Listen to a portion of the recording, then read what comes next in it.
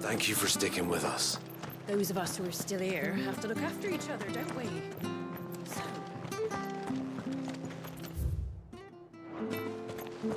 It'll take ages to tidy all this stuff up.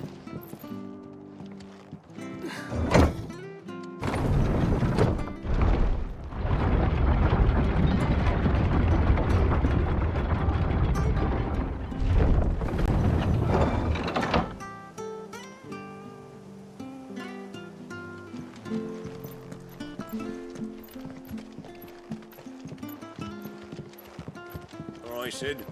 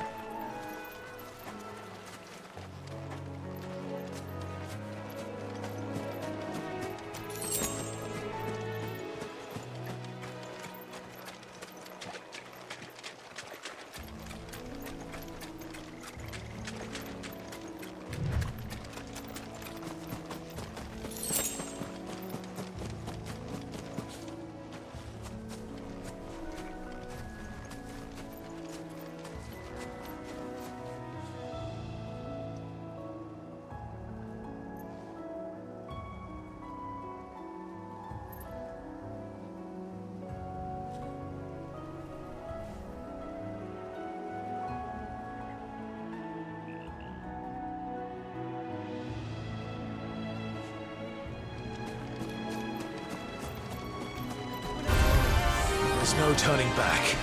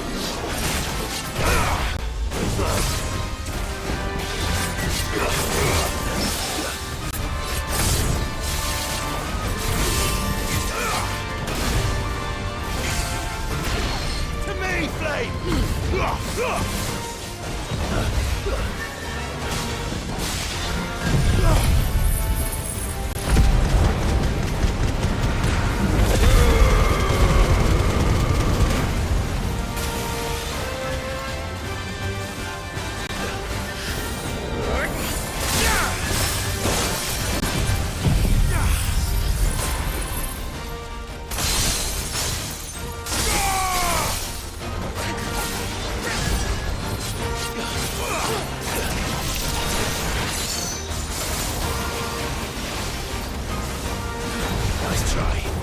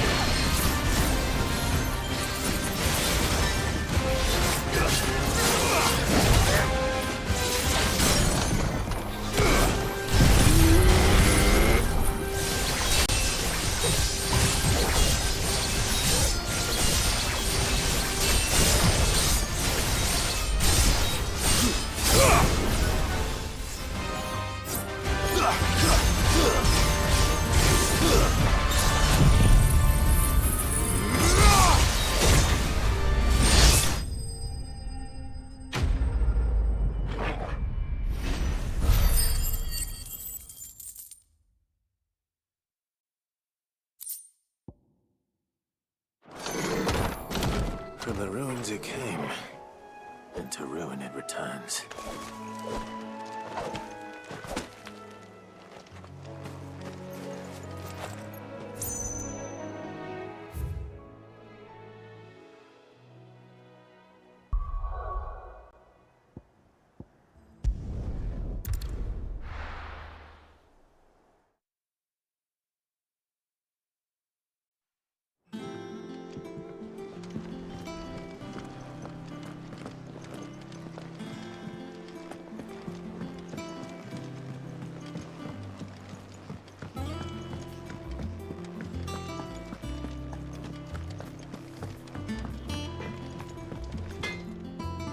What do you need? So, what'll it be?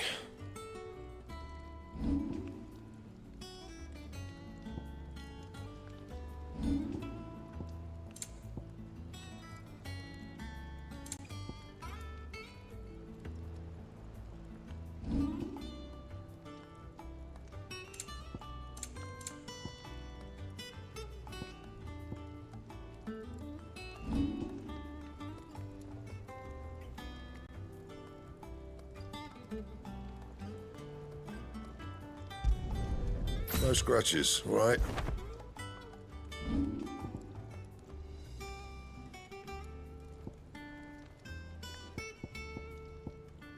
Anything else?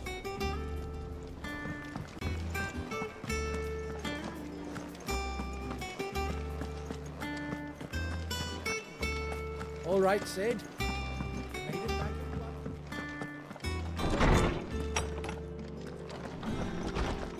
Farewell, Drake's breath! Oh, hell, Sid! Is there something I might assist you with, Clive? If you have a question for me, I should be happy to answer it. You are always welcome, Clive.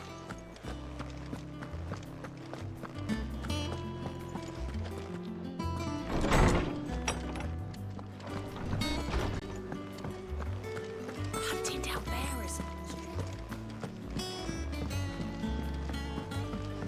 One day, I want to sail all the way to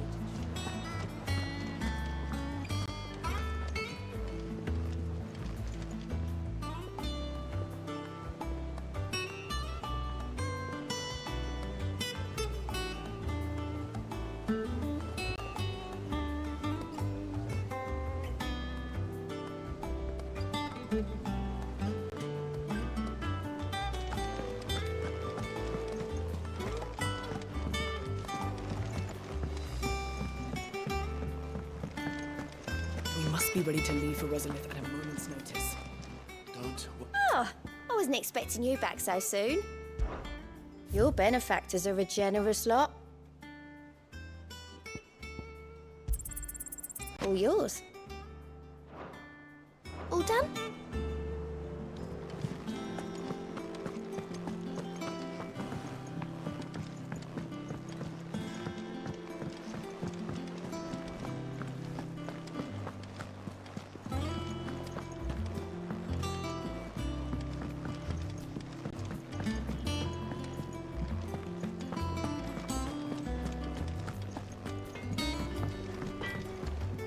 Clive? What do you want?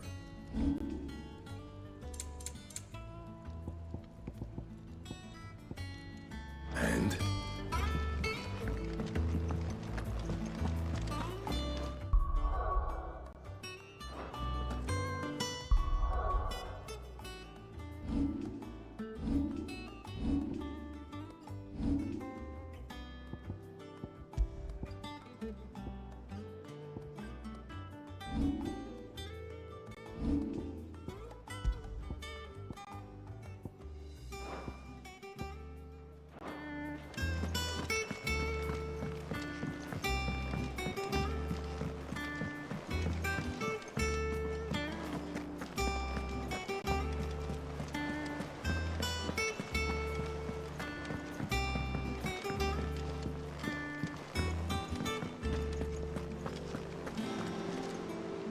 Gov gave you the news then? We're leaving for Rosalith. But not before I know exactly what's going on. What have we heard? All sorts.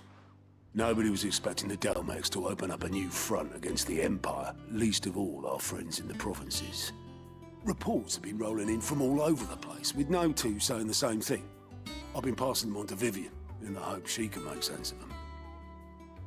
If you're set on going, you'll want to talk to her. Understood.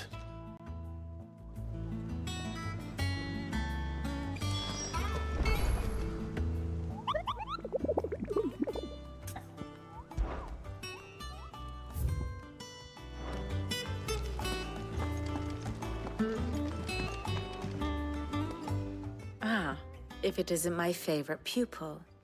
Let's see now, where did we leave? Well, this is a surprise. My lectures are rarely so well attended. You know what they say? A little knowledge, can't hurt? We're going to Rosalith to deal with Kupka.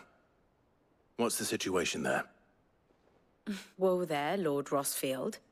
I'm sure you're champing at the bit to return to your roost.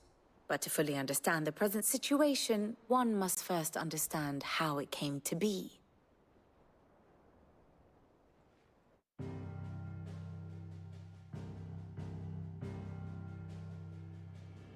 Let us begin with the story of Hugo Kupka, or the permanent economic advisor to the Dalmekian government, to give him his formal title. In a republic founded on commerce, there could hardly be a more influential position. It has granted him both extraordinary wealth and extraordinary power. Not that he ever wanted for the latter. Being Titan's dominant, he is also Dalmekia's last line of defense, a fact he has used to his considerable advantage. Why, he was even able to pry Drake's Fang, one of the pillars of the Republic, from Parliament's grip.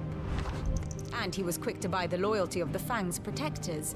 Today they are his faithful creatures, a private army in all but name. The self-same army that marches upon Rosarian soil as we speak. By which I mean Imperial soil, not that you need reminding of the fact. Suffice it to say, the Empire's attentions are elsewhere at present, deadlocked as it is with Dalmekia over its occupation of the Crystalline Dominion, where its legions are now gathered. Scarcely a handful of garrisons remain to secure its western provinces, and half of them left after the fall of Drake's Breath. With the threat of the Ironblood thus diminished, they had little cause to fear a maritime invasion. And so today, only a token force guards the former duchy's shores, as Kupka was quick to descry. He landed his troops on the Rosarian coast without encountering so much as a single ship. All for you, Clive. He wants your head. And so he and his men advance upon Rosalith, not to capture the province, but to draw you out.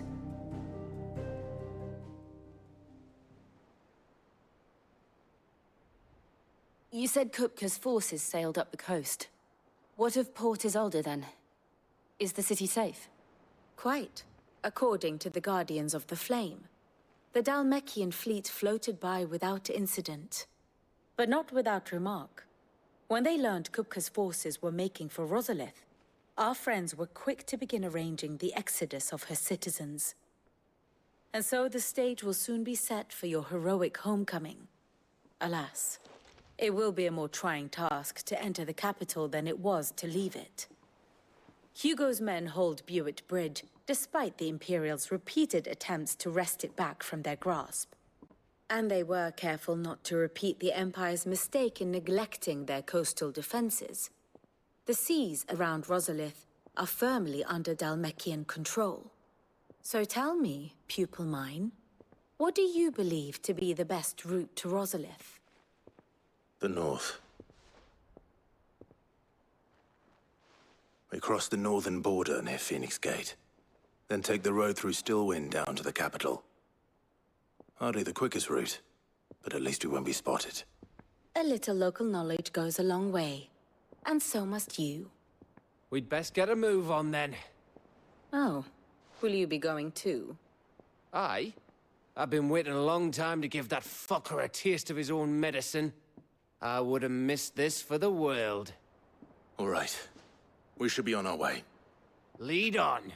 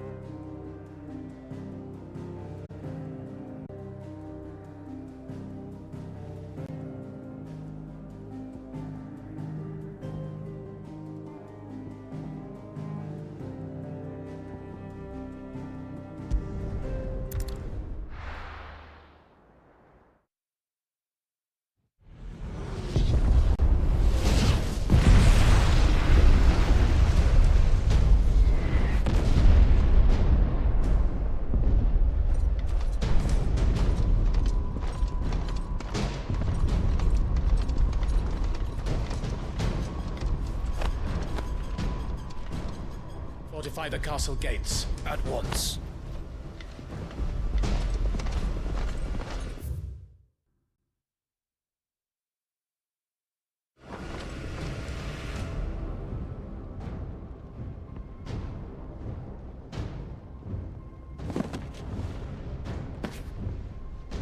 Hugo and his men have been busy.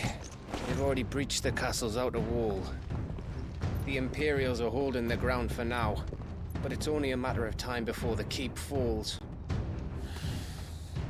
Those fuckers really went to town on this place. Almost like they want to wipe it off the map. Just a means to an end.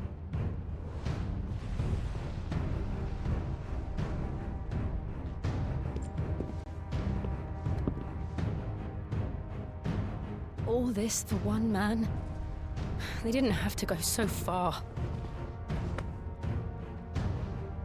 If you keep your wits about you, I reckon you can make it up to the castle without raising the alarm.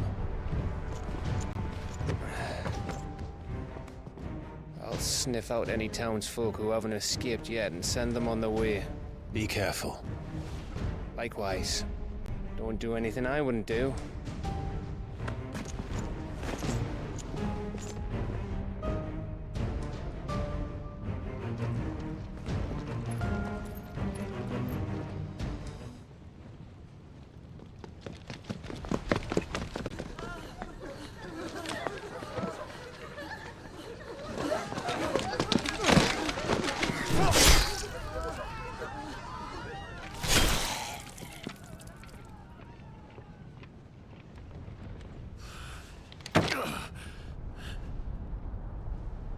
I thought I was ready for this, but...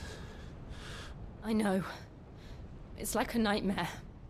This was our home. Come on, Clive. We have to keep going.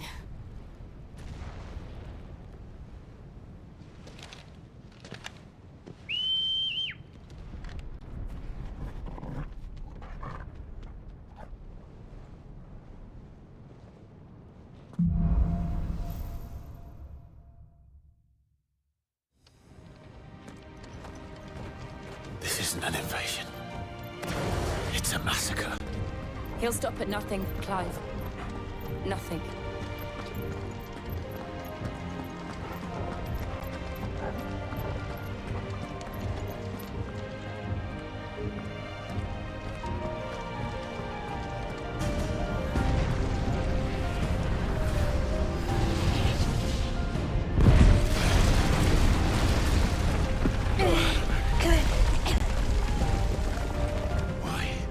Why do this? Clive, we can get through here.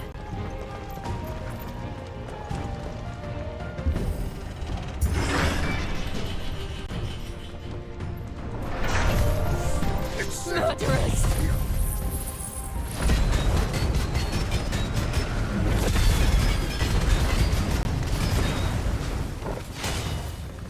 There's only one fitting punishment.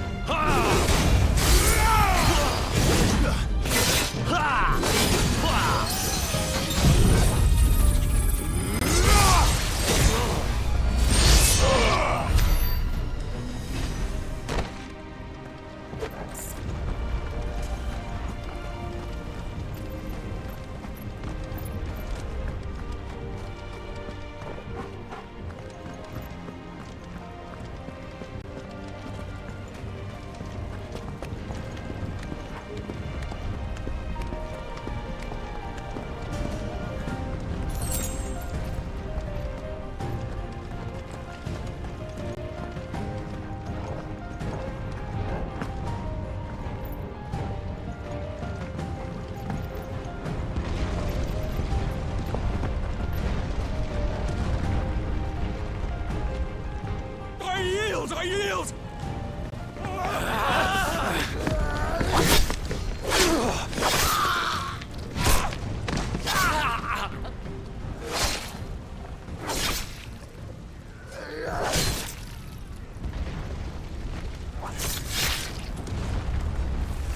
Look what we have here.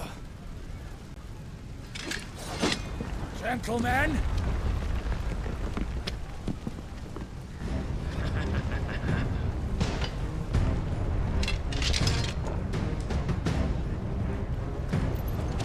You want to stay?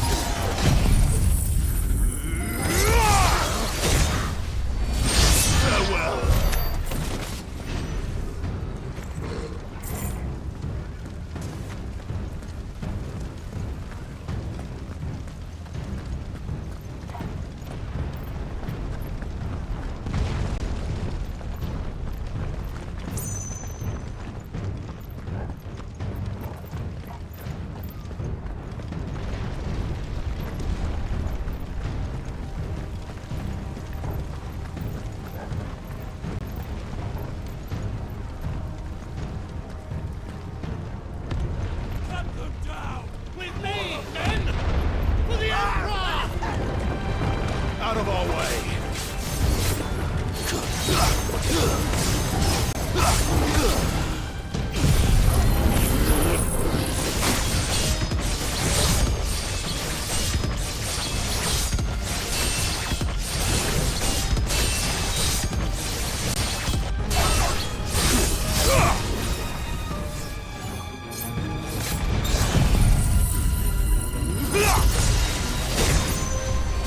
It's over!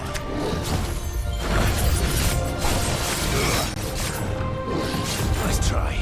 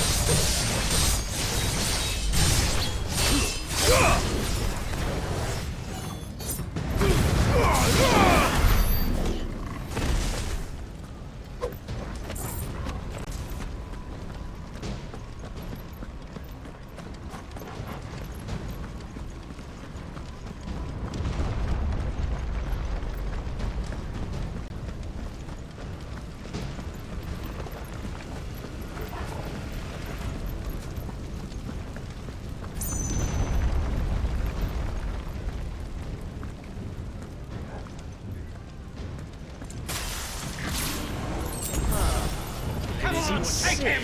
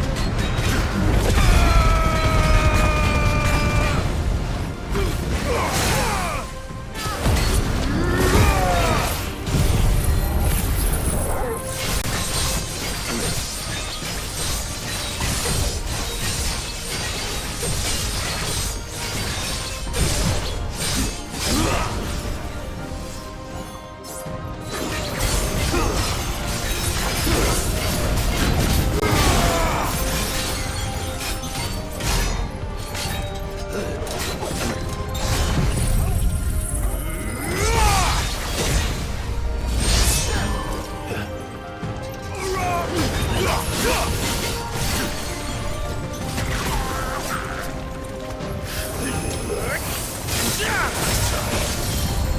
darkness fall!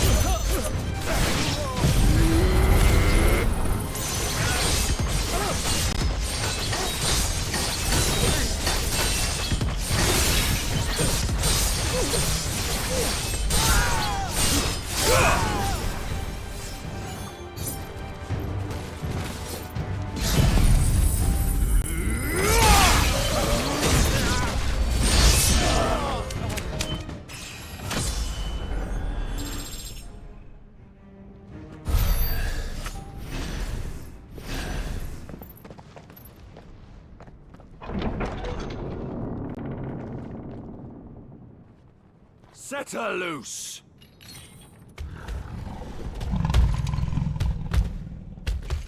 They have a curl.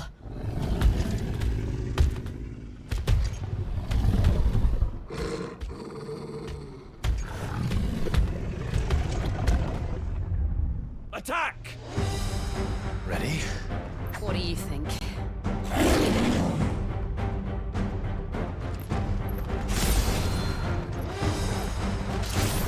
Too slow.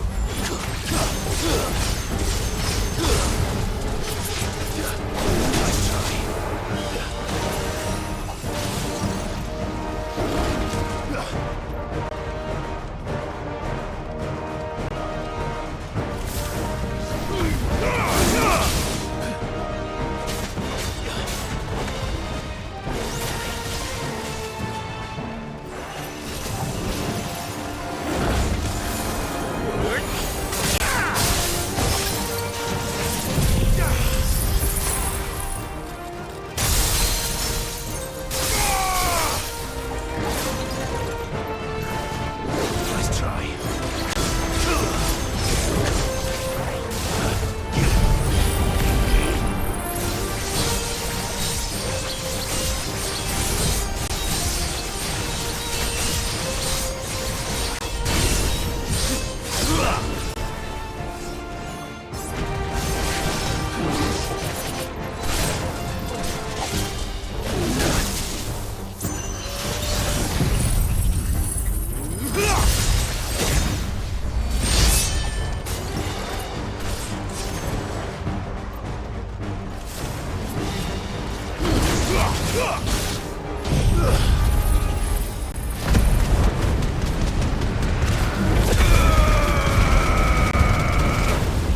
That's better.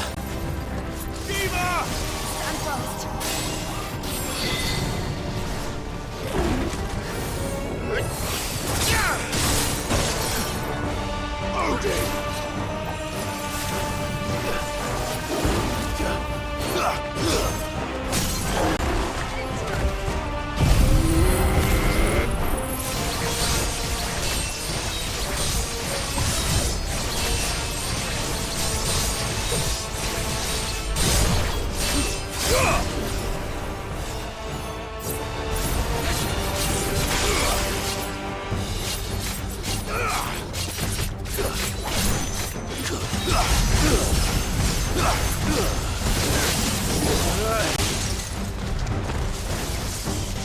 It's building up to something. We need to stop it. Whatever it takes.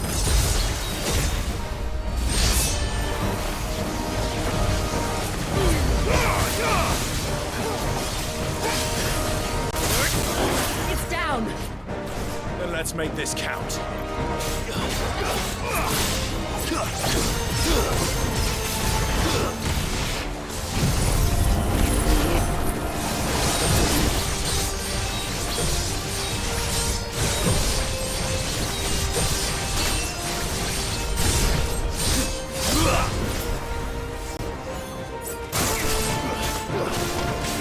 Too slow.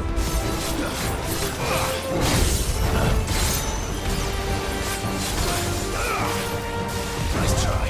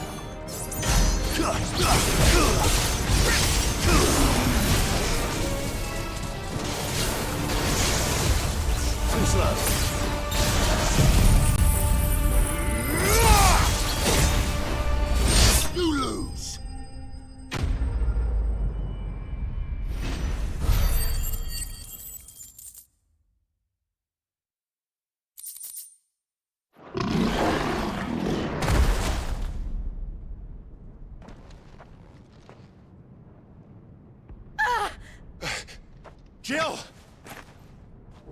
We meet at last, Sid. Or should I say, Lord Rosfield?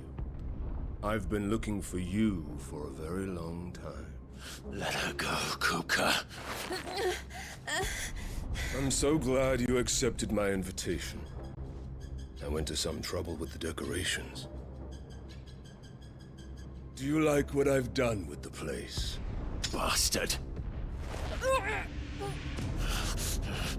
Such a pity your predecessor couldn't join us.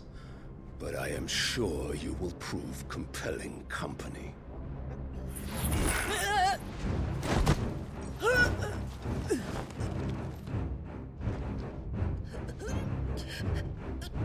Be still, little snowflake. I would not have you melt before your starring moment.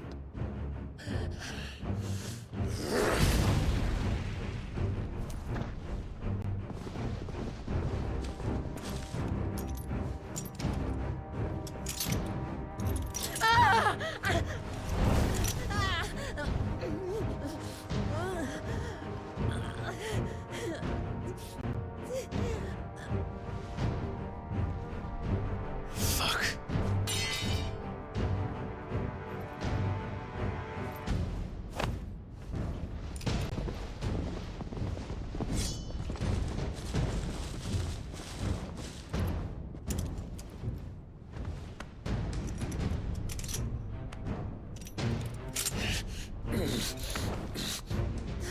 Now, on to the festivities.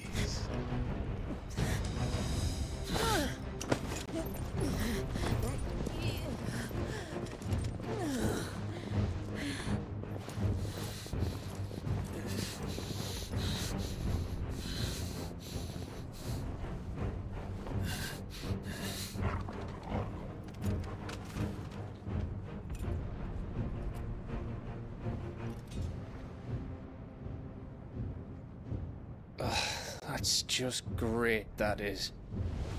I suppose it's up to me then.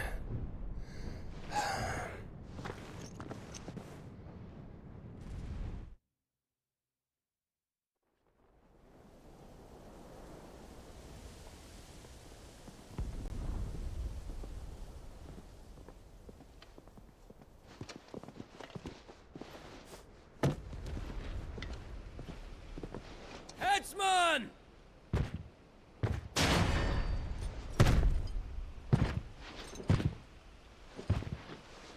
Where do you want me? You! Bring the prisoner!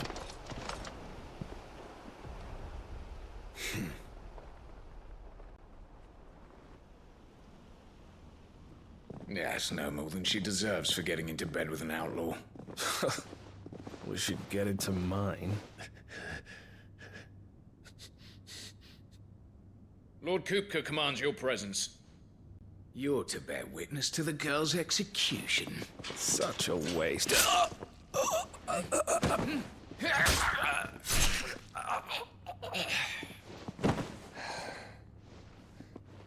Gav! Shh.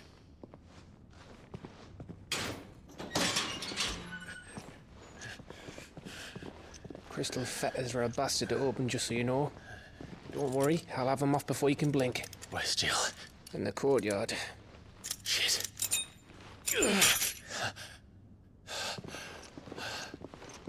We have to hurry. The Imperials have sounded the retreat and cleared out of the castle, but the place is still swarming with Kupka's men. Leave them to me. I'll make my way up top and circle round the back. Quick as you like, eh?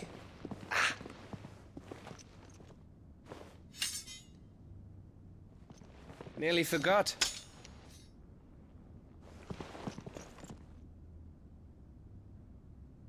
Hold on, Jill. I'm coming.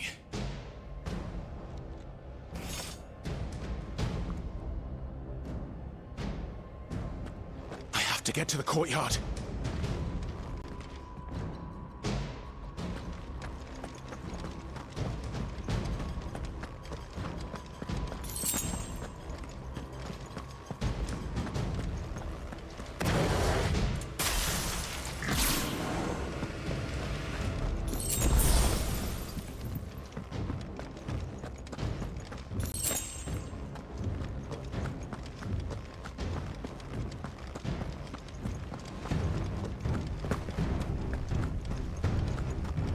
could you let her die?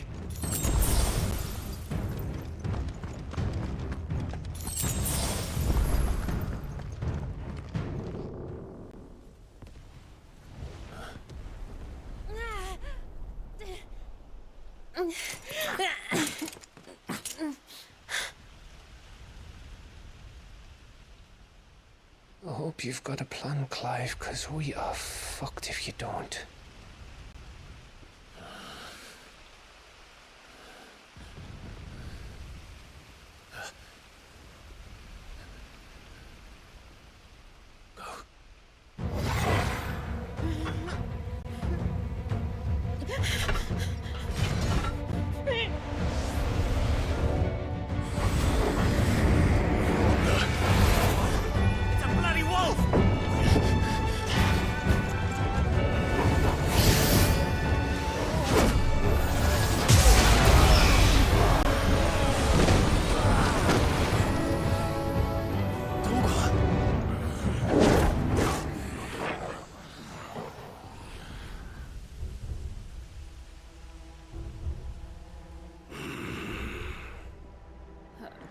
Jill, can you stand?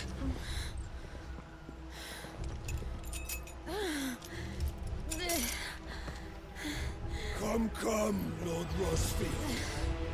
Don't tell me you tire of my entertainment. Enough! Yes. Perhaps it is time we served the main repast. I trust you are hungry! Need this? Much obliged. Stay close. We're getting out of here. And Toggle, thank you. Take all of them! Care to explain what the fuck your dog just did? Later, everyone, with me. That includes you, Toggle.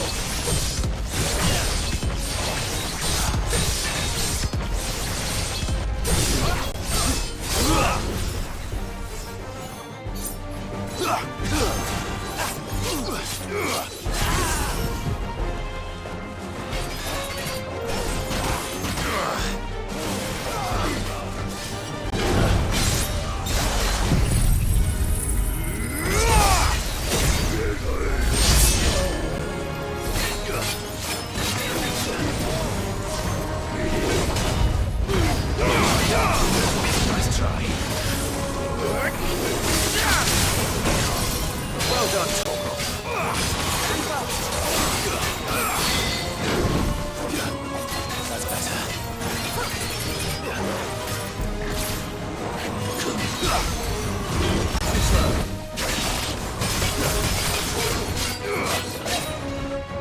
Nice try.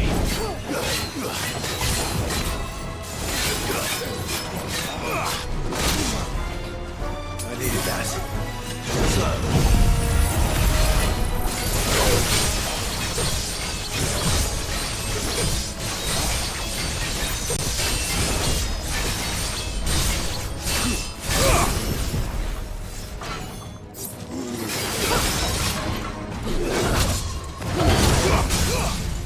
It's over.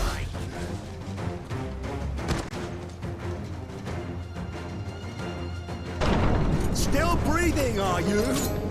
Excellent. Then Lord Kupka's reward shall be ours. I thought bad news always came in threes. Let them come.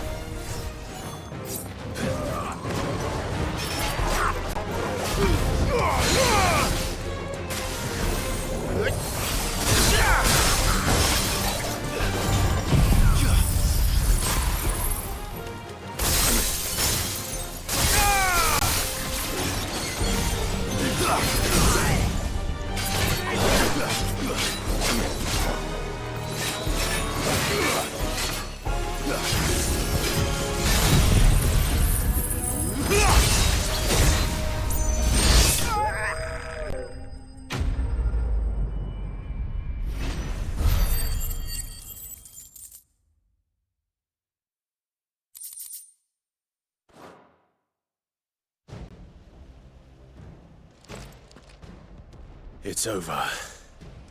For now. But I bet that wasn't the last of them.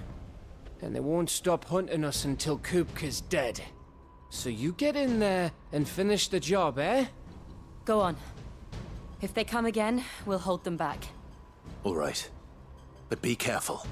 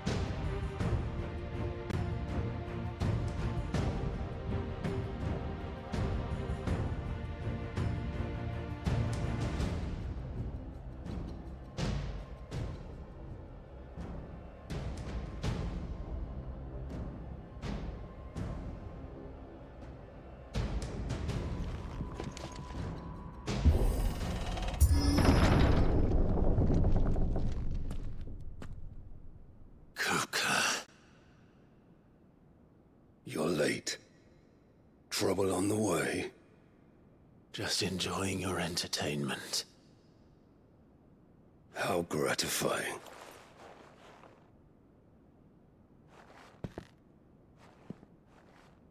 Have you come to defend your father's throne, Lord Rosfield?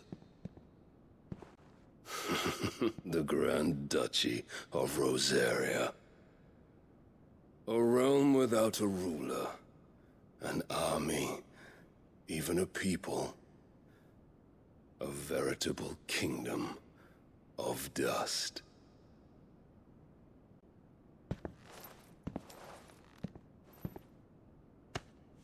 Truly, I see no throne to defend.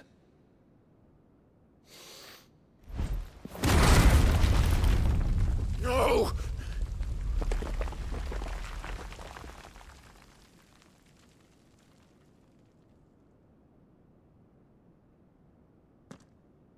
Enough of your games, Kupka. Just tell me what you want. Sid's head in a box. Imagine my disappointment when I learned that he met his end at the hand of another. And my relief to learn that you had taken up his thrice-damned name.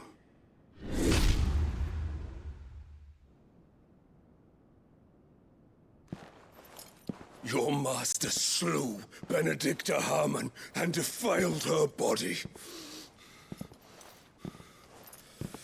If you choose to bear that murderer's name, then you shall answer for his crimes. The only crimes I shall answer for are my own. Sid did everything in his power to save that woman, though she was long past saving. And so I did what he couldn't.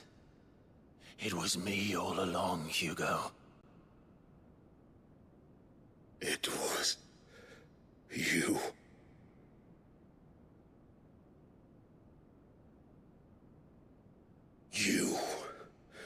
You killed her. I did.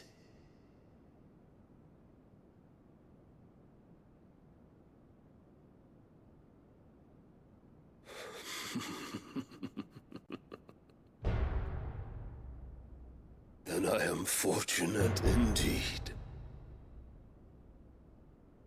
I had thought the most I could wish for was to take the life of one he loved, just as he did to me. But it seems I was wrong. And I shall have my revenge. We shared a dream! I would be the king of the world! She would be my queen! And together, we would rule like the gods we are! But you crushed that dream, ground it into dust! Hear me, Rosefield! You will pay for what you've done. I'll tear you apart with my bare hands! And what of you? How many people have you killed? How many dreams have you crushed? You're not the only one who's seen their world fall apart around them. You'll get no pity from me, Kuka. No pity. And no mercy. Now die!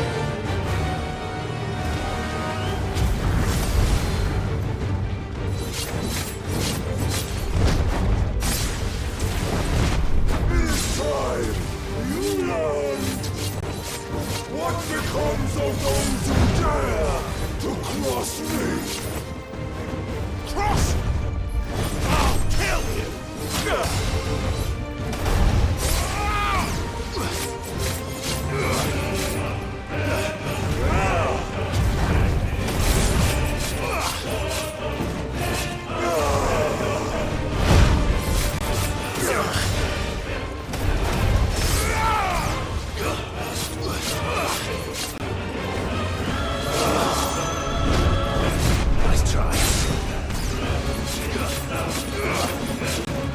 Too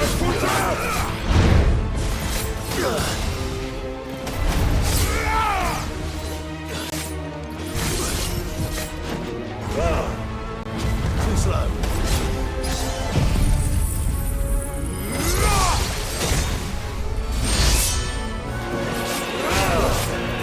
Nice try. Nice try.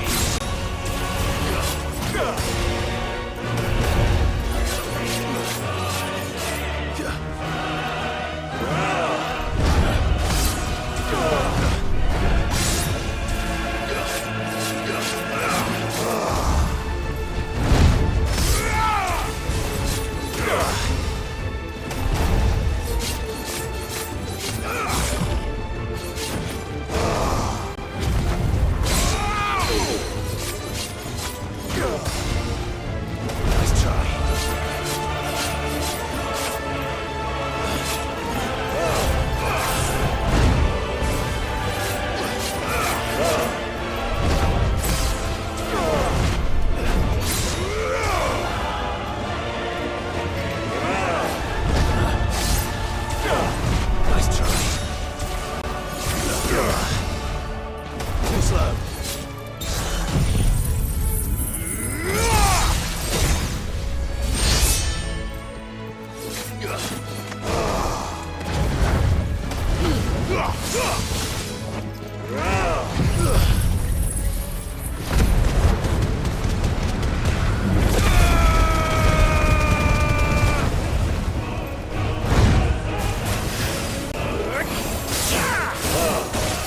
Nice try.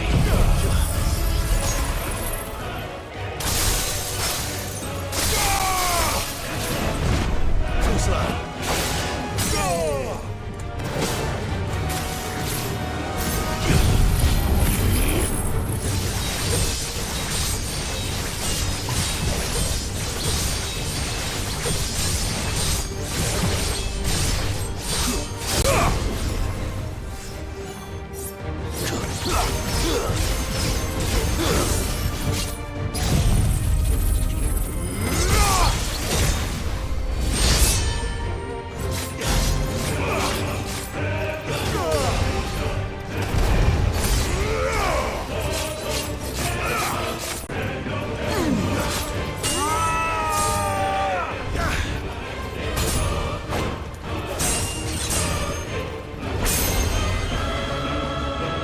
You will die by my hand, Rosalind.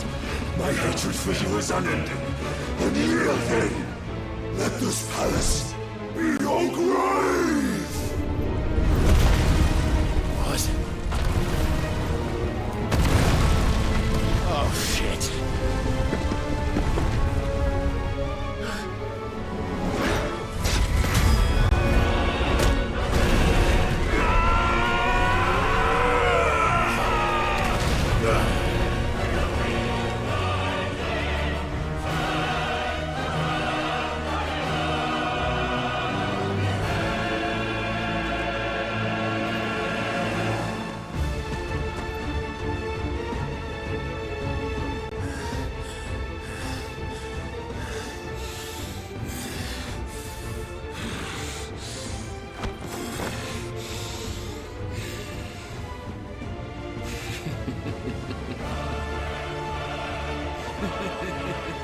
The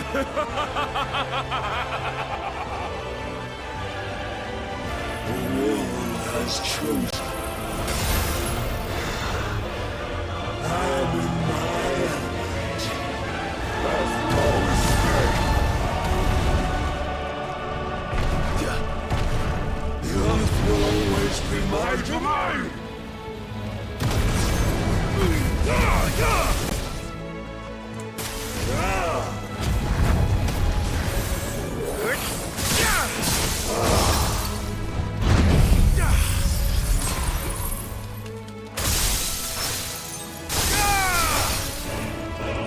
Nice try.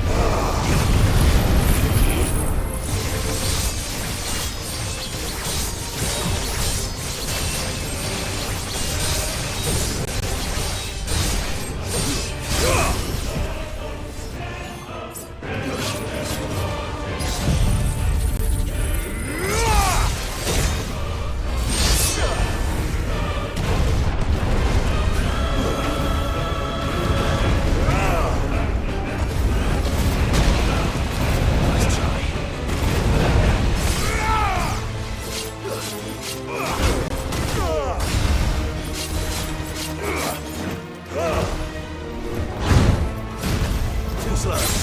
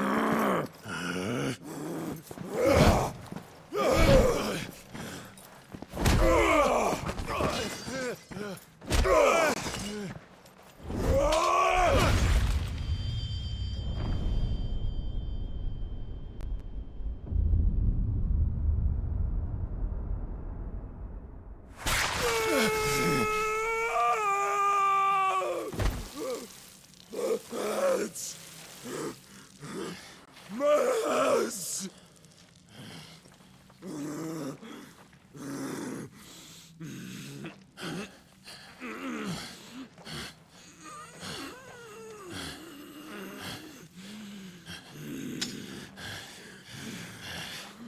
Son of a whore!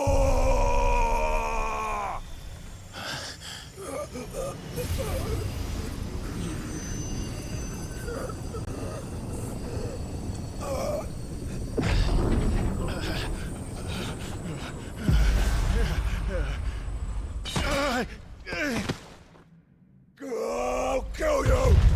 I'll kill you! I'll kill you! Ah! Ah! Ah! Ah! Ah! Ah!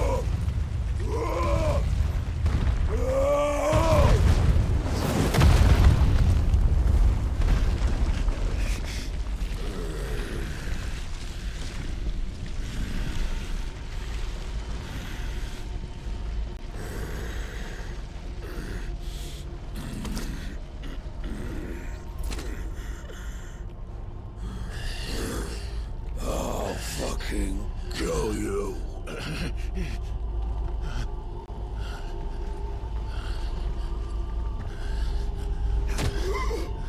There. You mustn't get yourself worked up. Wait! Another time, Mythos.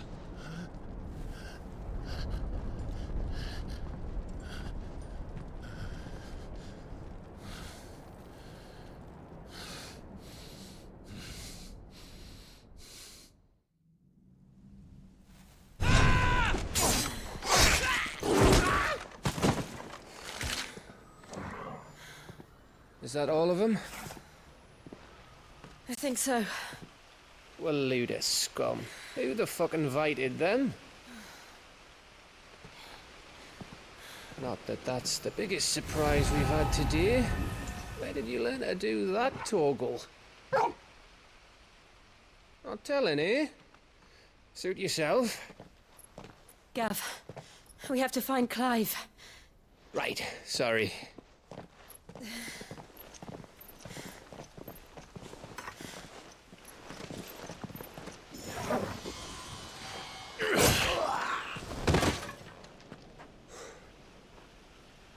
You missed one.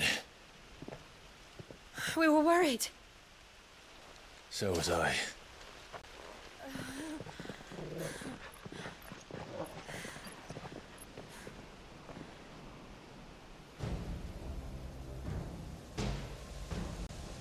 I was so close. If it hadn't been for my gift, I would have finished him. I'm just glad you got out of there alive. When did the Royalists arrive? Right after you went inside. Just when we thought we were shot of Titans, lot. In pile Odins. Not enough of them to worry us, though. No. You didn't see the one who took Kukra away. So, what? You think they came here to save him? Well, I'll be fucked if I know what's going on, but every minute we spend racking our brains, that bastard's getting further away.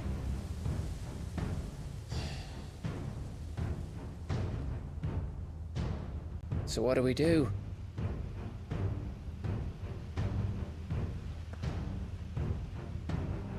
We go back to the hideaway.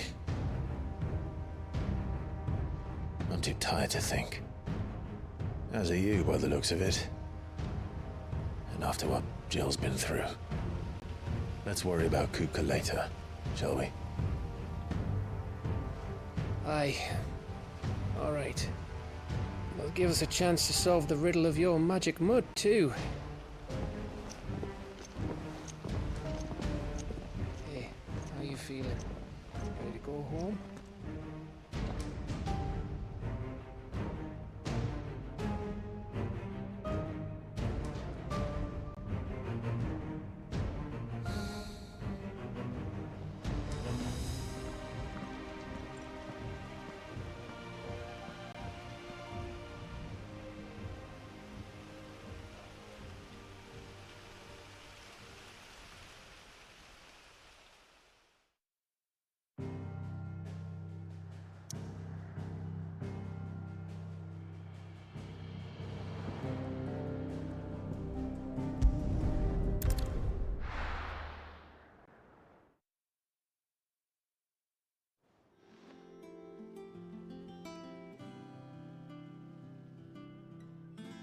Just look at the state of you. You're more of a wreck than this place. Is this what you call taking better care of yourself? No more excuses, your ladyship. I order you to rest. Fine. I'll rest.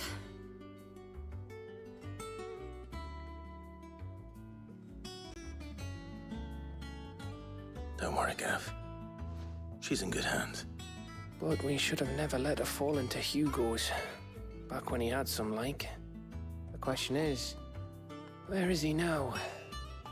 And what the hell were those royalists doing there?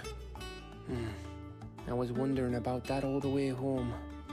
Otto may have heard something. I'll talk to him. And I'll talk to Tomes. The lawsman. About what? About your faithful hound for a start. If any four-legged friend's ever done that before, I'm betting Tomes will have read about it. But what I want to know is, what happens afterwards? It's all well and good Torgal saving our arses, but if it costs him what it cost Jill... Right. Let me know if you learn anything. Will do. And you do the same, eh?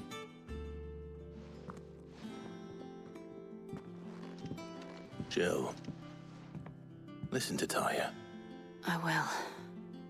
Thank you.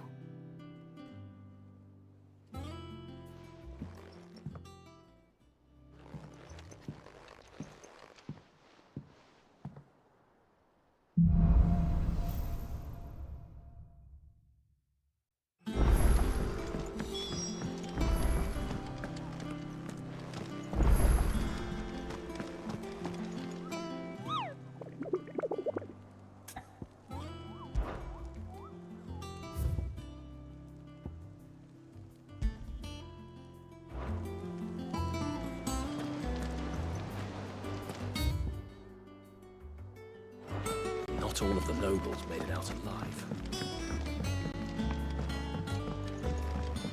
The little uns have been up to their old tricks again. Jill looked white as a sheet when they brought her back.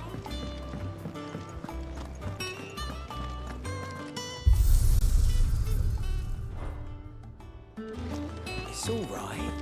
See, there's nothing. Clive. So, will it be?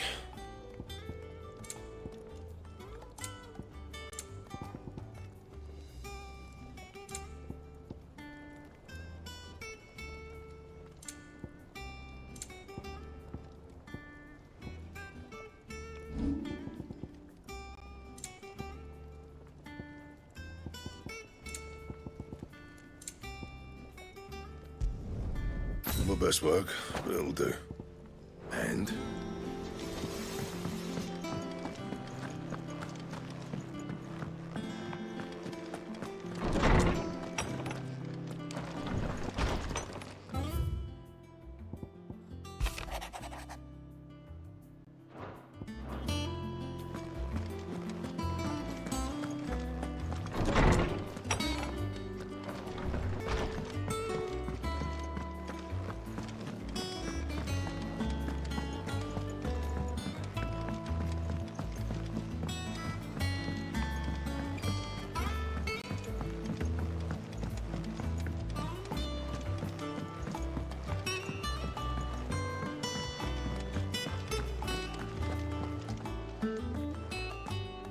Otto, is now a good time? It's not a bad one. How's Jill doing? She's been better. Taya's making sure she gets the rest she needs. Good. Any word on Kupka's movements? Vivian's doing what she can to try and track him, but she's feeding on scraps. We've sent ours out to the Cursebreakers and their other friends in the West, asking them to keep their eyes peeled for anything unusual. No leads yet, but it's only a matter of time. All right. Let me know when you find something. There he is. All right, Clive. Still busy saving the world? Mid. When did you get back? Just now. What about your studies? Adjourned. Since Hugo Kupka invaded Rosaria. All the canvassers in uproar about it. He's gone mad. He's turned rogue. It'll be us next. You try concentrating with all of that. All right, you win. How long will you be staying this time? Dunno. A while, most likely. Any road, while I'm here, I was hoping you could do us a favour. Mid. You can't just expect me to... Please, oblige her.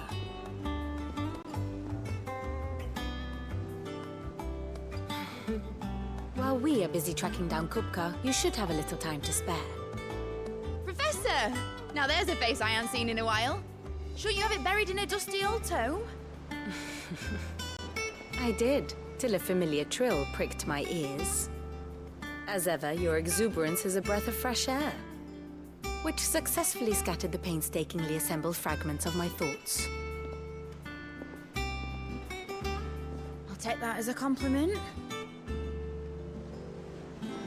Well, Clive, you heard the Professor. So, I'll meet you in the storeroom when you're done. Wait, hold on. Breath of fresh air? Bloody tempest, more like.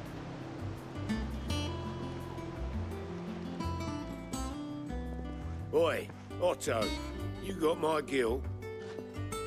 Huh? What are you on about? My fee for bringing Mid across. She said you were paying. That little... The storeroom, was it? I wonder what Mid's plotting.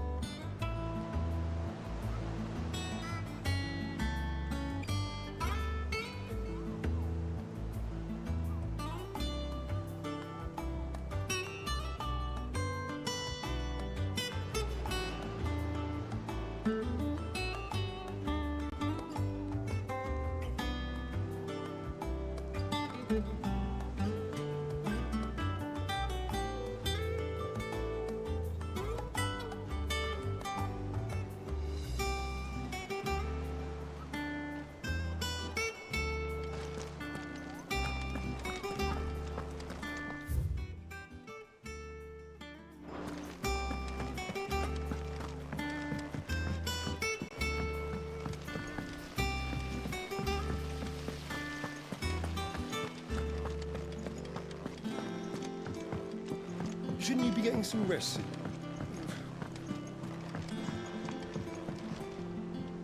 You took your time. I'm a busy man, Mid. I'll get to the point then.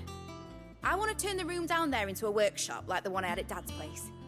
Mid, you've only just come back. And I've been thinking about it for a while. Dad said I had a knack for engineering. Told me everything he knew about it. Then sent me off to Canva to learn everything he didn't. That was his dream for me. That one day I'd put my studies to use for the good of the cause. But I'm helping no one stuck at school. I've studied enough. It's time I put my knack to work. I know that I can help the people here, and I want to do it. Well, well, well. If Sid could see you now. All right? I'll tell Otto you'll be staying. I knew you'd say yes. Which is why I wrote up a list of jobs for you. For me? Who else? What do you want me to do? First things first, I need equipment and materials to start making my own. There's the designs for the stuff I need and the stuff it needs smithing from. The other materials I can work myself. Just need a generous benefactor to lay them on for me. Apart from the wood, I'll need a carpenter for that, but I can just borrow yours. Is that everything? For now. I'll let you know if I need out else.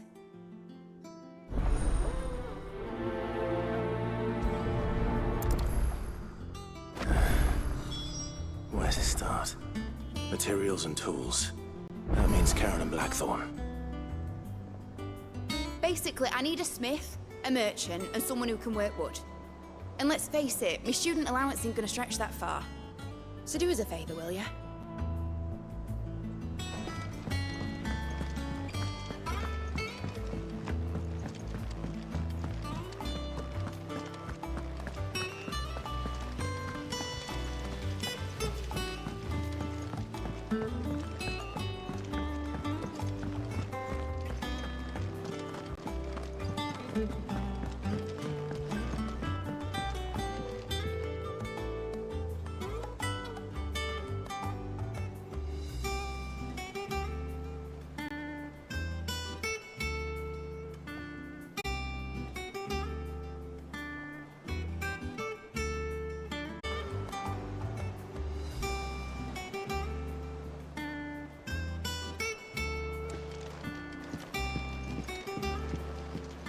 The little uns have been up to their old tricks again.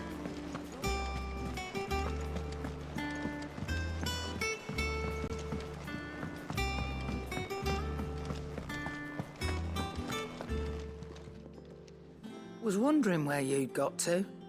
Mid's back from Canva. Have you seen her? Just now. She's planning to set up a workshop in the stores and ask me to buy her some materials. Here's the list.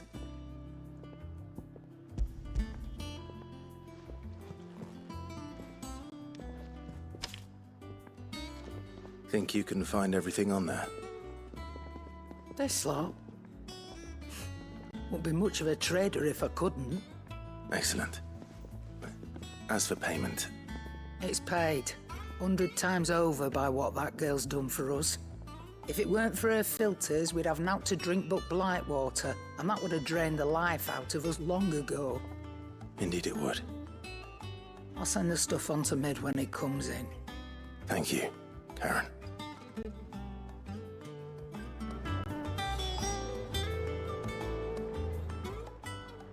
Is it business or pleasure?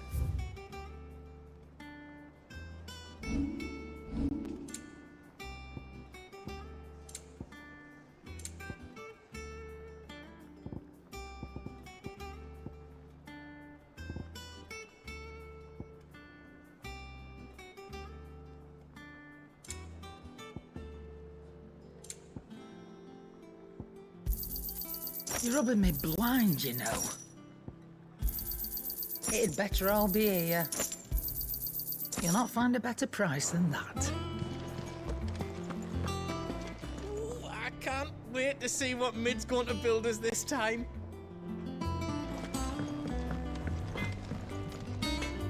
Blackthorn, you busy? What does it look like? I have a commission for you. From Mid. She requires certain tools.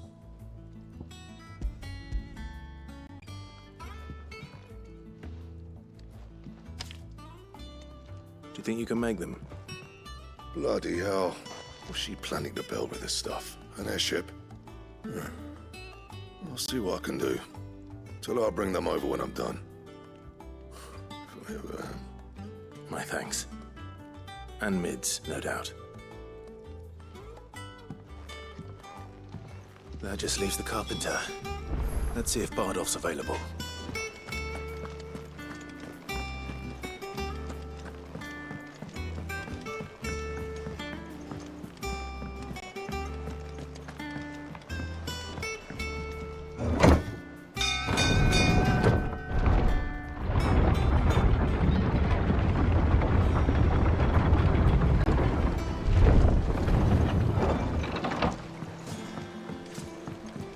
Good oiling. Sure, should be enough to keep us... How do, Master Sid? Bardolph. Mid's looking to build a workshop in the storeroom, and she needs the aid of a skilled carpenter. So naturally I thought of you. Well, I'd love to help the young miss however I can. But I'm afraid I got my hands full just keeping this place afloat. There's holes need patching, and if I don't patch them, we'll all of us sink into the mere. I'd gladly spare Mid all the time I have, but the sad truth is, I ain't got none. I see. It don't have to be me, though, does it? What about that other fella? You know, the one over at Martha's Rest. Bernard, was it? That's right. And he is a friend of the cause. I'll ask Martha if she can spare him. Thank you, Bardolph. Least I could do.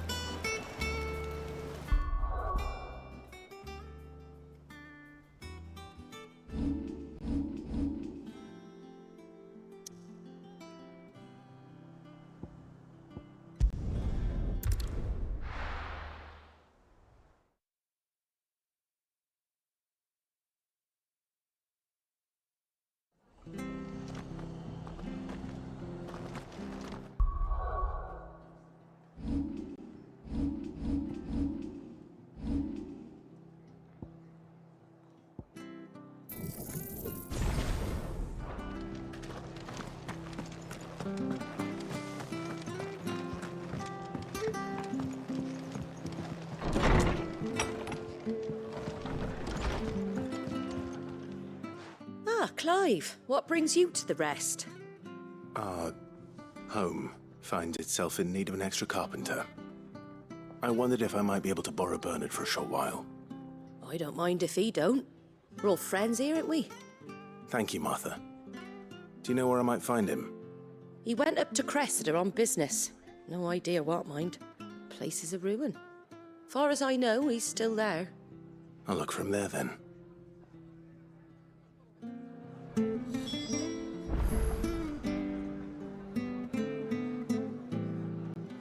Don't ask me what Bernard's doing in Cressida.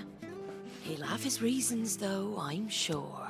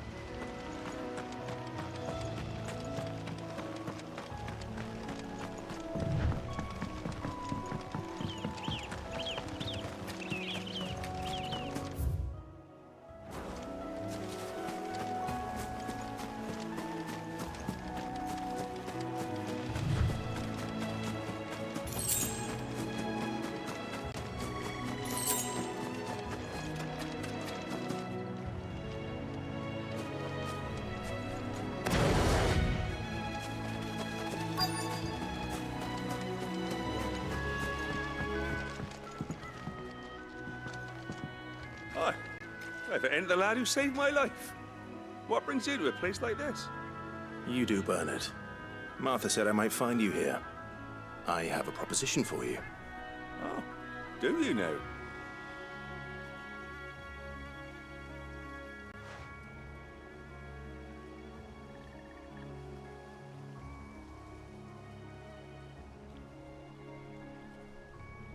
Building a workshop, you say? Well, that beats tacking boards to bridges, sure enough.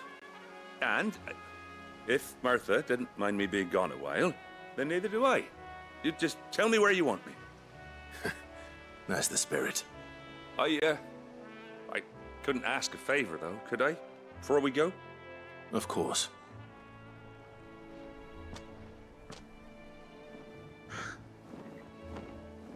Well, that there is Cressida, where I grew up. Ain't much left of it now, though. Except my parents' graves. But I came up here hoping to visit. I even patched up the bridge to get across. Only to find the place crawling with fiends. But you're a dab hand when it comes to dealing with beasts and bogles, ain't you? Any chance you could, It's the least I can do. Well, thank you kindly. And take care.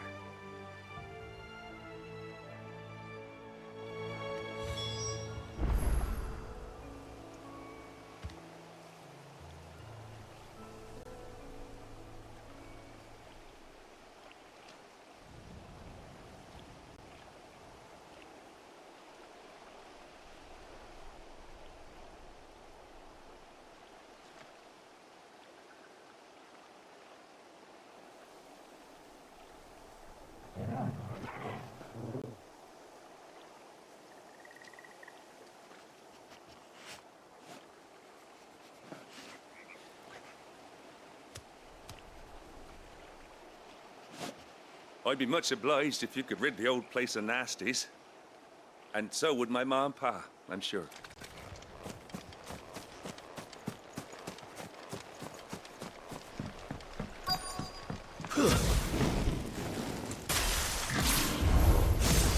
This shouldn't take long.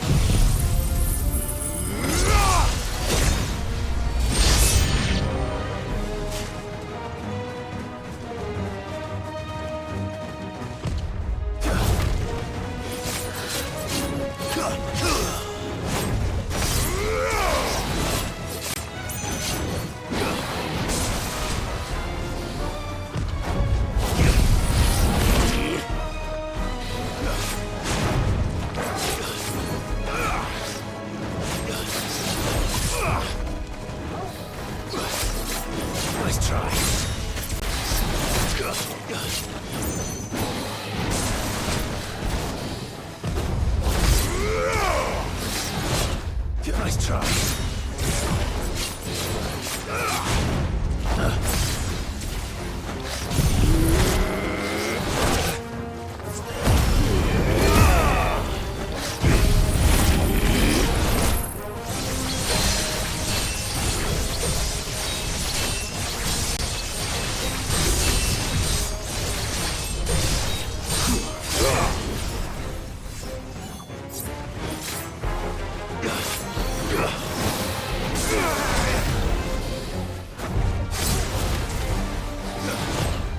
Too slow.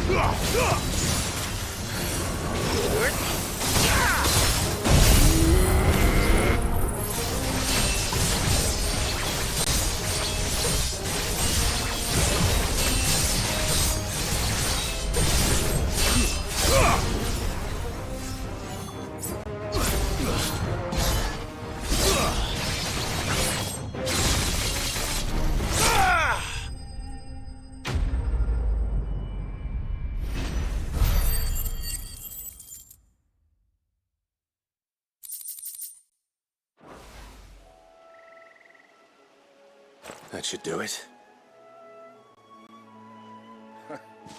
You made short work of that lot. Thank you, son. Now my folks can rest in peace once more. How long is it since the village was abandoned? Oh, people started packing their things after the duchy fell.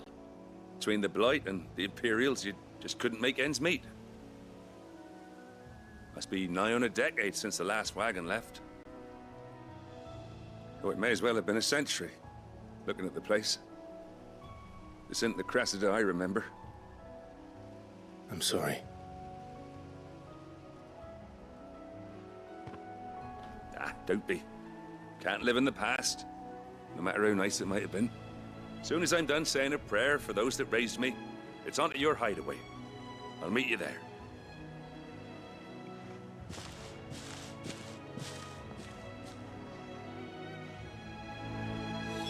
That should take care of Mid's little list.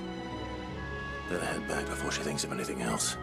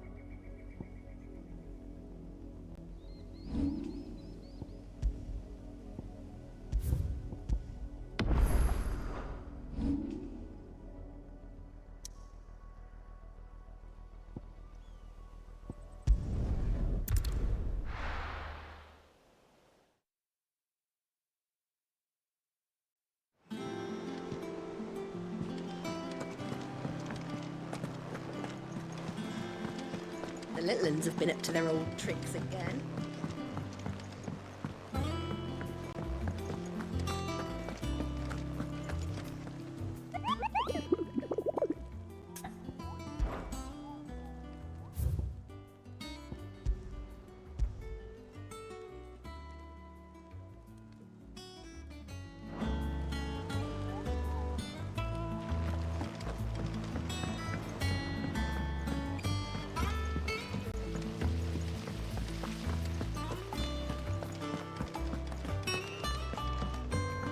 Shouldn't you be getting some rest? All right, Clive. You've all done then? I am. I've placed your various orders, and a carpenter by the name of Bernard is on his way from Arthur's Rest. That's brilliant. Thanks, Clive. Is there anything else you need? Nope. Blackthorn and Lady Karen have already sent over everything I asked for, and I've got all my plans drawn up. So as soon as Bernard gets here, we can get to work. I can't wait.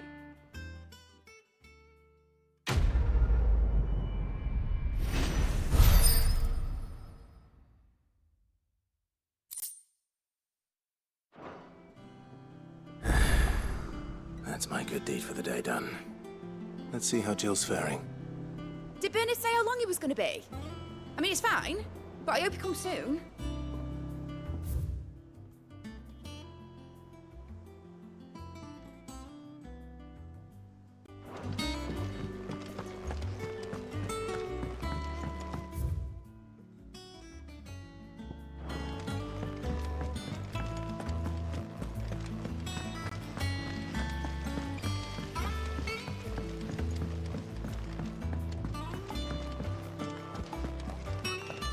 Yeah.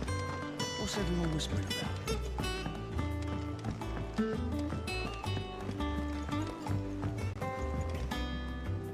Do you have a moment, Sid? A team of curse breakers has gone missing near Northreach. Which team? Coles. They were sent to liberate a carriage of bearers before they could be smuggled to market. They were moving in for their assault when the carriage was attacked by goblins.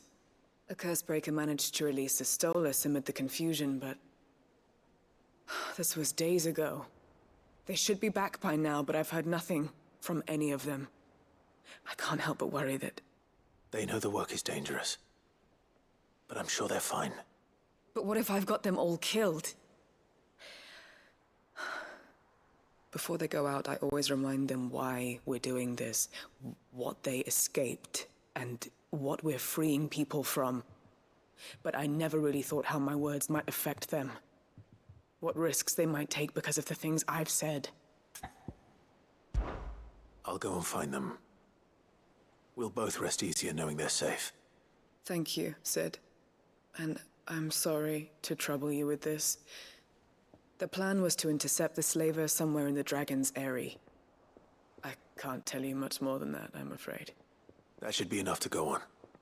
If they were there, Torgal will track them down.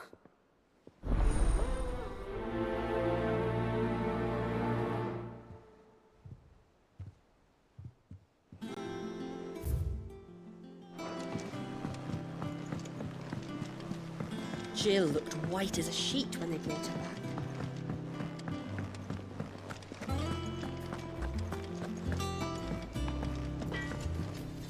What do you need?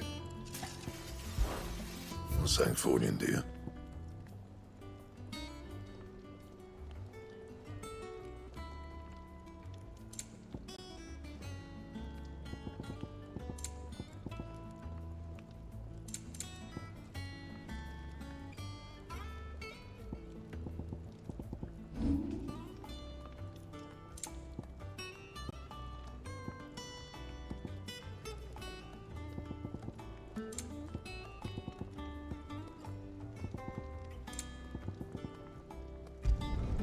You can thank me later.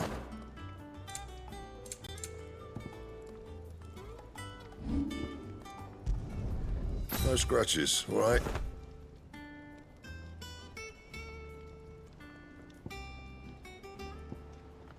And? It's all right. Sid has nothing to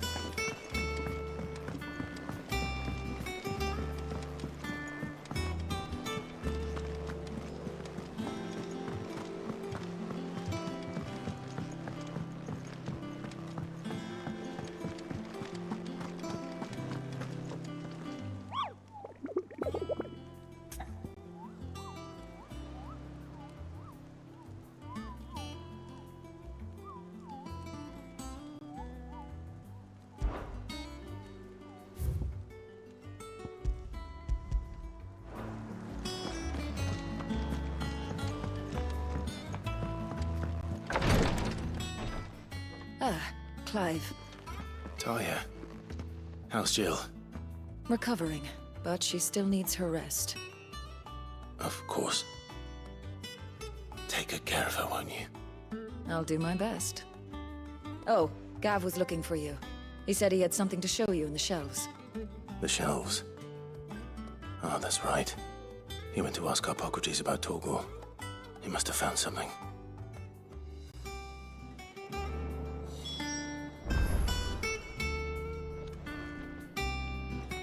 You have the look of a man with the twins upon his shoulders, Rodrigue.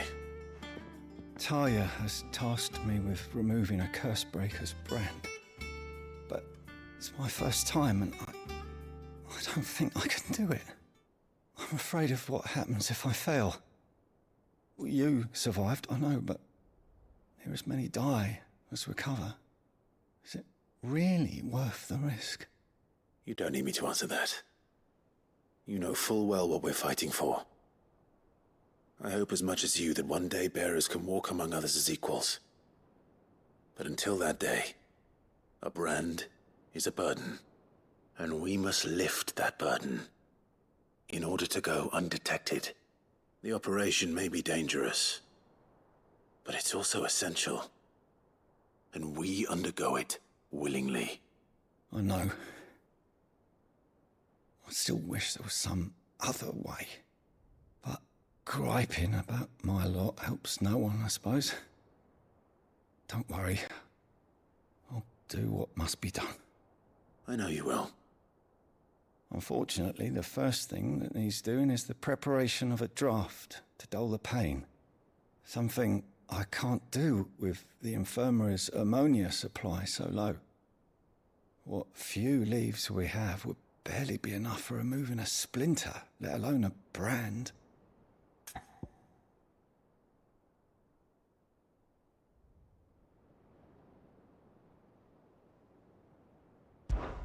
Just tell me what you need.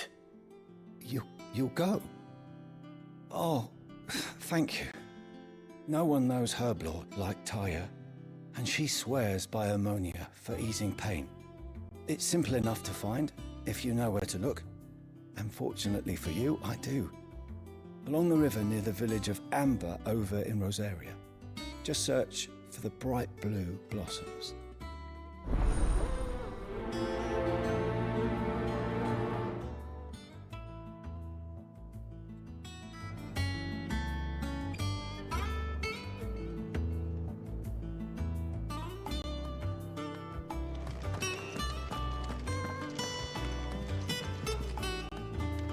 I'm feeling a lot better, thanks to Talia's remedies. But she insists I rest.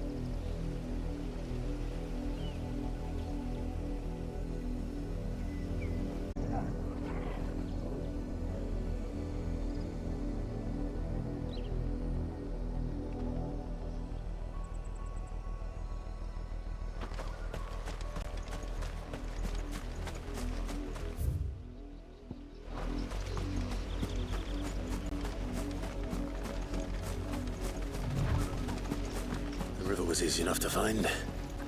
Now for those herbs.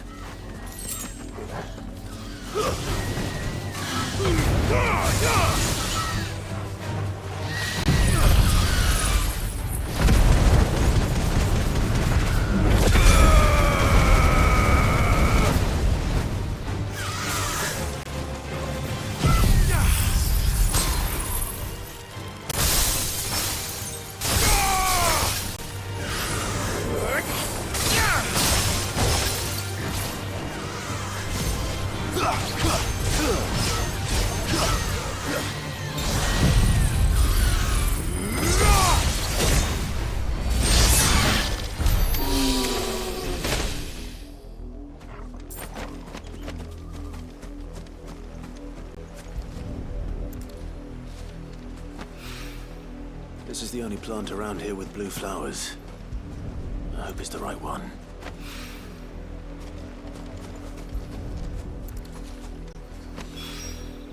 Should be enough to keep the infirmary stocked for a while. Hopefully this'll put Rodriguez's mind at ease.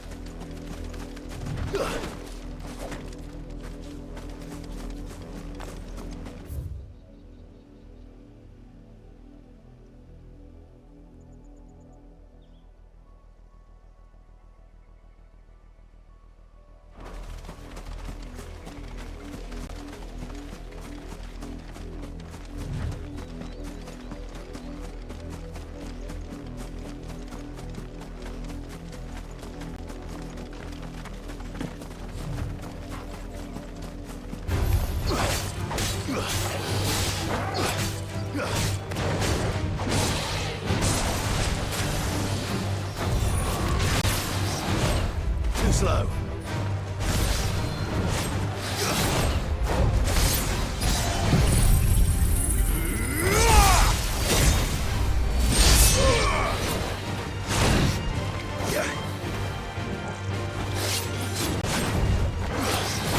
Nice try.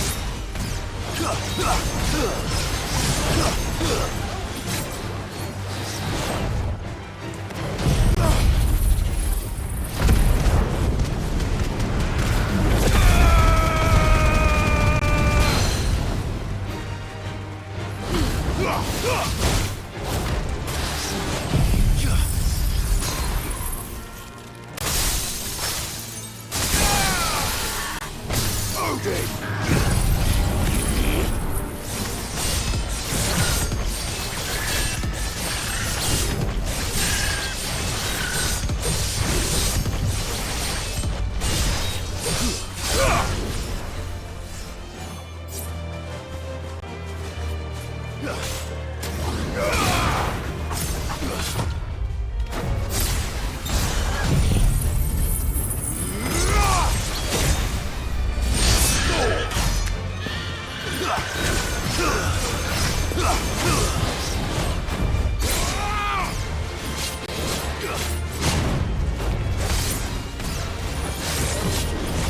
Nice try.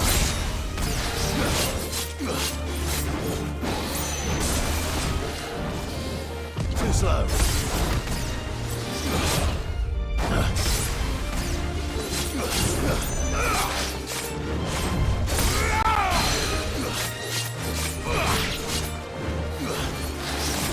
Too slow.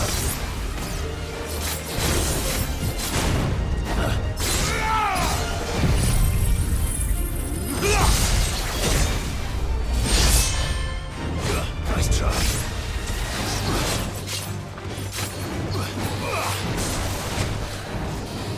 Too slow.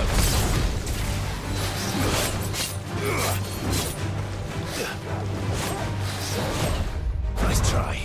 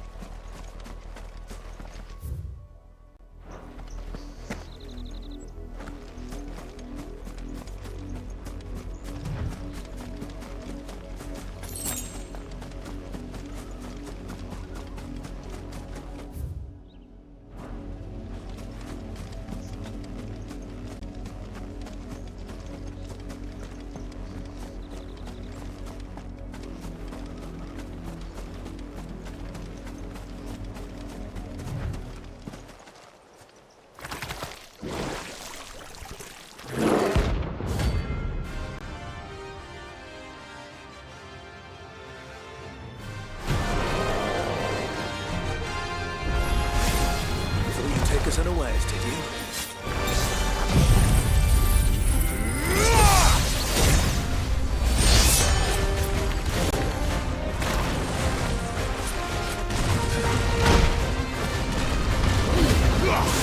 Come on!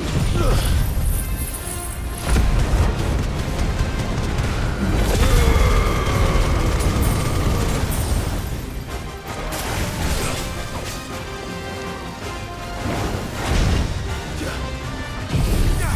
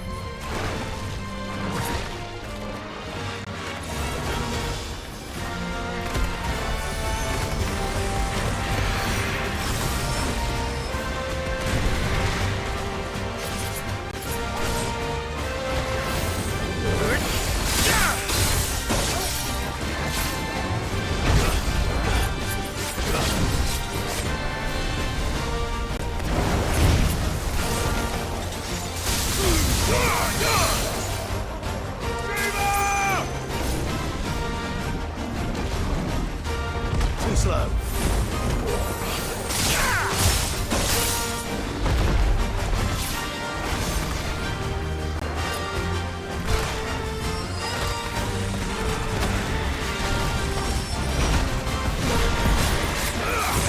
Nice try.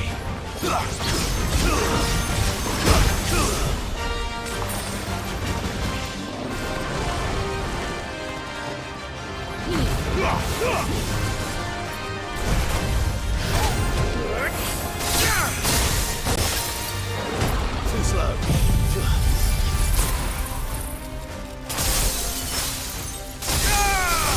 Odin! To me, Flames! Nice try.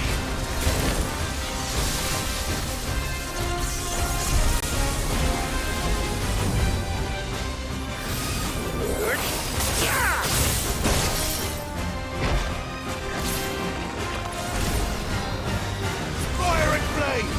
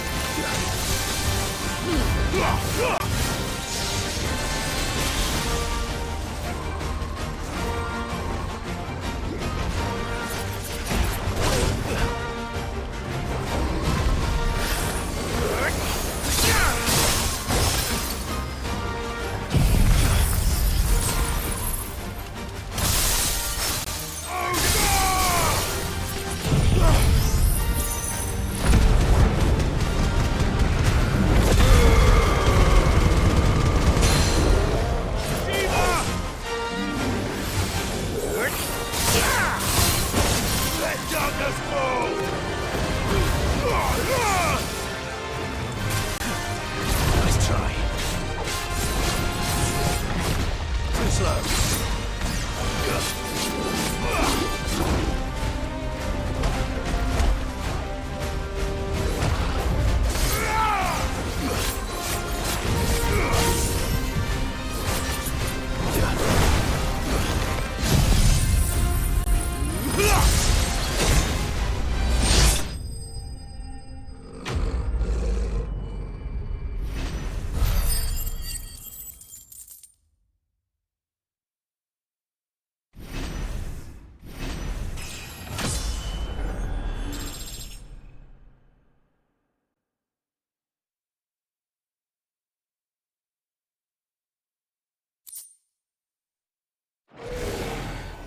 Well, it's dead now.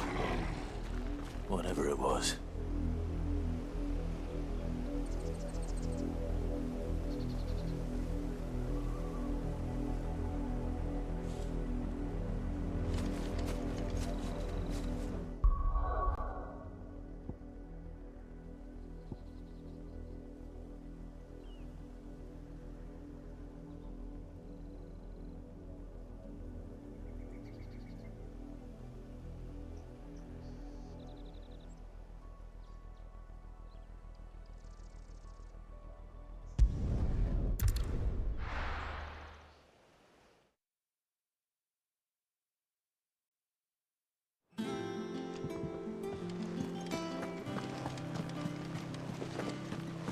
The little uns have been up to their old tricks again.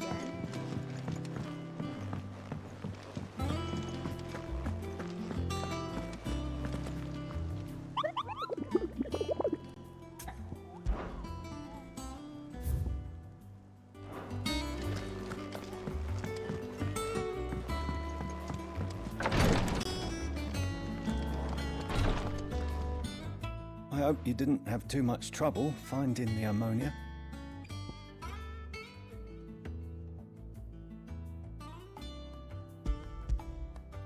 Only the usual. Oh, yes. This is it. And more than I was expecting. I dare say the patient won't feel a thing. That is, unless I... You'll do fine. Tyre trusts you, which means I trust you. The hideaway would be lost without skilled physicers like yourself. Thank you for the kind words. Truly. But... I'm sorry. I'm still terrified. The brand is more than just ink on flesh. It's a death sentence. Milk of the wyvern tail lurking just below the surface of the skin. One ill-conceived incision, a single slip, and the poison fouls the patient's blood. Failure means death, and even success means tremendous pain. Days of agony as the wound heals. I became a physiker to help people, not to kill them. I don't want to kill anyone. Cursebreakers lead hard lives. And the operation is only the beginning. They toil in the shadows, risking life and limb, knowing their efforts will win them neither glory nor acclaim. And yet we never won for volunteers. Why do you think that is? Conviction? They're willing to die? They're willing to fight. To give their lives to create a world where people like us can be more than mere possessions. I know your work isn't easy. But neither is going under the knife. Be a shoulder for your patients to lean on. Stay strong for them. You sound like Tyre. Do you know what she once told me? It's natural for a patient to feel like they're suffering in solitude. And it's a physiker's duty to see that they don't. Thank you for helping me remember that. I won't falter. Not again.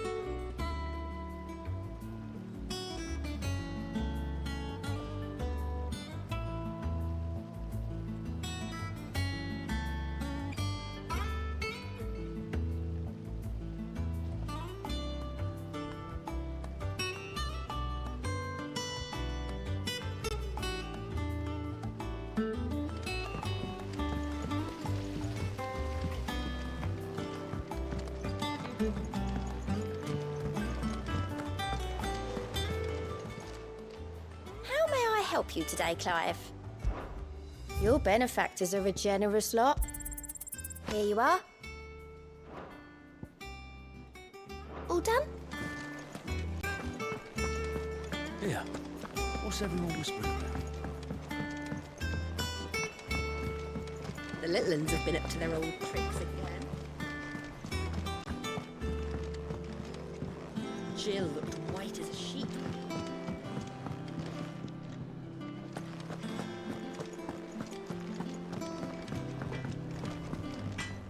Back, are ya? Sancfordian, dear.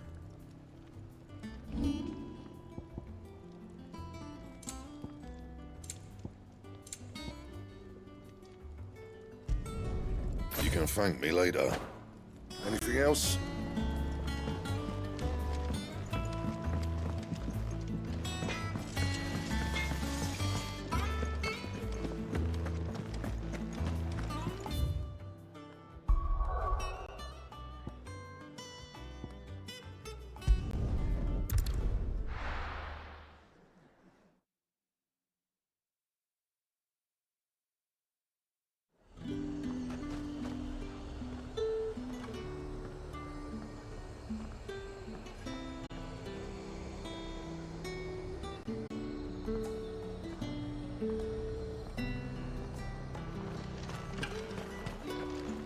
Do you see anything you like?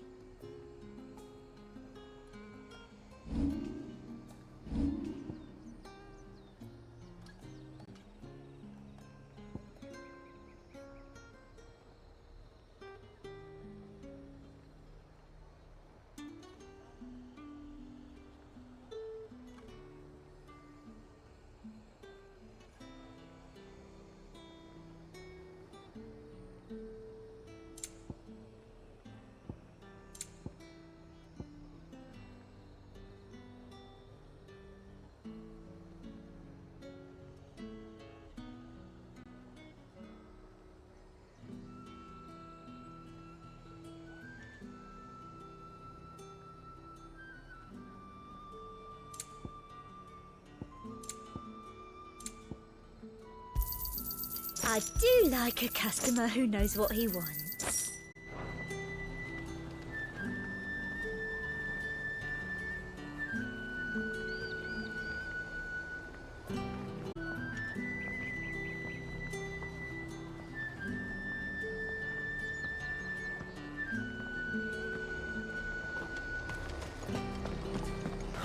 Slavers don't even...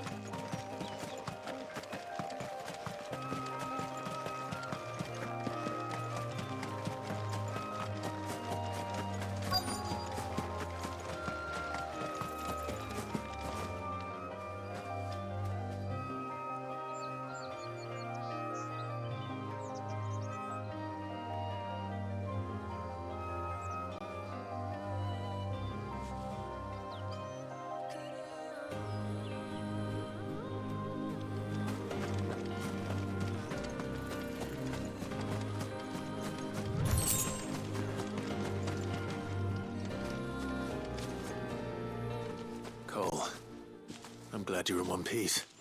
Just about. Sid, if you don't mind me asking, what are you doing here? Doris sent me to find you. She hasn't heard anything since the attack. She's been worried about you. I sent a runner to the Dame in Northreach.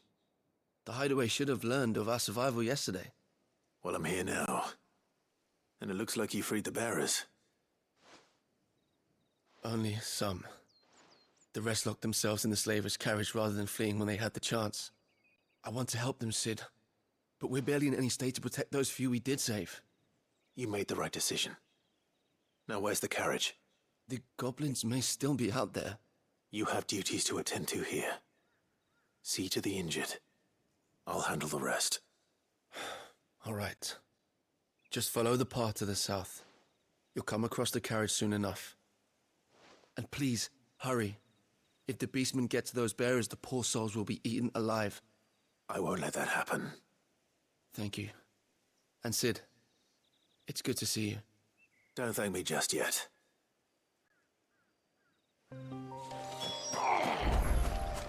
Get me back on my feet.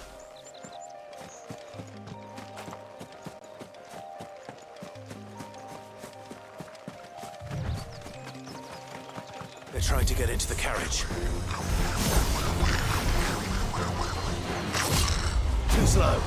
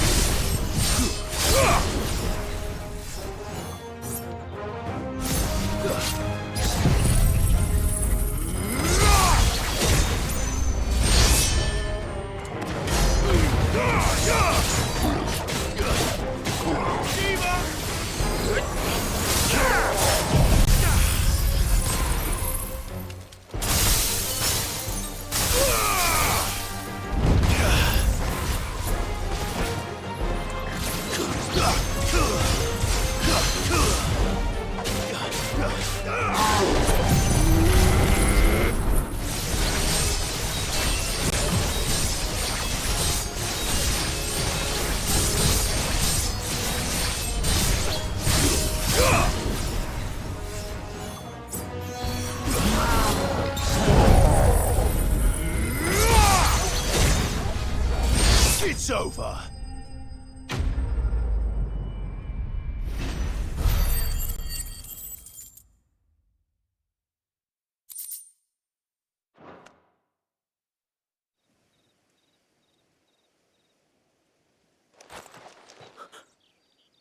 Who are you? A friend. Are there any more survivors? Why didn't you flee with the others? If the goblins had made it through that door, you wouldn't have stood a chance. Why should we run? One miserable death's no worse than another. Perhaps. But we're here to give you another choice. Freedom, safety, the life you've been denied. Come with us. Let us protect you. Sid, I couldn't just let you... You weren't too late then. Thank the gods. This man risked his life to save yours. To give you a second chance. Fine. Do with us what you will. What we'll do with you is take you to safety. After that, it's up to you. Your lives are your own now. You can leave the rest to us, Sid. We'll get everyone back to the hideaway. Thank you. I'll let Doris know we're expecting new arrivals.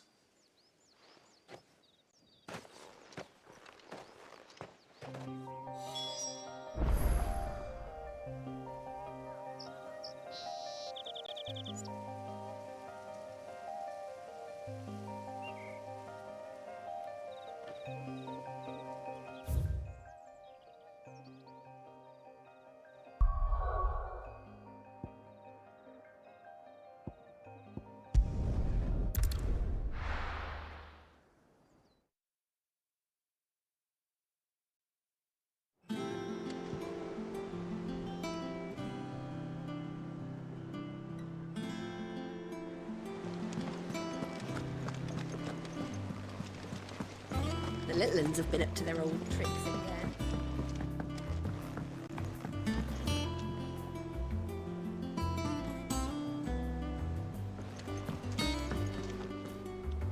Sid, welcome back.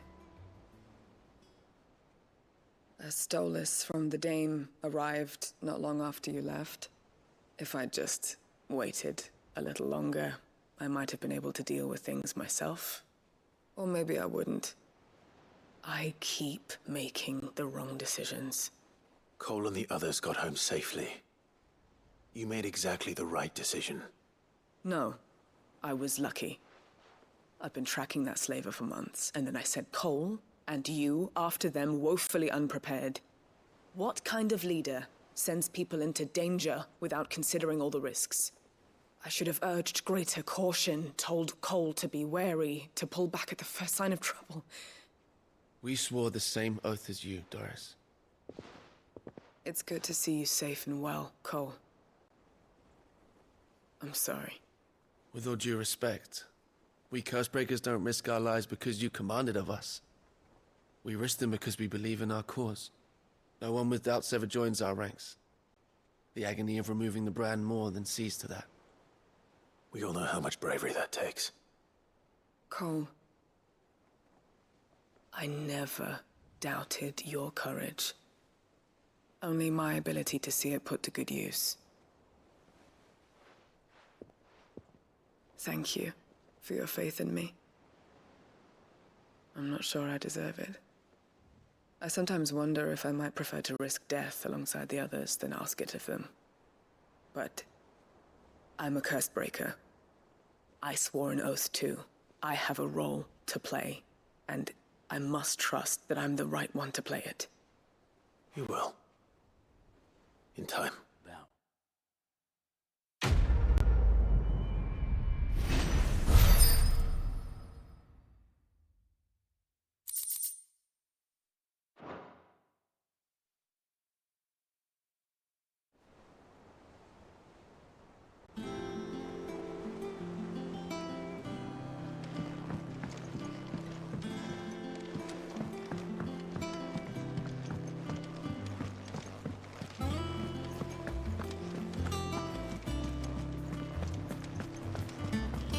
Jill looked white as a sheet with him.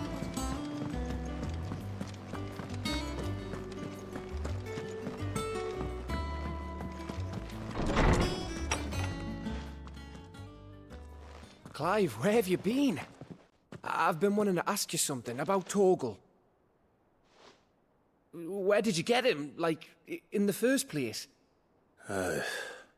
My father brought him back from one of his expeditions into the Northern Territories. They were crossing a snowfield when they heard his cries, and seeing no sign of his pack, they took him in. What do you reckon, Tomes? It certainly adds weight to the theory. Clive, I believe that Torgal may be no mere hound, but a rare frostwolf, an animal native to the far northern reaches of Valisthea. In one of our oldest bestiaries, I found reference to a frostwolf who served as guardian to an ancient queen of the north. Such was his mastery over ether, he could cast magics on command. His name was Fenrir. Fenrir the Frostwolf. Now, the annals do not state it explicitly, but I have reason to believe this queen was a dominant of Shiva, a girl from the Northern Territories and her faithful hound. One awakens as the dominant of Shiva, and the other? You're saying that Jill granted Torgal his powers? What? Just like Fenrir. People called him my hound, but Torgal and Jill were inseparable. He grew up as a faithful companion to the dominant of Shiva, and years later, his powers awakened. Just when his master needed him the most. You're right. If it weren't for Torgal blasting those bastards to Kingdom Come, Jill would have been for it. Quite. Though Torgal's power is his own, his latent birthright as a Frostwolf. It had only to be unlocked. Oh, get you, Torgal. You're an even finer hound than we thought. And regarding your original concern, you need not fear for Torgal's health. Why, the beast has the appetite of a behemoth. Just this very morn, I found him with his nose buried in my nuts. There you are! I've been looking everywhere for you. Bernard's here. I need you to introduce us so we can get to work. I shall be a moment.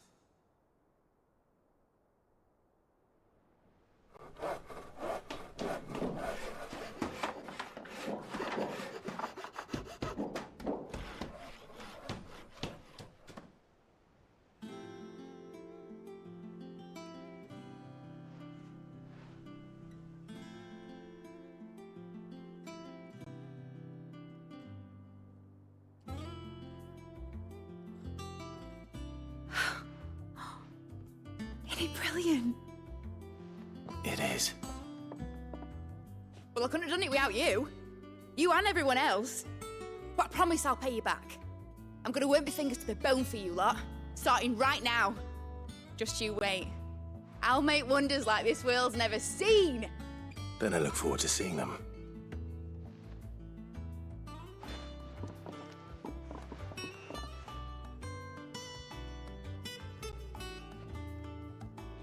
Now that that's settled, I wonder if Vivian's made any progress tracking down Kupka.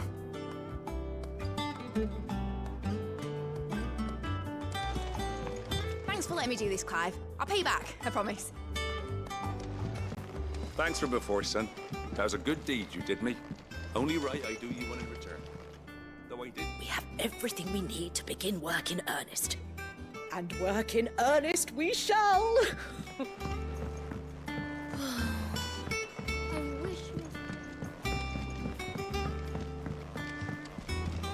I think I'll wait till Mid's away to talk to Tom.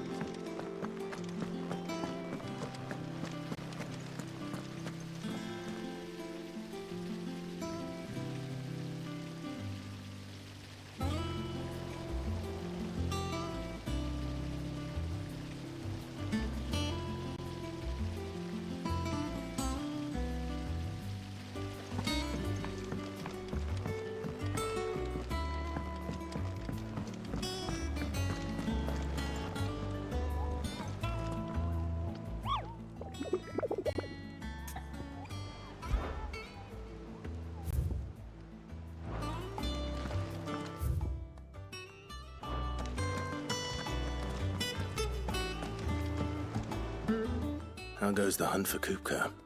Largely in circles. We have myriad sightings of strange soldiers in unexpected places, but nothing definitive as yet. If only we knew for certain by what route he left Rosalith. Well, keep at it.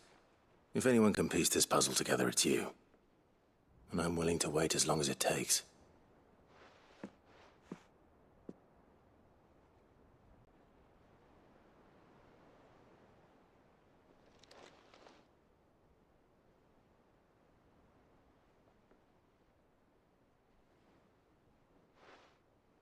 What? Here? Would that be a problem? Do you know, Clive, I believe it a mercy that you didn't inherit your father's throne. Your poor people would surely live in fear of you. You have nothing to worry about on that front.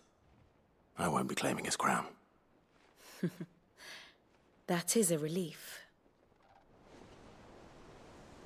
Clive, have you got a minute? We, have a guest. A guest?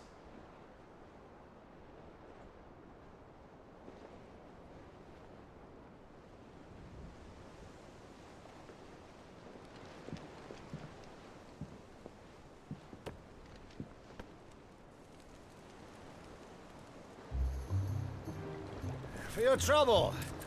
It was a pleasure, in hindsight. Uncle Byron? Clive, my boy! Tap a cask and stoke the ovens for your favourite uncle is here!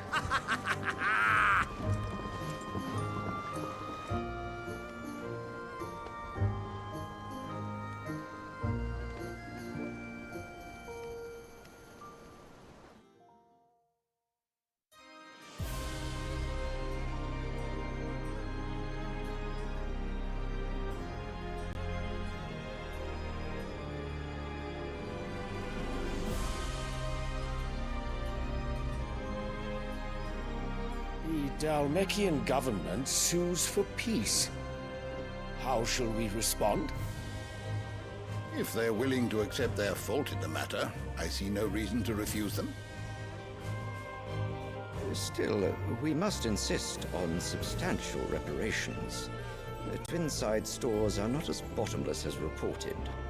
Aye, and we have many more mouths to feed. We shall just have to have the Dalmecs empty their treasuries for us.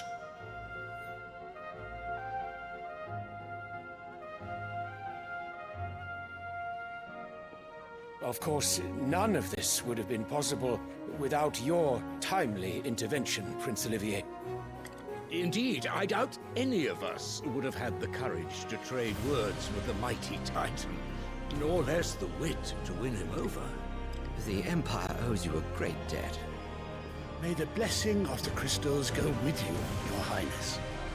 May the blessing of the crystals go with you. Very good.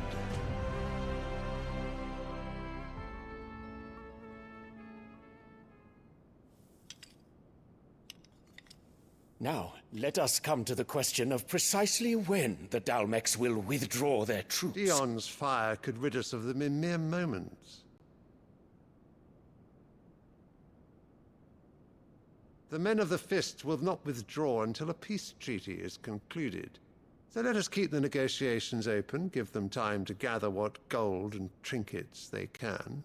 And once they deliver that which we demand, what worth is a piece of parchment?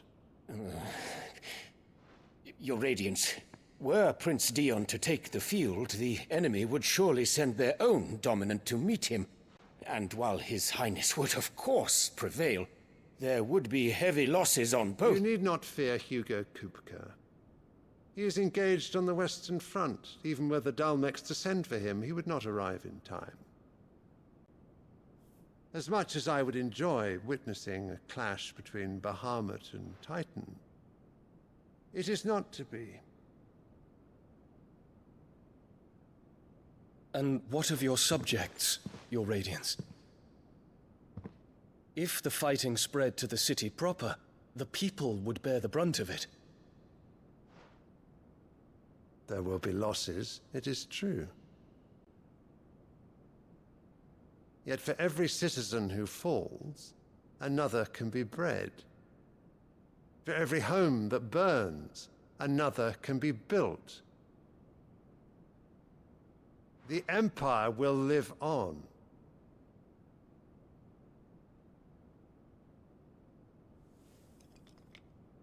Dion? Yes, sire.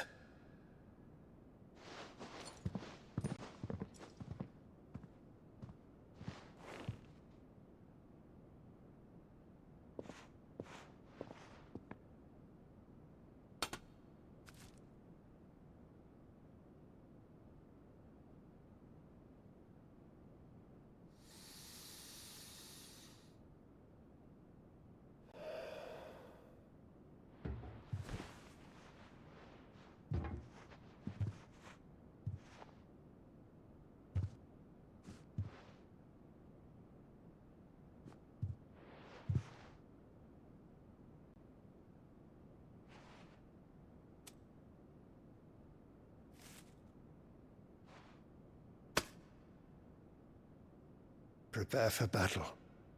But sire...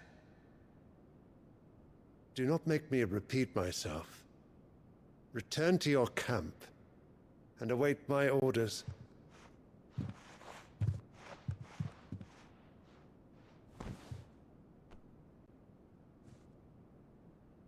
If that is your wish, Your Radiance, I shall depart at once.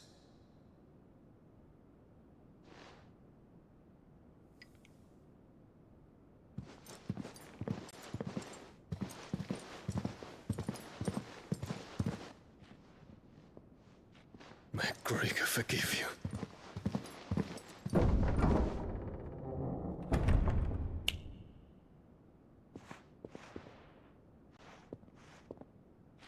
What do the astrologers augur? The stars are in agreement, Your Radiance. The shadow of treachery hangs over Prince Dion.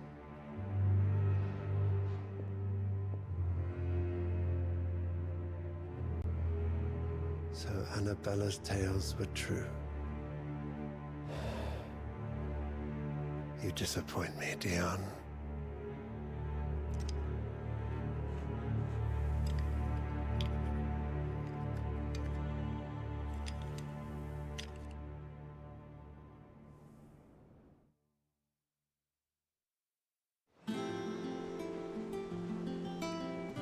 What on earth is Uncle Byron doing here? Only one way to find out.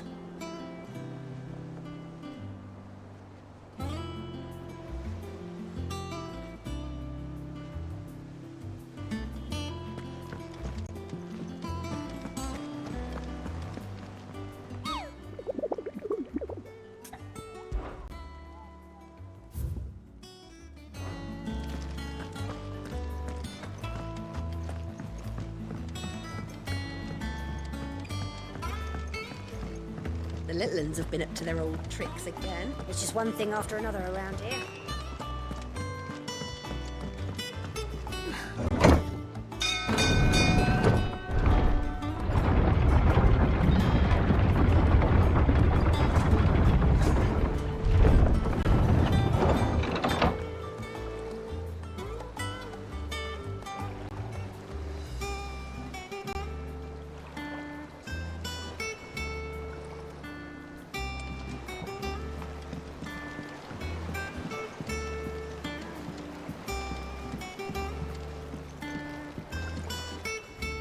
Ah, my dear nephew. How I've missed you.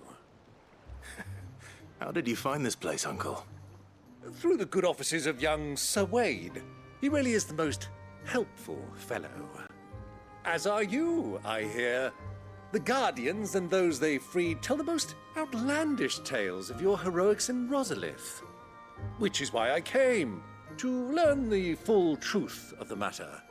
Sort the fact from the fiction, so to speak. You were working with the Guardians of the Flame to evacuate the people of Rosalith to Port Isolde. I was, aye. Then I have questions for you. Please, come inside, Uncle. Gladly. You there? There are 2,000 gold talents in those chests. See that they're added to my nephew's coffers, would you? 2,000?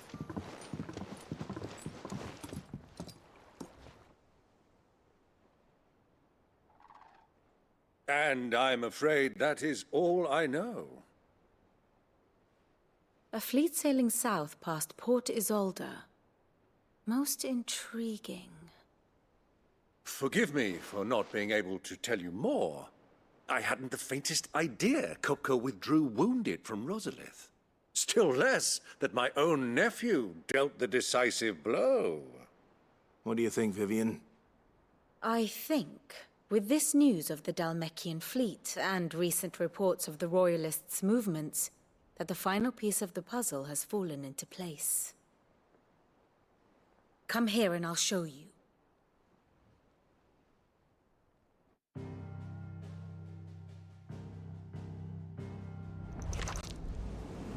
It is known that Kupka's forces entered Rosaria via its unguarded coast. So can the same be said of your visitors from Waloed? Certainly, her Royal Navy is famed for the efficiency with which it bears her knights from one battlefield to the next.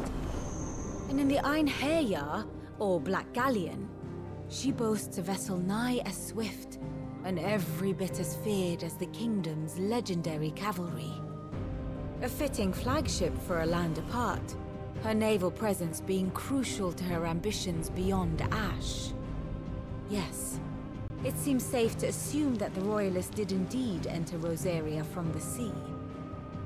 So then, had you a vested interest in Titan's survival, whither would you take him? Why, home to Drake's Fang, a place rich enough in ether to conjure the magics needed to mend his hurts. But would that not entail an arduous voyage around the southern cape? Let us say that the Royalists did put ashore with a mind to spirit Kupka away from under your very nose. Could that truly have been their plan for him? To load him aboard one of the ships flying Republican colors sighted off the coast near Port Isolde. to spend weeks at sea, being tossed hither and yon by unforgiving waves, his life hanging in the balance. No. The journey would mean Titan's death, and Kupka's faithful creatures would not allow it. So what then was the plan of our Waluda friends? Reports suggest they made not for the coast, but for the desert. And by cutting through the Velcroy, a party traveling light would have Titan back in his bed days before a galley could lurch into port. To wit, it was the Royalists, not the Republicans, who effected Hugo Kupka's safe retreat. I would stake your life on it.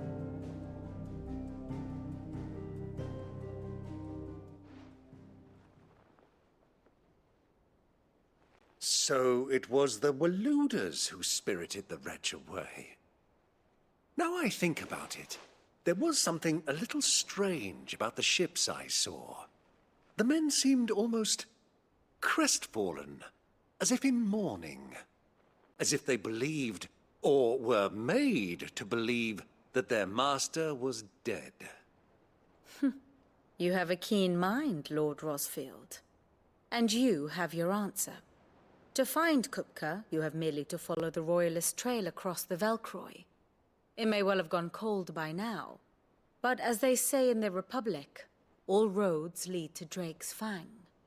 Allow me to accompany you part of the way. As luck would have it, I had intended to journey Canberward on business after visiting you here. The Fang would be but a short detour. I'd be glad of the company. Give me a moment to make ready. I need to tell my friends what we've learned, and where we're going. Very well, but be quick about it, my boy. Time waits for no man.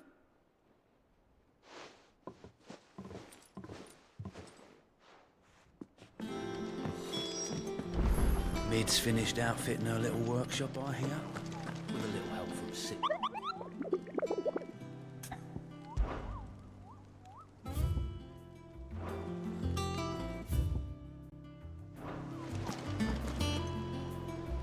Otto, Kupka's at Drake's Fang.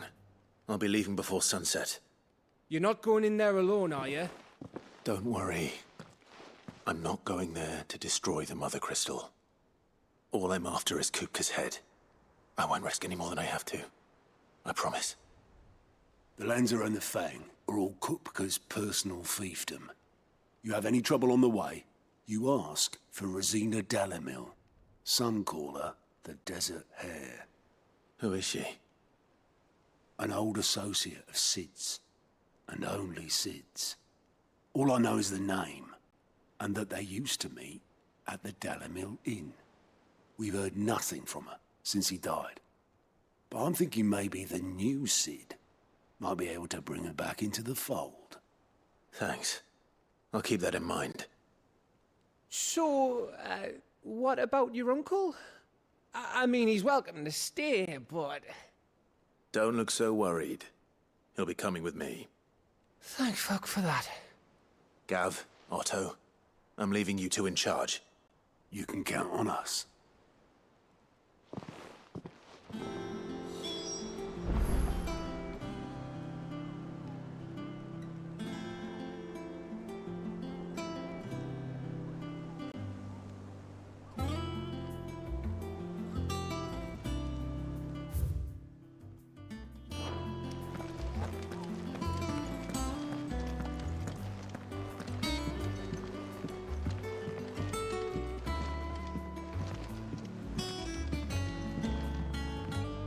All right, Uncle. I'm ready to depart. Shall we? We shall. Come, let us away to adventure.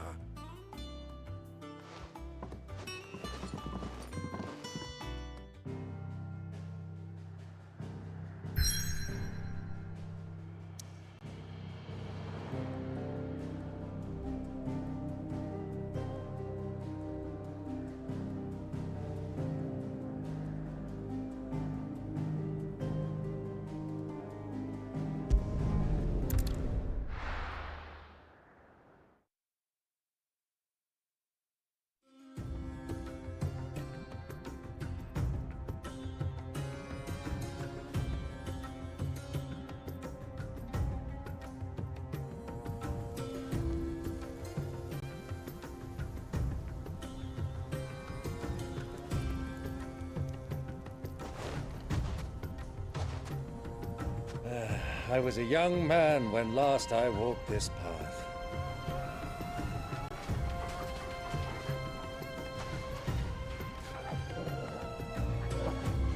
There's an old trading post not far from here. The road to Drake's Fang leads through it. The trading post it is.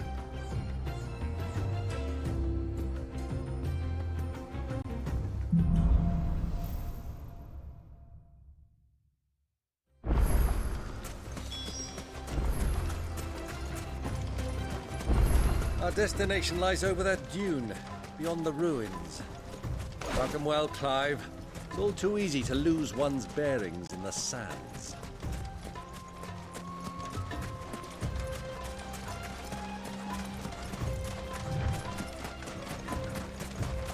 Many years ago, when you were just a boy, you and I rode this way together, accompanying your father on a scouting expedition to Drake's Fang. He let me come with you. I'm not surprised you don't remember. It was just before Joshua was born. You were so eager to be there when your brother arrived that you whipped your chocobo too hard on the journey home and fell from the saddle. I shall never forget how Elwyn fussed over you as you sat in the sand, bawling like a babe.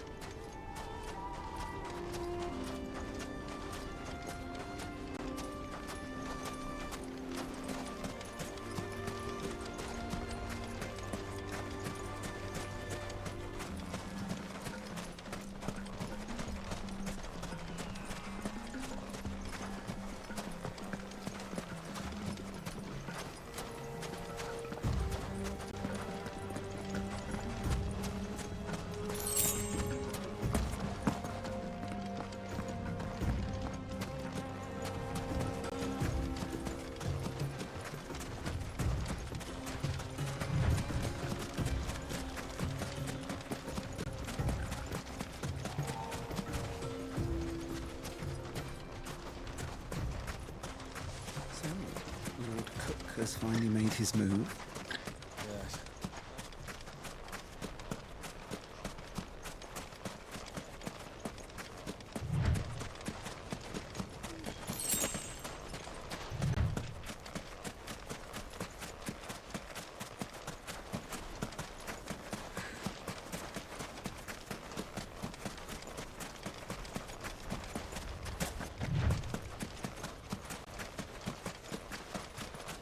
Ah, there she is.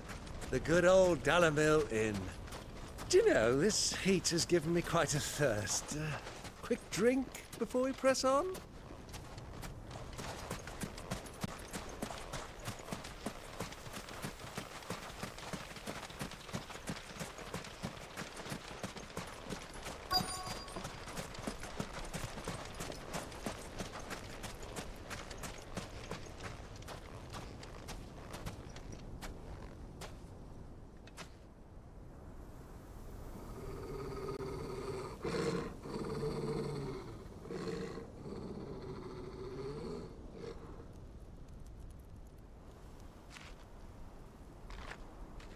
Look, there.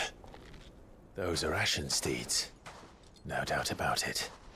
And such a long ride from Stonehair. Our Waluda friends must be soothing their saddle sores in the inn. Shall we join them?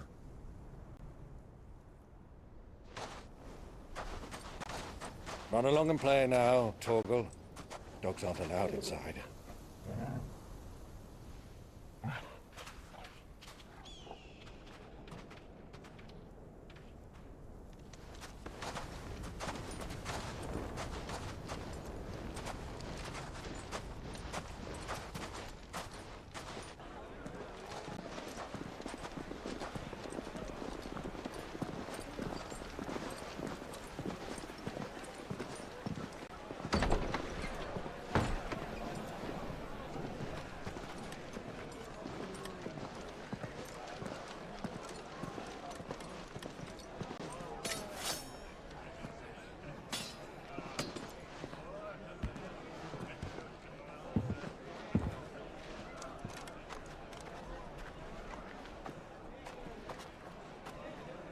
Good day to you. Eating? Sorry about my pal. He only talks when his mouth's full. What do you recommend? Well, if you're after something light, we do a fine chocobo soup with lentils and honey. 2 bowls of that, then. An ale. Right you are. Hey, girl! Coming! Your pal? Would you rather be my squire?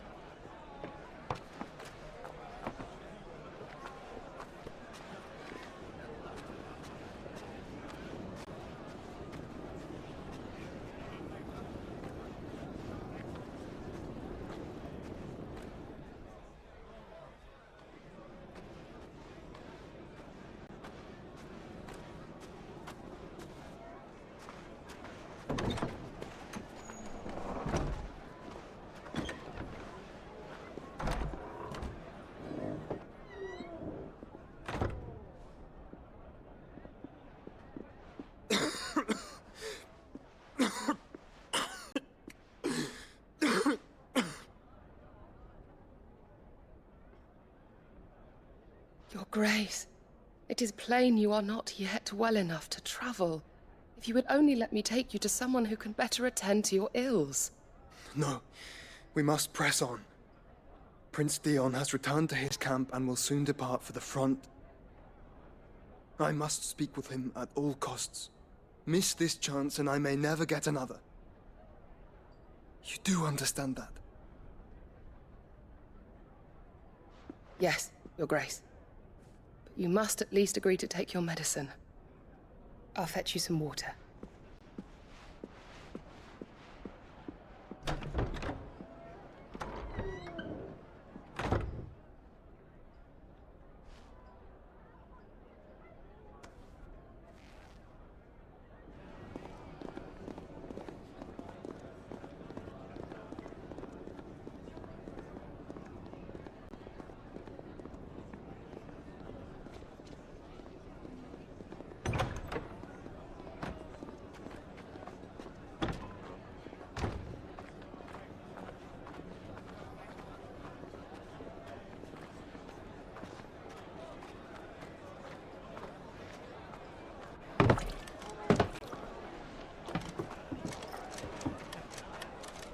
Keep watch, they tell us. But all I see is sand. I hear they got our guest back to the Fang without any trouble. We'll be leaving soon enough. Why the Lord Commander dragged us all this way just to save that blockhead skin, we'll never know. Dominant or not, he's a bloody idiot. That'll be Kupka, then. Well, let's get this down us. We've a long way to go. Hey, you!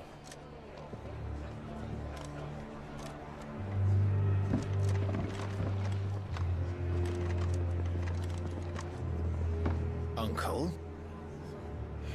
Sorry.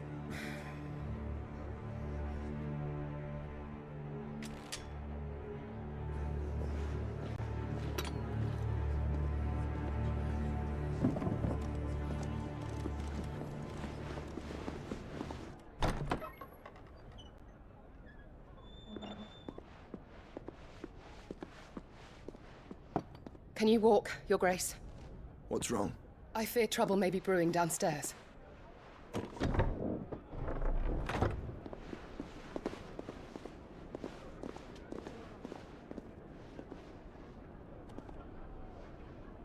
You two are travelers, are you not? Me and my companions are strangers here. Perhaps you'd be good enough to accompany us a while. Help us find our way. Sorry, lads, but we've got business in camera that can't wait. Ah, I'm sure you could spare us an hour or two. Come on. Friend.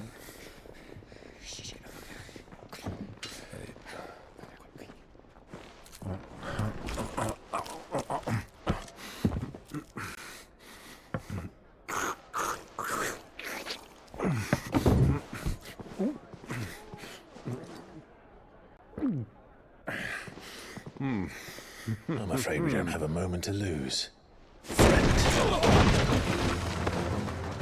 Stay back, Uncle. Gladly.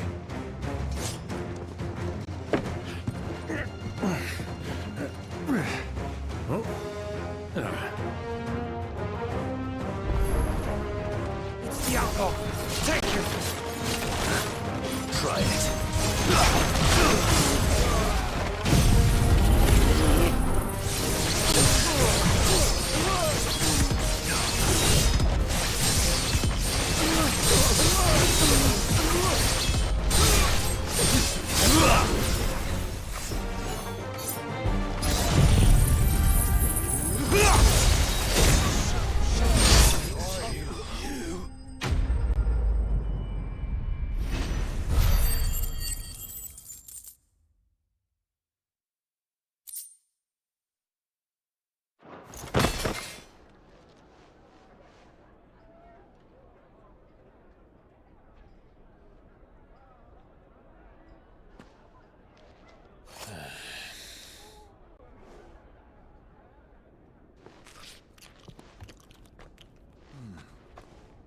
For your trouble.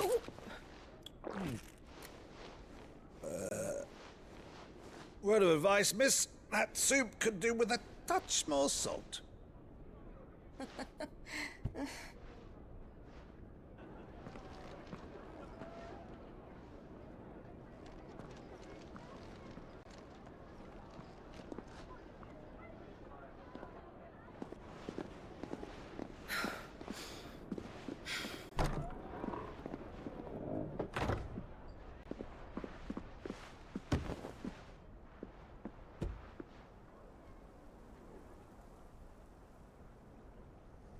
Now's our chance.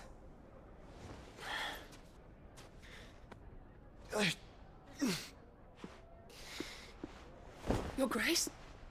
I'm fine.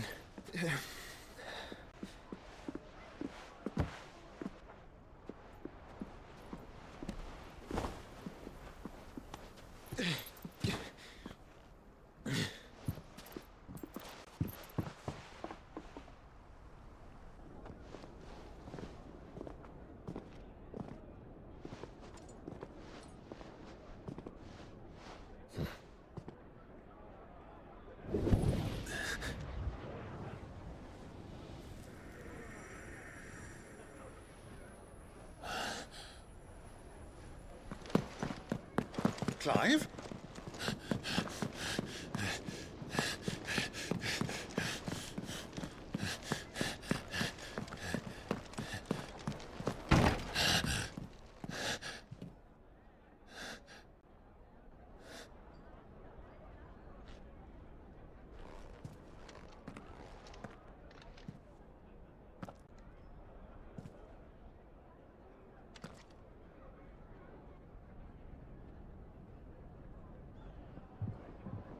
What is it now?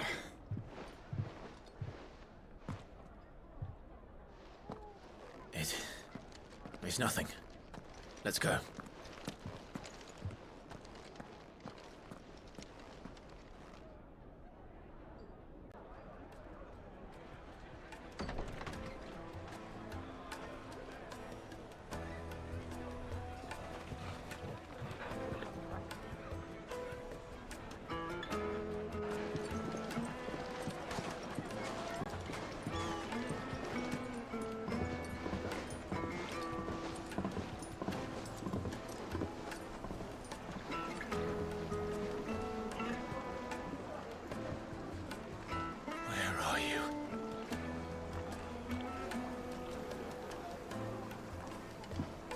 Well, we didn't know where to find Kupka before. We do now. The Royalists said it themselves. Their guest is in the Fang. We should press on.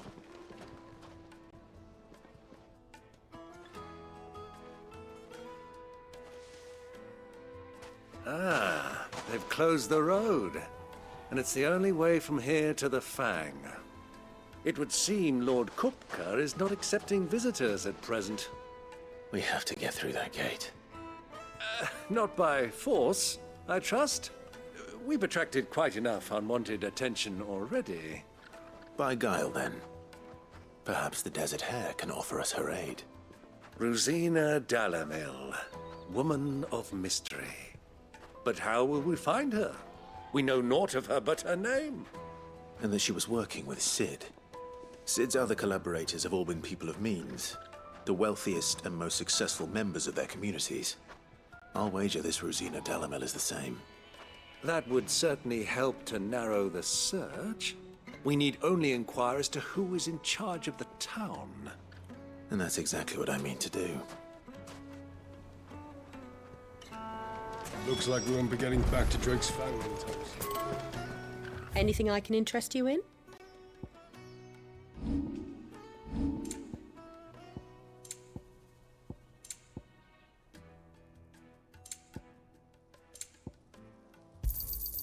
Here you are. Fare you well.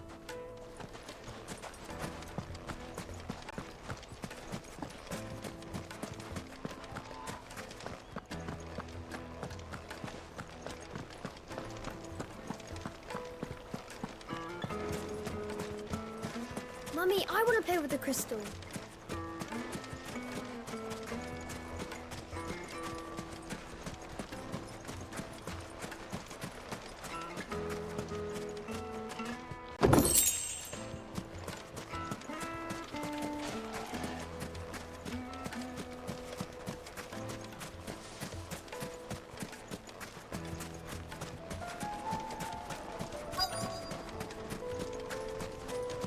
Light it, for Gilbert's sake.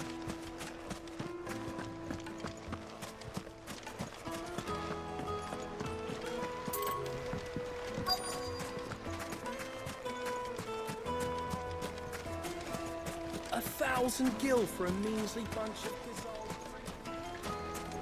Won't you come and play, handsome? Your arms are like iron. Are all your muscles so hard? Plates and pots! Bowls and basins! Just look at the detail! How about a hot bath to soothe the aches and pains of the... Look, Father! Hot water!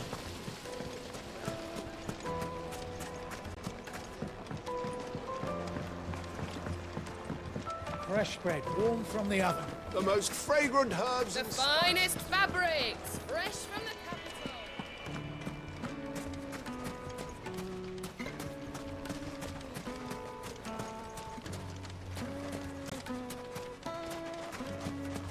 Clumsy lout! If anything's damaged,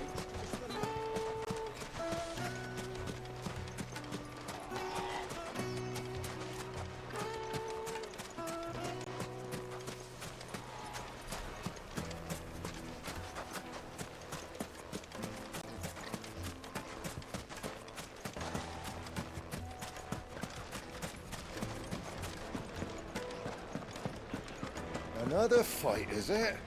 Some people can't handle their drink. You could melt butter in that furnace, get it stoked. Right away. What was all that crashing and banging about before? Some out of towners picked a fight with the guard, I heard. Got cracked skulls from them.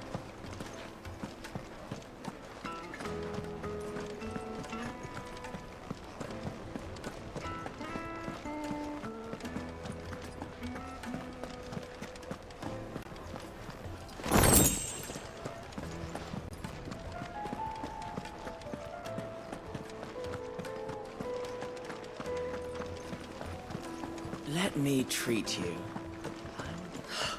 I need a drink.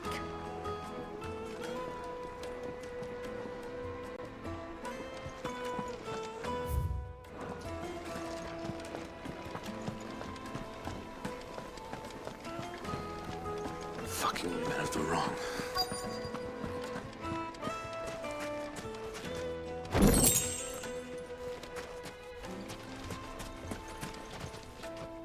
Anything I can help you with, travelers? Allow me. My good man, we represent one of the oldest and greatest trading houses of Port Isolde. We're seeking to expand our business in the region and would very much like to make the acquaintance of Dalamel's leading entrepreneurs. If only we knew where to find them. Well, we're best known for our baths, our markets, and our smithies.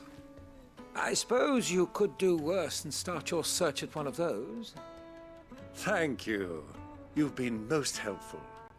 Oh, you wouldn't happen to know a lady by the name of Rosina Dalamil, would you? No. I can't say I do. Well, thank you all the same.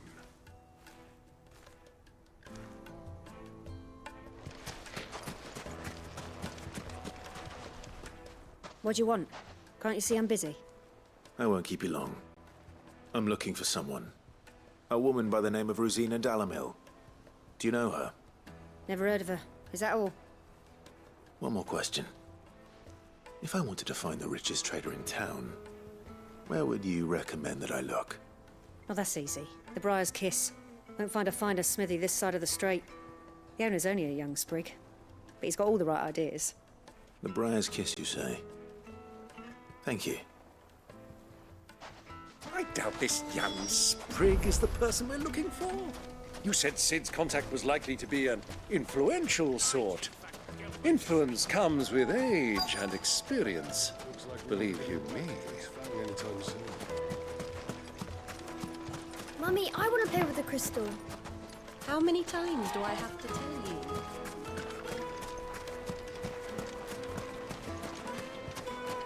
Sweet incense! What's my candle?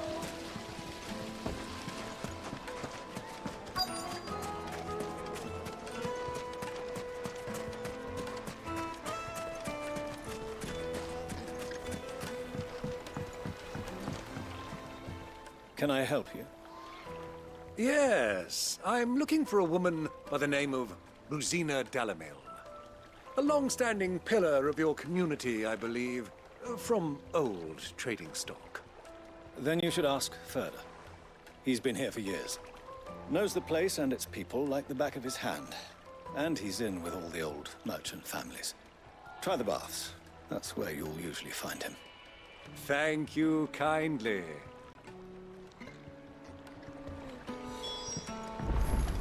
Well, it sounds like we have our man. Perhaps. Let's go and find out exactly what this Furder knows.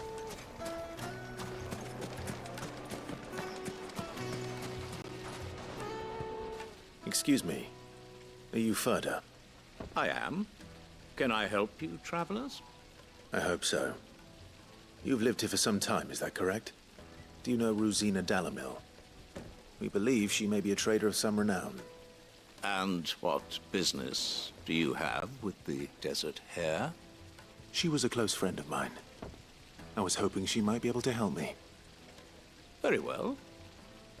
Go to the bordello. I'll arrange an introduction.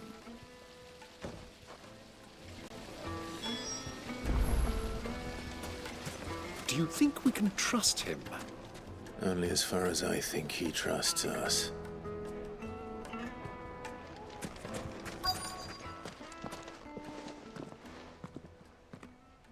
So you're the ones who've been sniffing around? I beg your pardon? Don't play the fool. Stick your nose in our business and you're likely to lose it.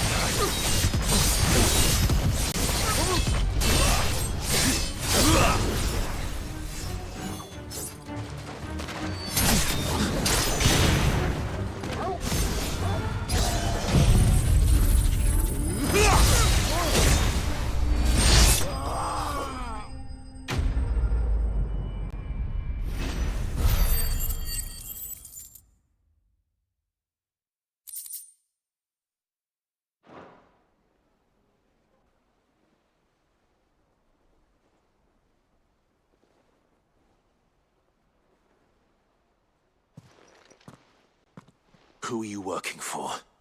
Him or her? Him.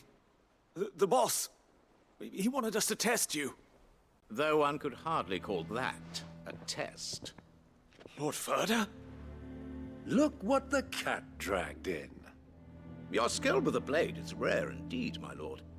A fitting talent for an outlaw. You know who I am. So what now? Call in the Men of the Rock and collect the bounty? That isn't my decision to make. Our work is done. Take him to meet his precious Rosina. She will be interested to make his acquaintance. Yes, my lord. To the Lock of Leisure, then. To the Lock of Leisure.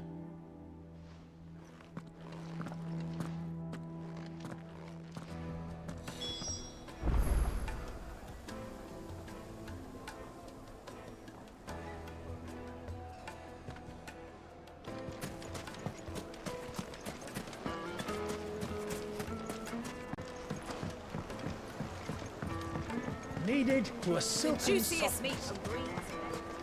My carpets.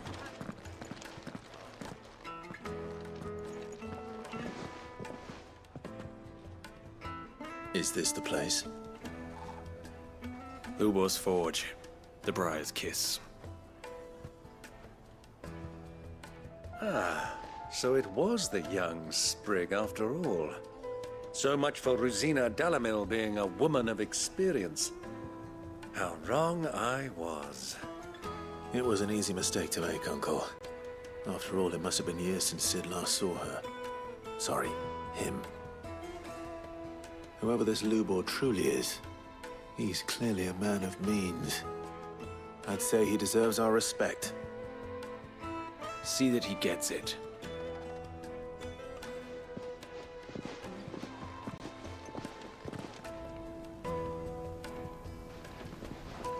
Lubor, Lord Ferda told me to bring them to you.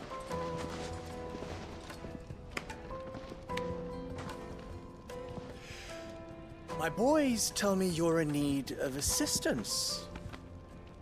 Sid the Second. I won't waste your time. I need passage through the south gate.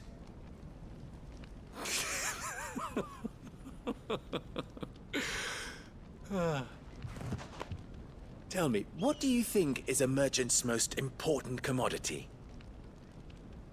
Why, trust. Everyone knows that. Without it, you have nothing. And nothing is exactly what you have. And so, for you, I, too, have nothing. I'm not in the business of helping every lost puppy that wanders in off the street. I'm a busy man, as you can see. Let's leave this mummer to his farce. By all means. Find someone else to help you on your way. Just be sure to tell them you're not the two travelers from the inn the guards are looking for. Don't want them jumping to conclusions, do we? Why, you... So, what do we need to do to earn your trust?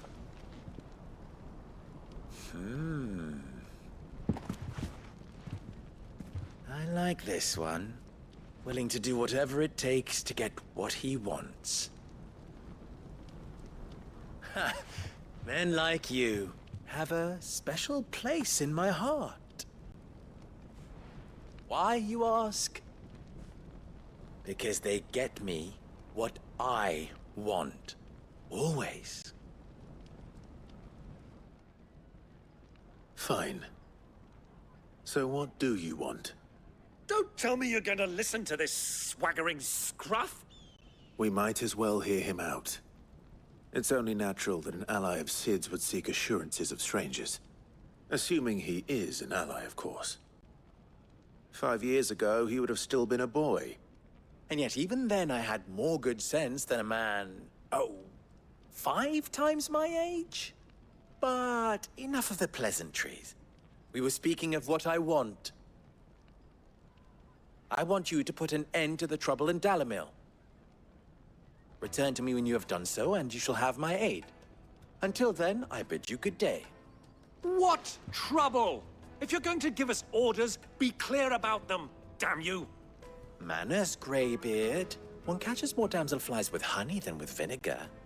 What did you call me? My apologies. A word of advice in recompense. Follow the crystals. Oh, but that was 3. Oh, I'm making this too easy for you.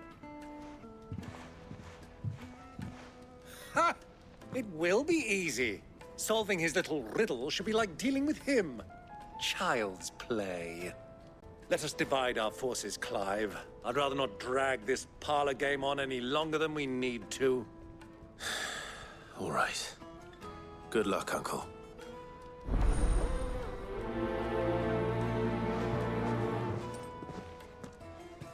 I thought we were the only ones causing trouble in Dalamil.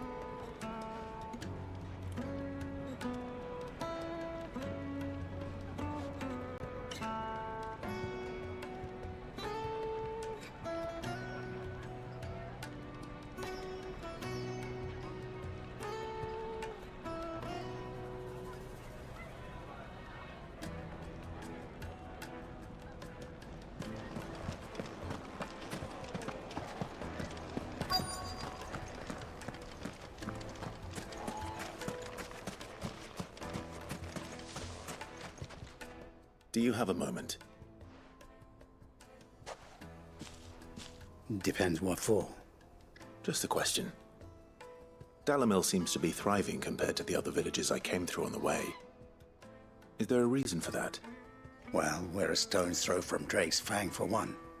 The soldiers guarding the Mother Crystal and the shipments need a place to spend their hard-earned gil. The men of the Rock throw their money about like there's no tomorrow. Is that so? Well, thank you.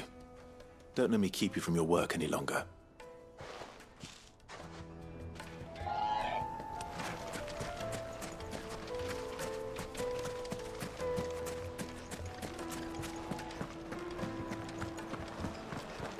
A deposit. Light, meat and dark. Fresh from the grill. You wouldn't believe how much he gave. What can I do for you, soldier? Need that sword polishing? I'm not a soldier. Ugh, then be off with you. I serve the men of the Rock and the men of the Rock only. You have an agreement with them? Don't be stupid. I just know which side my bread is buttered. Don't want to be stuck under some pauper when they come knocking. With pockets deeper than Zemeckis and an urge to empty them. No, just leave, will you? Before you scare them off. Do you think they'll be back soon? Fresh bread, warm from the oven. Take a sniff, good sir.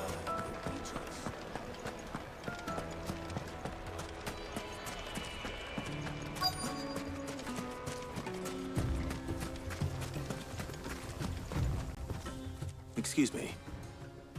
Is it true there's been trouble with crystals of late? You've heard, then? I've heard rumors. Damn thieves. Pilfering the crystals that were meant to fill our cups and light our stoves. Us common folk have hardly had a shard to share between us these last few moons. And it isn't as if we can buy them on the black market either. Whoever's taking them, they aren't sharing. I think I'm starting to get an idea of what's been going on. I wonder if Uncle Byron's learned anything of use. He'll probably be back at the inn by now.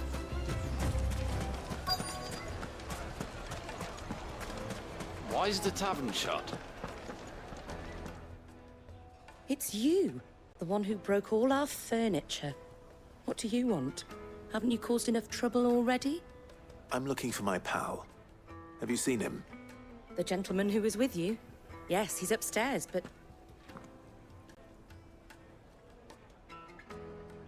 Thank you. I'll go and fetch him.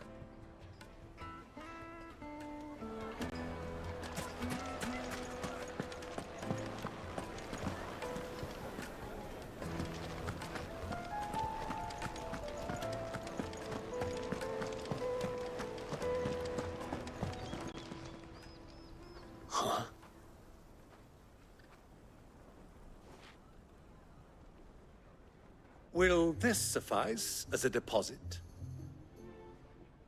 By the sands. That's a black pearl. One of the many treasures in my collection that I would be only too happy to part with, should you give me reason to do so. All right. I'm sure that we can come to an agreement, but not here. What are you doing, Uncle?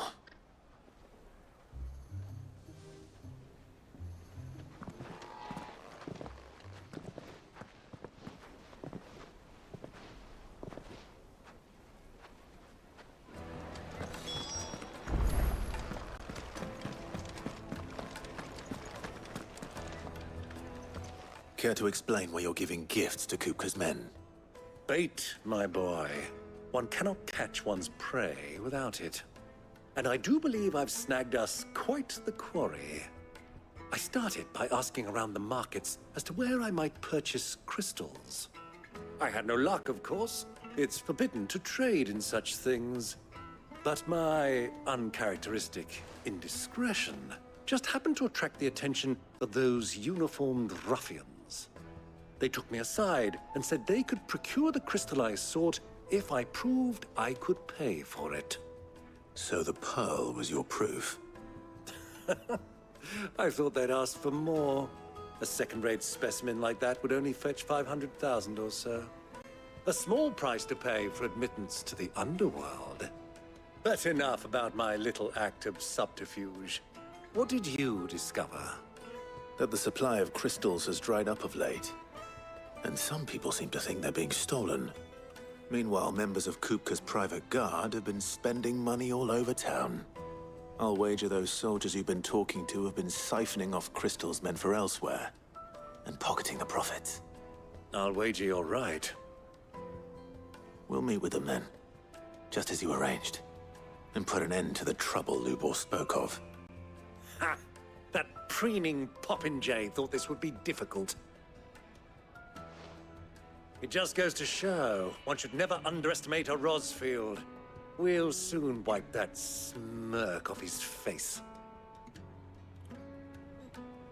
I arranged to meet with the soldiers in a secluded corner of the Velcroy, far from prying eyes. The perfect place for a spot of double dealing. I trust I can count on your support, if things turn sour. Of course.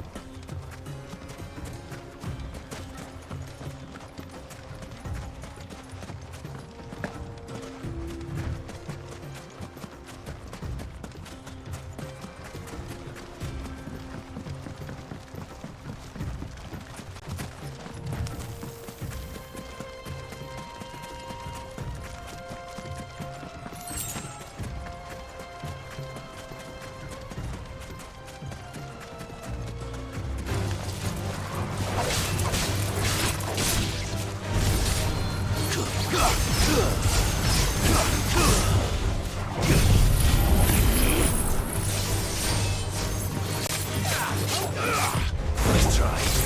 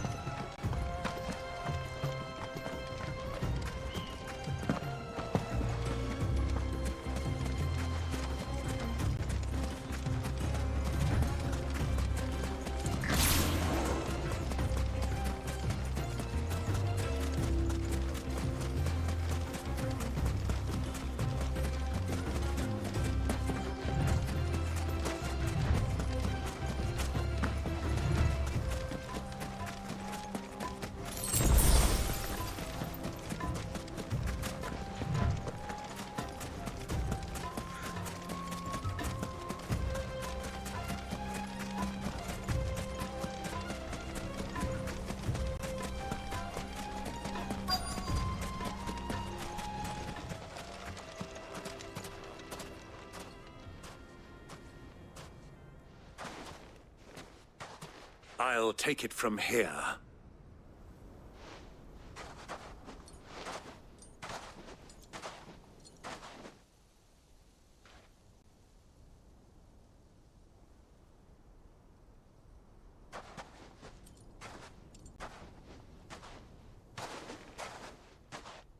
I was beginning to think you weren't coming, my lord. You've brought your contribution? All the silver and stones I could scrape together at such short notice? You brought the whole 500 talents. That was the price we agreed upon, yes? If you've no objections, I'd like to see the crystal. Of course. Right this way, my lord.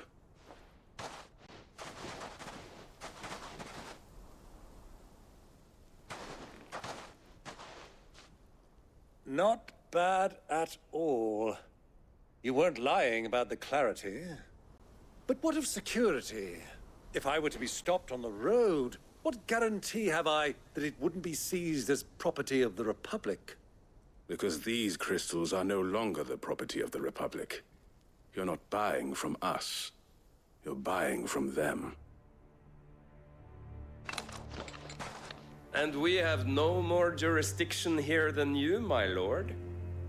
But we have ships, and will gladly deliver to a port of your choosing, now that our price has been met. Royalists, eh? What brings you here? Why, to collect their share of Drake's Fang's blessing, of course. Our nations are allies, and so they are entitled to a portion of the Mother Crystal's bounty. And being such good friends, we elected to increase that portion and share the benefits. And now that these crystals are officially property of the Kingdom of Waloed, we are duty-bound not to interfere, no matter where they might happen to end up next. Did you get all that? They're in cahoots! So it would seem. My lord, what is the meaning of this? Double-crossing dogs. They're not here to do business. Kill them. Kill them both!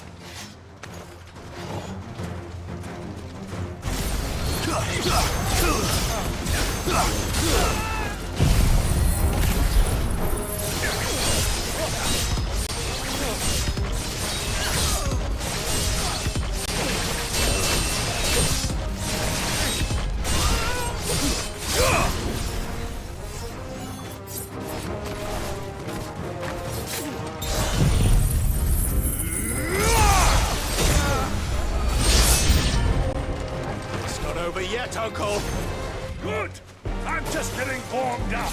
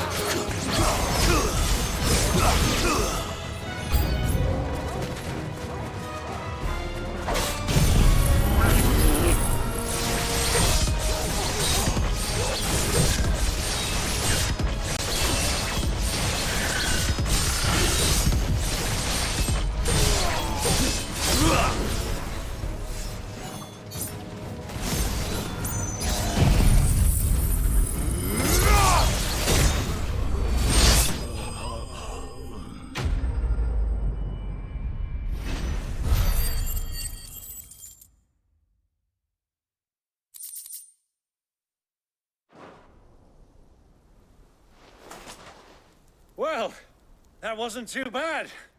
How'd you like my performance, huh? I've often played the villain on the stage. I think I did the role justice. Don't you? Greybeard, you were magnificent. The battle scene was particularly thrilling. Such a shame you didn't have more of an audience, but perhaps that's for the best. How long have you been watching? Long enough to witness your uncle's sordid transaction. I hardly expected one so venerable to degrade himself so thoroughly, buying one's way into the confidence of degenerates. Ingenious. This was the trouble you spoke of. The men of the Rock taking crystals meant for the common folk and conspiring with the Royalists. Well, now it's over. Indeed it is. The people of Dalamil had scarcely any means of redress against Kupka's men, let alone a foreign army. Until you two came along, that is.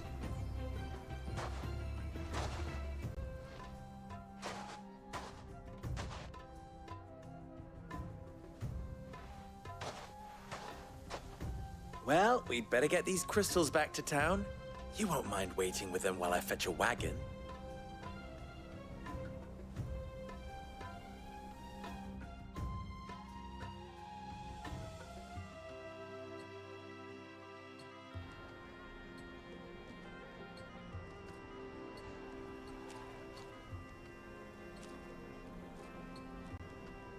It occurs to me that I still don't know your name. Clive. So, Sid the Second is a Clive. I suppose it could have been worse. Well, Clive, you held up your end of the bargain, so I must do the same. Passage through the South Gate, was it not? To tell the truth, you've helped a little there too. Many of the guards have already been redeployed to deal with the issue of their missing comrades. And those left behind have been encouraged to look the other way should you attempt to pass through. Thank you. And please allow me to cover your costs. You still have the purse I gave to the soldiers, I trust? I saw you pluck it from one of the bodies. Oh, dear. Was I really so obvious? And my name is not Greybeard. It is Lord Byron Rosfield, thank you very much. No, thank you very much. Greybeard. Of all the... Ugh! Here, wear this.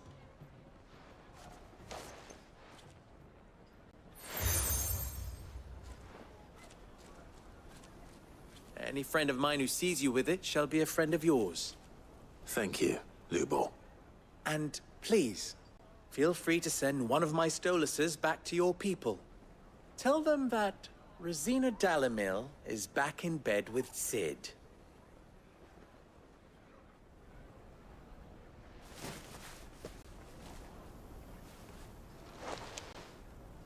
Omia Lostelan. Tuisa Kelith.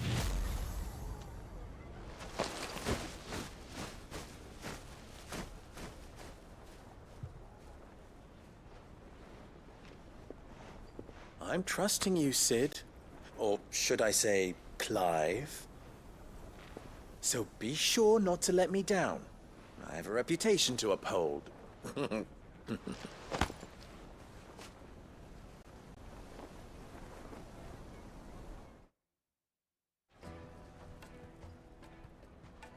Well then, I wish you a safe journey south. Thank you. Not at all. It was my pleasure. Come on, Uncle. Let's go.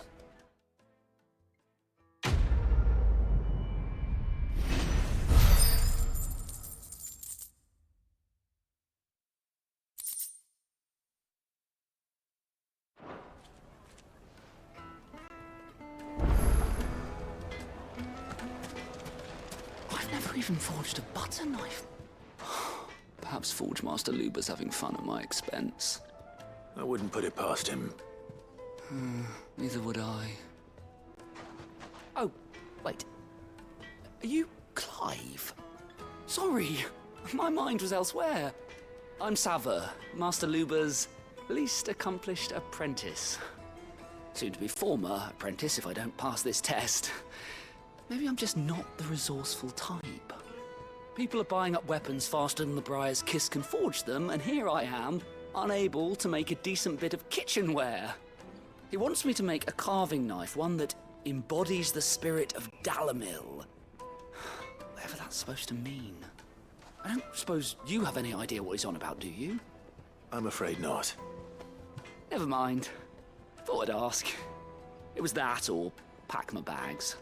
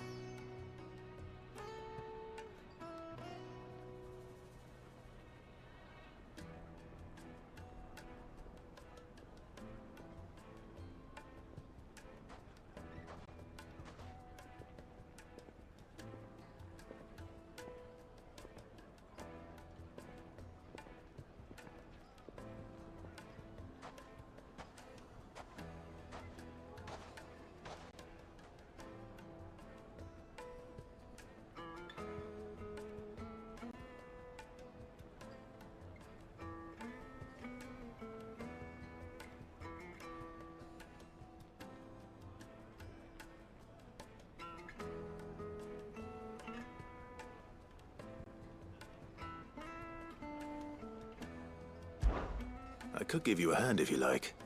I know how busy the Briar's Kiss has been, and that Lubor needs all the capable hands he can find. I'd be a fool to refuse. So, where do we start? Good question. If I'm honest, I've never made any kind of knife before. And then there's this little riddle to keep in mind. The spirit of Dalimil. Nothing is ever simple with that man. The way I see it, there's only one way we'll be solving Lubor's puzzle. We need information.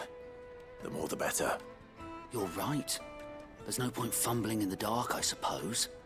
Now, who to speak to first? Well, there's plenty of folk in Dalimil who use knives for a living.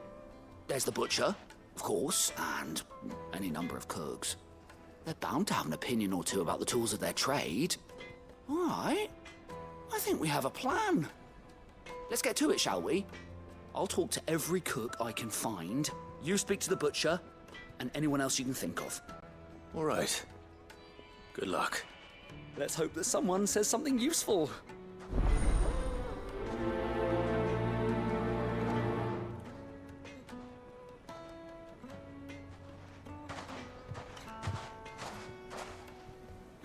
Trust Lubor to take a simple test and turn it into a riddle. I better get to it. The finest fabrics, fresh from the capital. Needed to us. Welcome, sir. What can I do you for? A question, if you don't mind. I need to know what makes a good carving knife. You a blacksmith or something? Something, I suppose. Fair enough. Knives, is it? First and foremost, it's got to hold an edge. Most knives will make it through fat, no problem, but sinew dulls cheap steel in no time. Give me a blade which can slice through anything that crosses my chopping block, and I'm a happy woman. So a knife that stays sharp. Makes sense.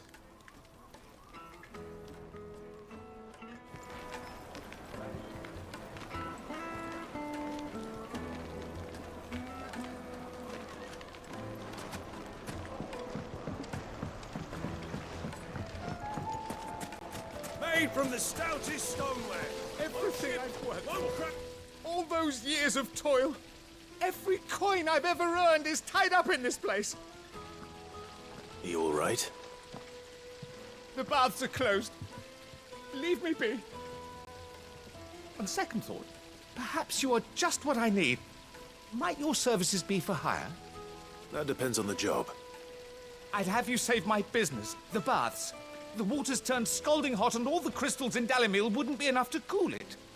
I've no doubt that my woes stem from the water's source. But I can't go and investigate for fear of my customers thinking I've abandoned the place. I'm bound to these baths in more ways than one. I beg of you. Go to Dusnoff Terraces. Tell me what you find there.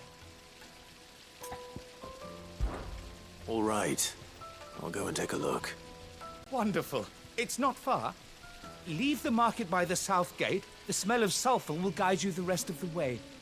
These baths are all that keep me from an ignoble end in a debtor's prison. My livelihood, my very life, is at stake.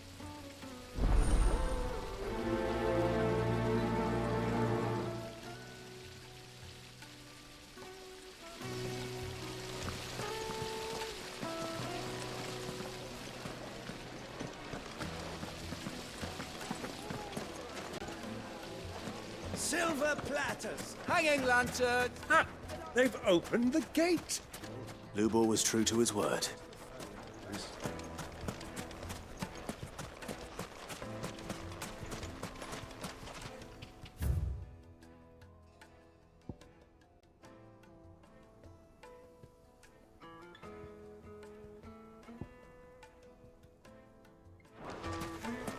If you can't even fill my cup.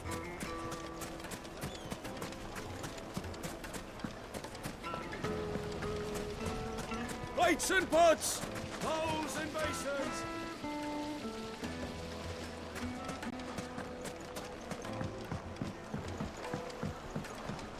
Needed to a silken soft. The most fragrant herbs and Their white carpets have pride of place in can be ours. several similar pieces.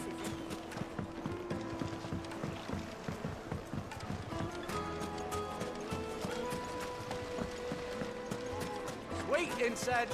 What?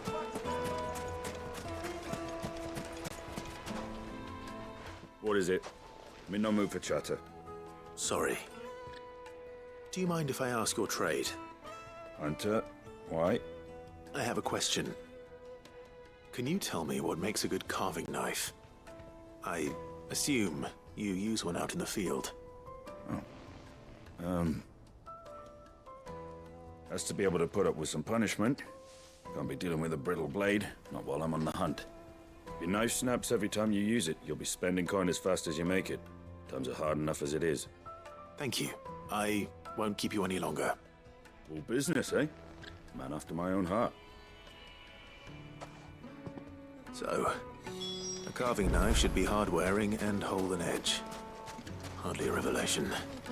Let's hope Sava had better luck than I did. Just look at the detail. Made from the stoutest stoneware. Fresh bread, warm from the oven. The finest fabrics, fresh from the... So, how'd it go? You learn anything useful, or should I be looking for a new trade? Only that a blade should be durable and stay sharp. But I don't see how that relates to the spirit of Dalamil. I didn't have much luck either. All the cook said was that he needs his knives to be light. Too heavy and they do his shoulder in. So we're no better off than when we started. Perhaps Lubor didn't mean anything with his Dalamil remark. But that can't be right. I've bandied enough words with the man to know that he chooses them carefully. No. We must be missing something. Something right in front of our noses, most likely. No doubt you're right, but I have to make a start soon. I can't put off making this knife forever. Agreed. Lubor wouldn't like that much. Right. I've been trained to work iron. The cheap stuff, mind. But it's hardy enough if you don't hammer it too thin, and it sharpens up nicely with a bit of effort. Trouble is, it's either durable or it's light. Meaning someone is going to be disappointed. Forge Master Lubor, probably. Is there no one else you can turn to? Someone who knows their metals, perhaps? The other apprentices know better than to help me with my test. But maybe there is someone I could turn to. A merchant, a favourite of Forge Master Lubor's, who sells metals to tradesmen passing through the Valcroy. I bet she'd know a thing or two.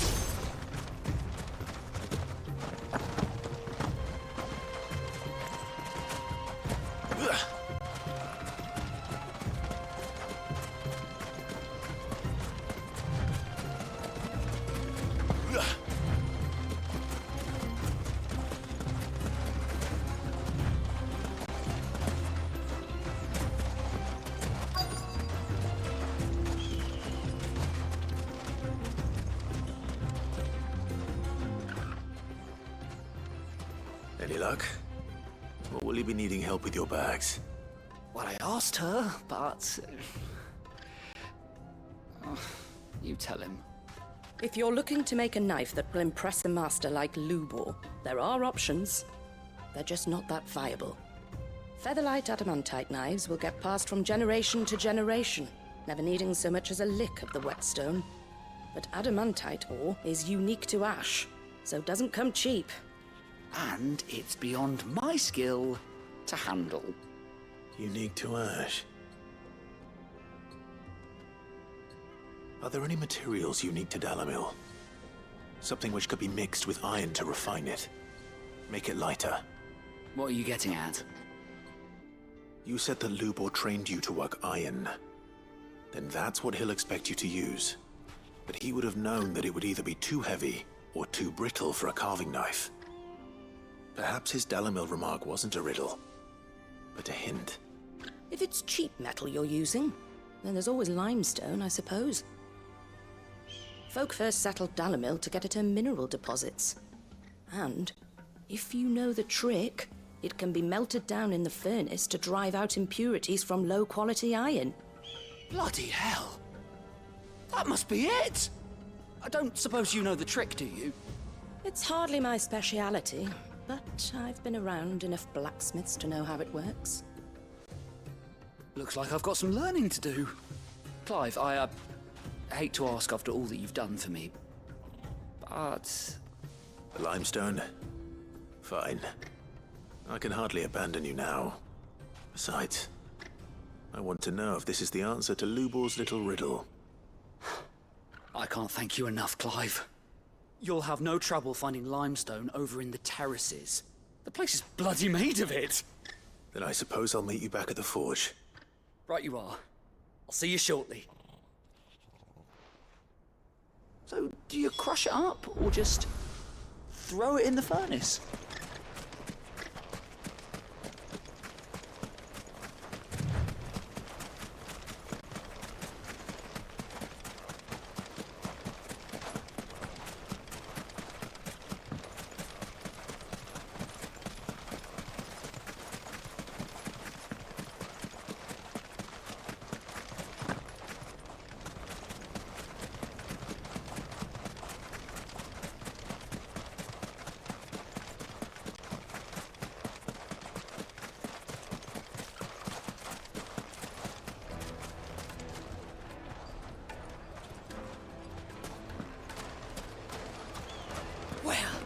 This is no good. Is it true what I'm hearing? The men of the rock will My carpets have pride of place in Take a sniff, good sir. You'll be transformed. The juiciest meat to a from silken Britain's softness.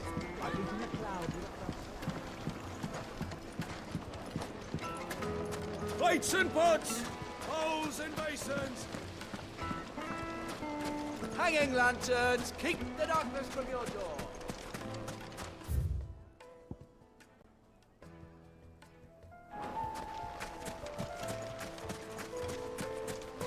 We should get going soon. Ah, I'm not too late. What is it, Lubor? A question that I neglected to ask earlier. Where is it that you're bound? To Drake's Fang. To finish Hugo Kupka. Just as I thought. Then allow me to share a secret. Drake's Fang is currently riddled with royalists. Tolmeki and Walud are allies, and as you have seen, their soldiers work hand in glove. But no nation has ever before allowed a foreign army to make a barracks of its holiest of holies. Not by choice, at least. And there's more. A man on the inside of the Fang has failed to report for several days. I fear there may be more trouble lying in wait for you on the road ahead. Isn't there always? If you're determined to beard the lion's den, then promise me one thing. That you will enter via the mines, where the guard is lightest. I've lost one Cid already. If I lose another, people will start to think me careless. I don't plan on dying. Not before Kupka does, anyway. Well, so long as you have a plan.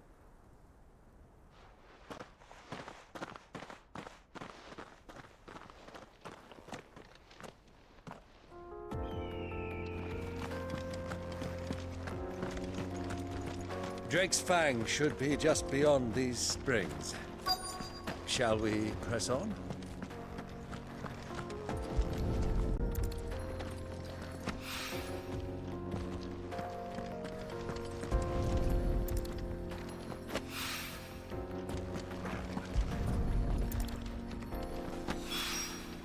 One rock looks a lot like another.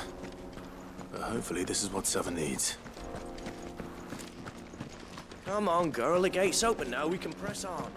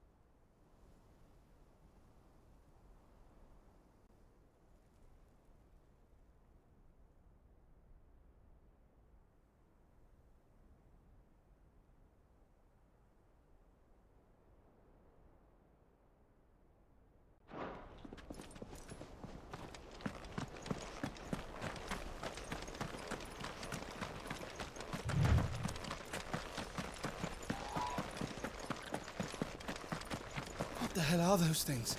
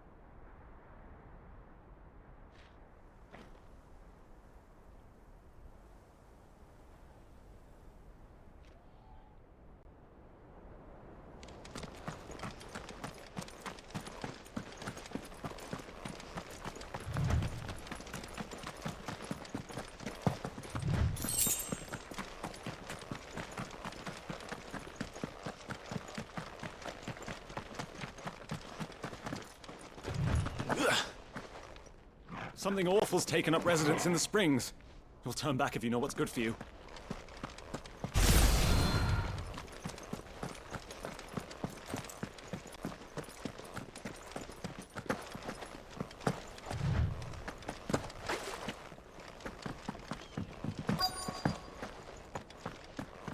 By the flames. That explains the heat.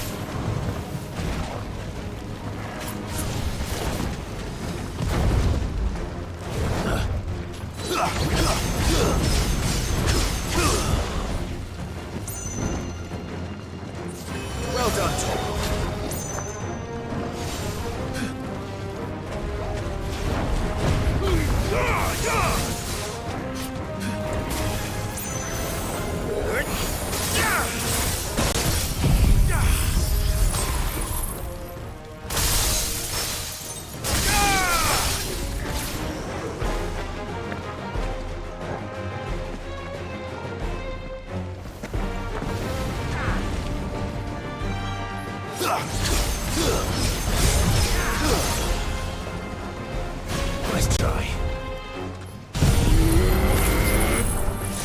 You lose!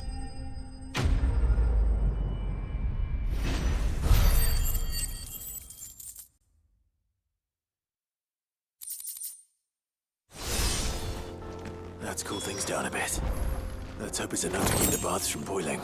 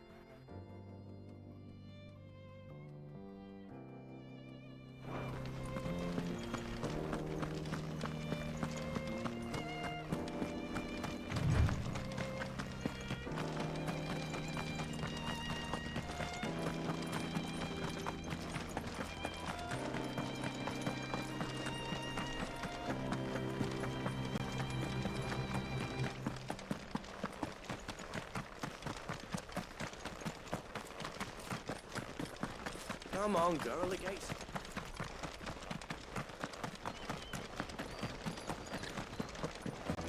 We should get going soon. Do you have water?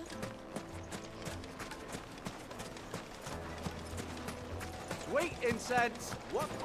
There he is! The man... I was hoping we'd be seeing you again. The baths grow more bearable by the moment. It won't be long now before we are back to business as usual. I'm glad to hear it. Now, tell me this. What did you find at the terraces? What threatened to make me a pauper? Not what I expected, that's for certain.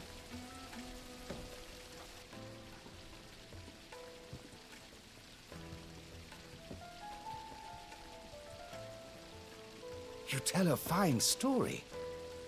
That's not to say I don't believe you, though. Creatures made of flame, eh? That's something new to worry about. But I've burdened you with my worries enough already. Here, a small something by way of thanks. Right. It's high time I got back to work. With a little luck, the day might yet be salvaged.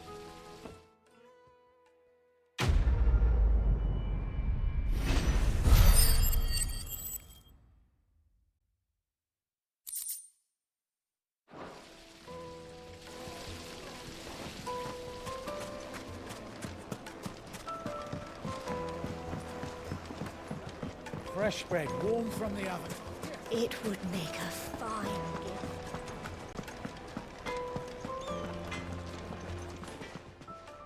Live. Farewell now.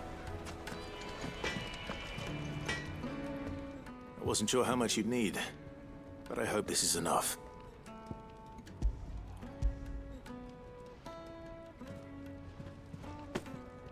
You are one of the good ones, you know that. You and that merchant both, she's got quite a gift for teaching that one.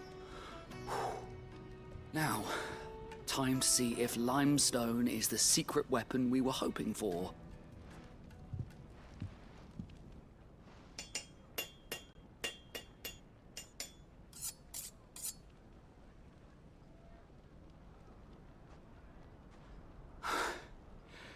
That'll do, I reckon.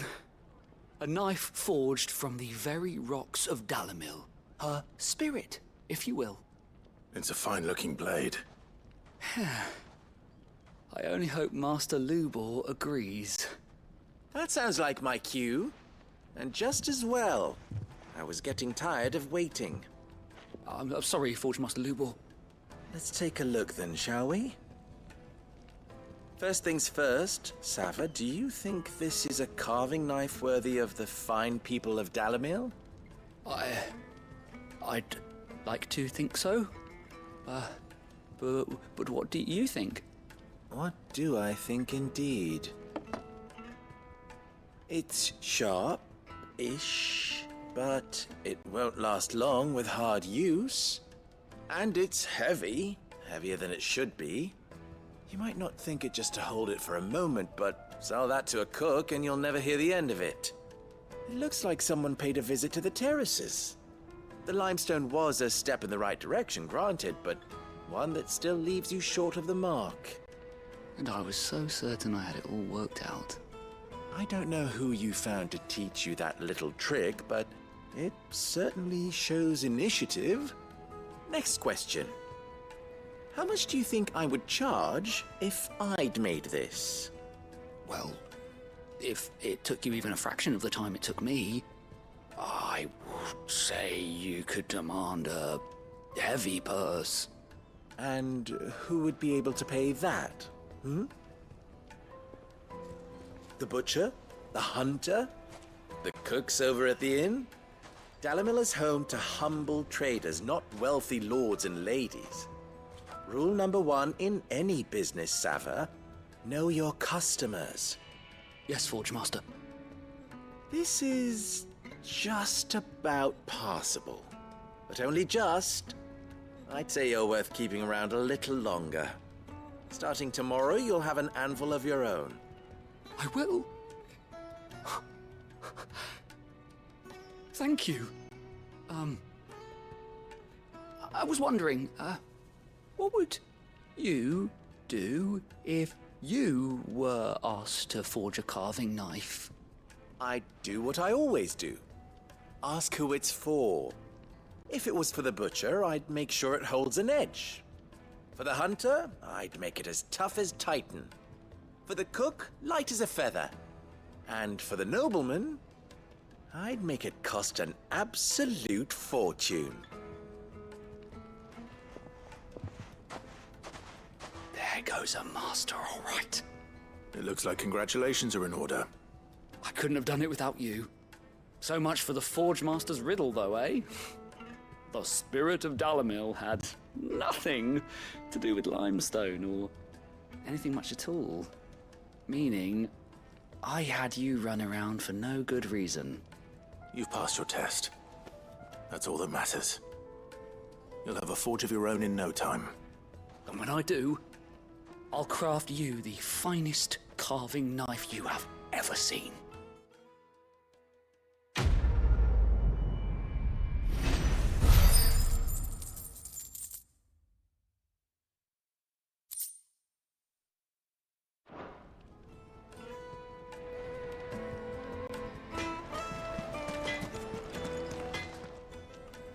What is it now?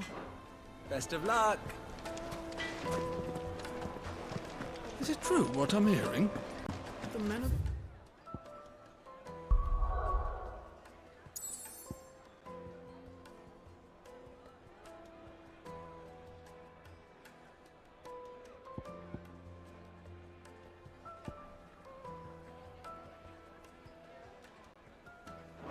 People carting off our crystals for themselves? It would certainly explain why we haven't been getting our fish. The finest fabrics! Yes, they're quite sort. Like me.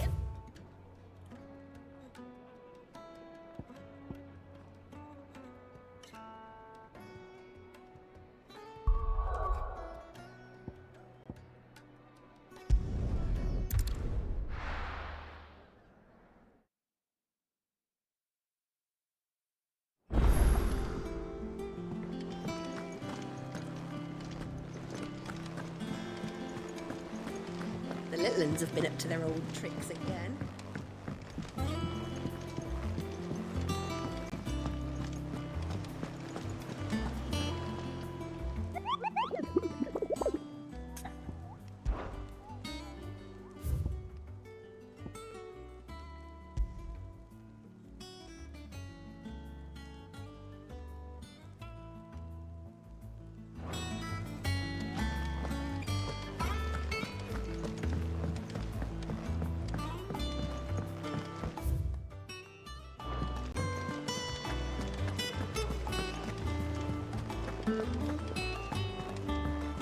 Use this blue.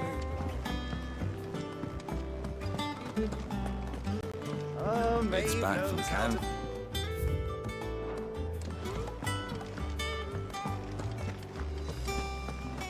Sid's going to find Cooker.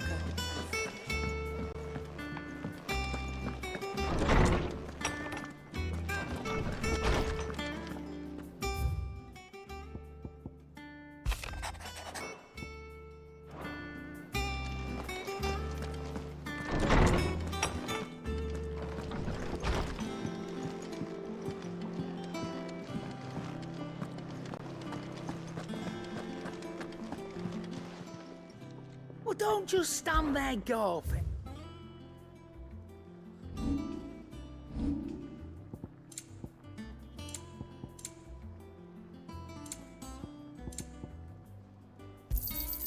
It'd better all be here.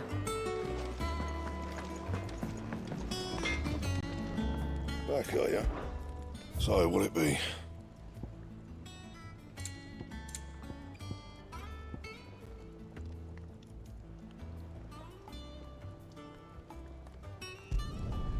Not bad, if I do say so myself.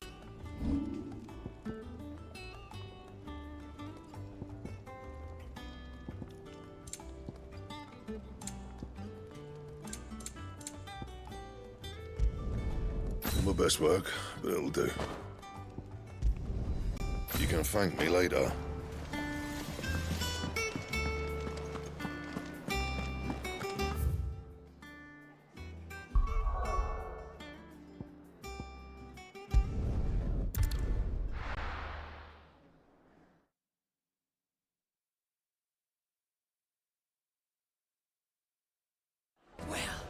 This is no good.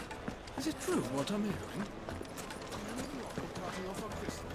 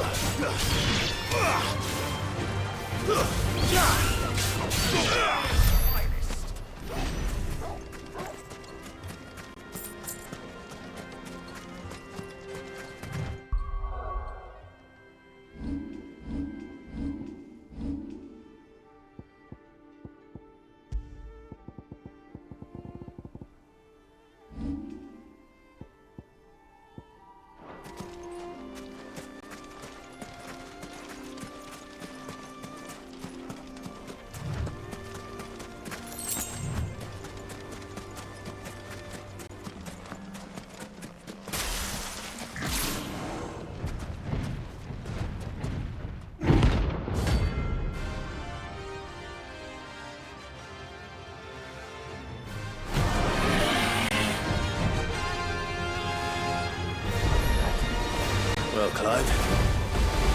Looks like we're gonna need an even bigger sword.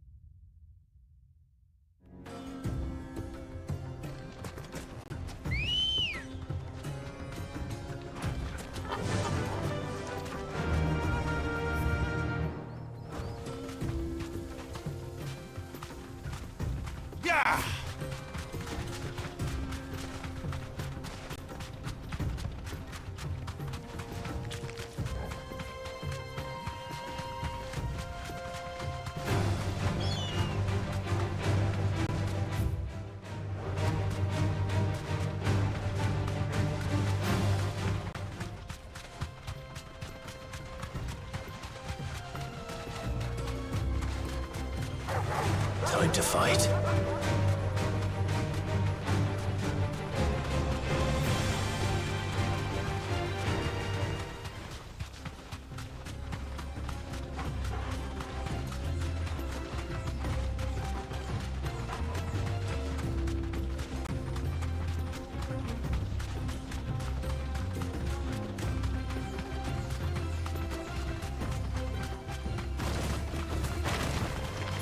All right.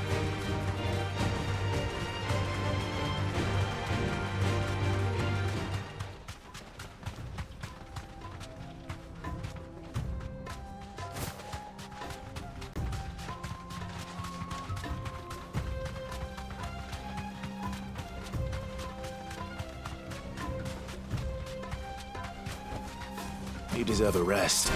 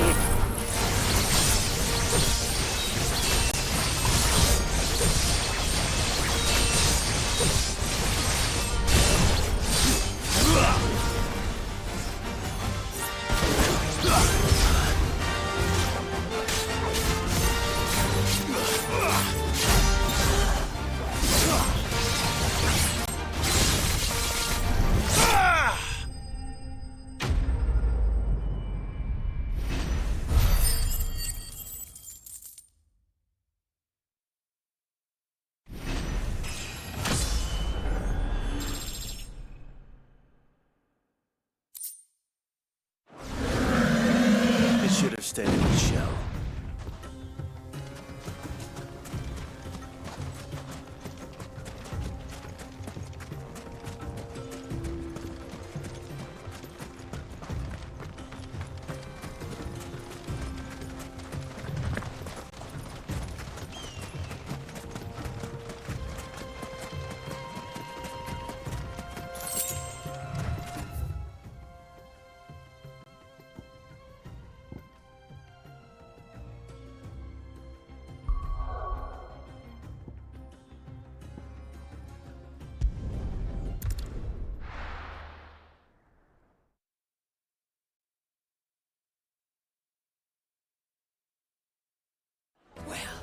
This is no good. I was hoping to get out of the heat for a little while.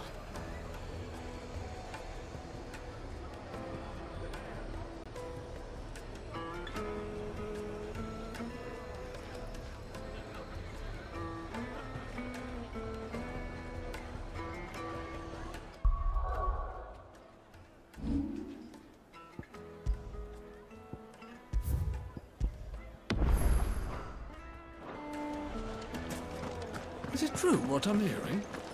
My carpets have pride of place in Castle Dasbog. You too can live like a lord.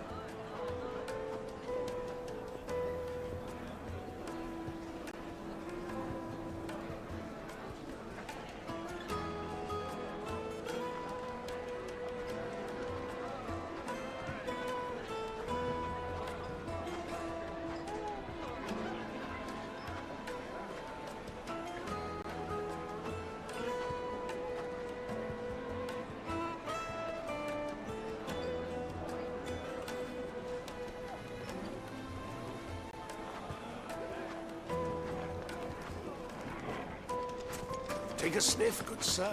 Fresh bread, warm from the oven. Made from the stoutest stoneware. Sweet incense. Well, We should get going soon. Do you have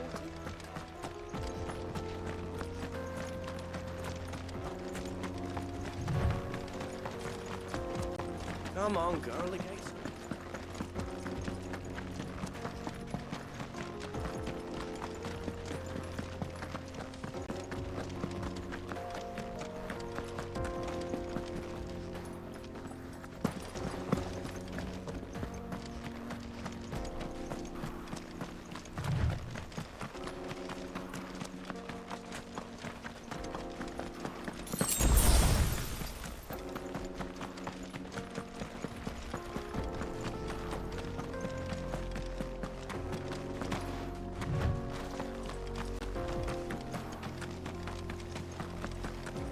Get that damned wagon fixed!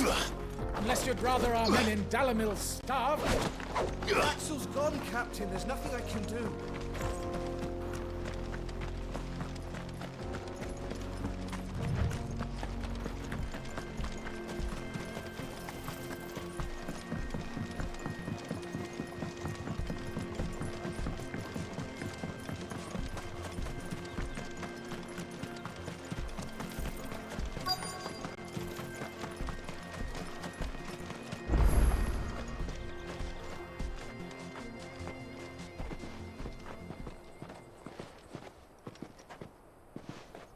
There it is. Drake's Fang.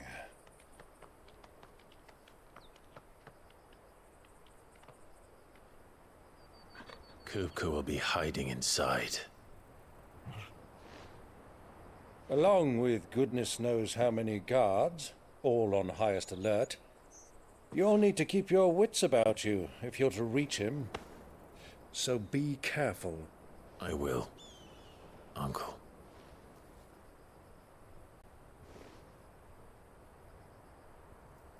Before you go, Clive, allow me to apologize.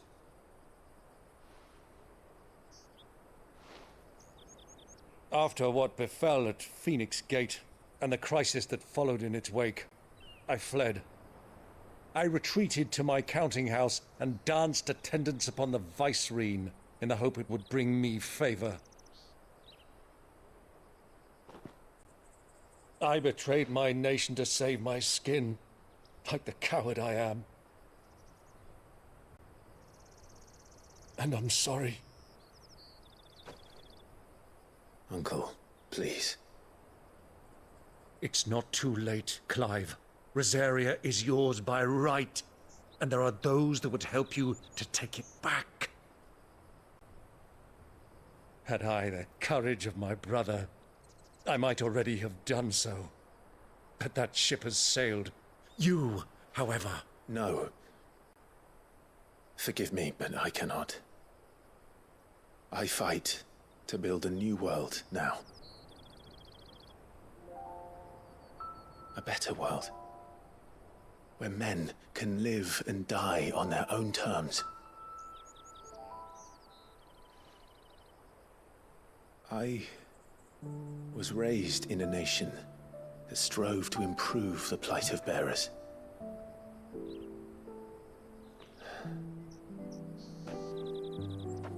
Only later did I realize that spark of freedom did not arise by chance, but was kindled by my father. You would see me follow in his footsteps. And that is exactly what I mean to do. Not by ruling Rosaria, but by extending his ideals to the whole of the twins. Though every soul in the realm may judge my actions heresy, I am certain my cause is just. You really are just like him, you know?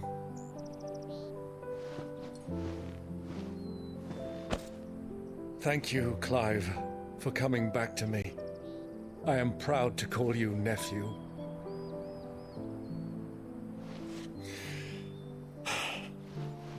Well then, this is where we must part ways. Wish me luck in convincing my Canvarian friend to share his considerable talents. I mean to plunder his coffers and prove myself worthy of a place in your merry band. Till then, my boy. Till then, Go safely, Uncle. And you, nephew. We have much to catch up on, you and I. I shall expect you to regale me with the tales of all your adventures when next we meet. You can regale me too, Torgal.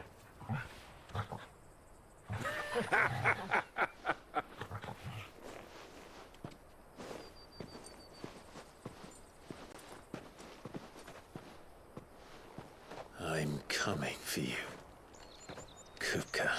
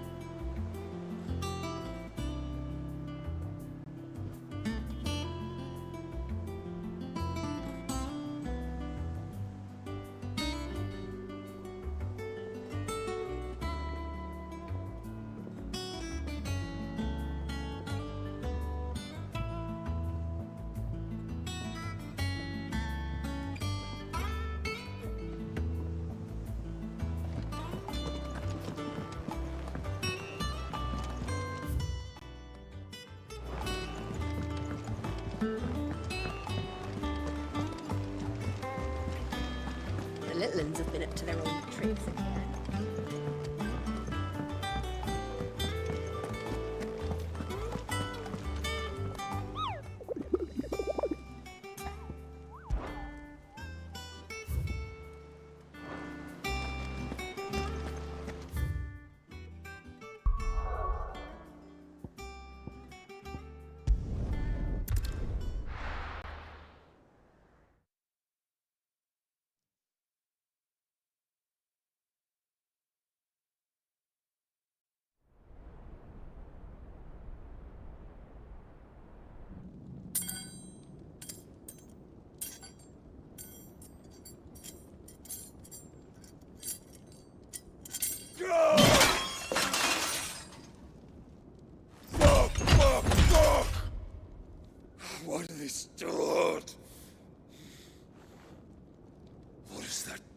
has a rat done to me?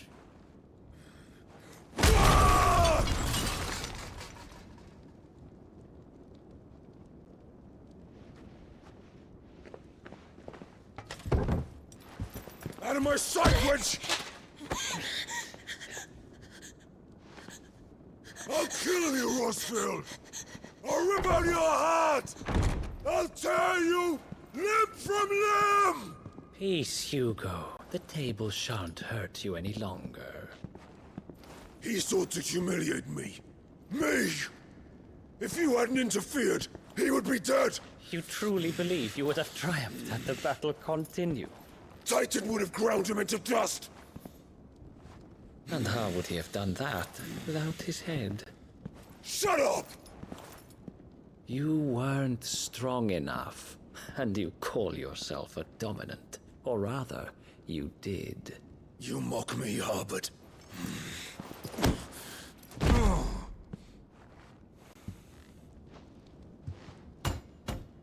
Do you see, Hugo? You are weak. Fuck! But so long as that fire burns within you, there is still hope. There may yet be a way for you to take your revenge. Tell me, what must I do? Please, I'll do anything.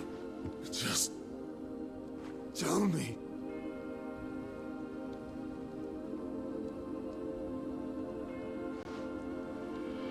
The heart. What of it? A mother crystal's heart is the most concentrated source of ether in all creation. Perhaps you could take advantage of that. Of course, the crystal would not yield her blessing to any ordinary man. But then, you are no ordinary man, are you, Hugo? Clive Rossfield stole your power, but others have suffered a similar fate, and still managed to find the strength to conjure their icon. Like Benedicta Harmon. She too drank of the ether and gained a power beyond human understanding. She did.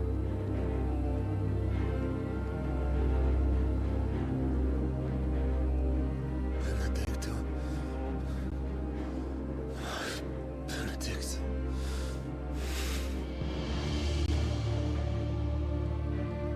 I'll do it. My love. I'll avenge you.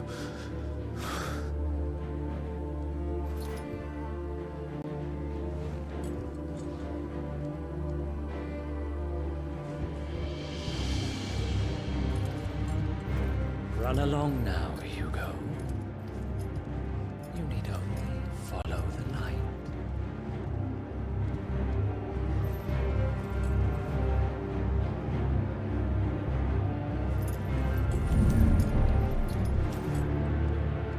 Muthos is here.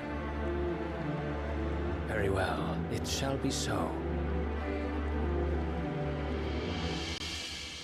You may leave everything to me, Your Majesty.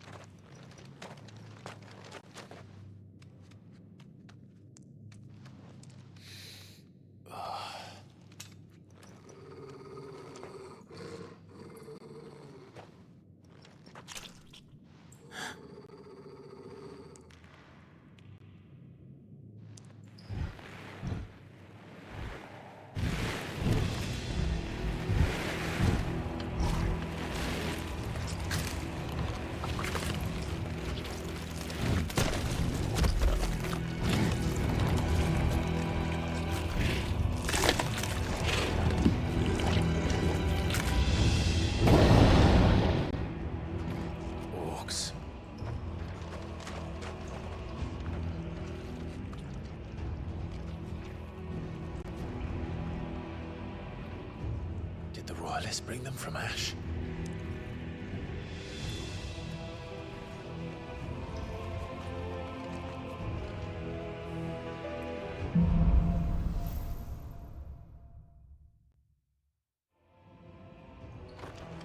The beastmen part of the Waluda army now. How the hell did that happen?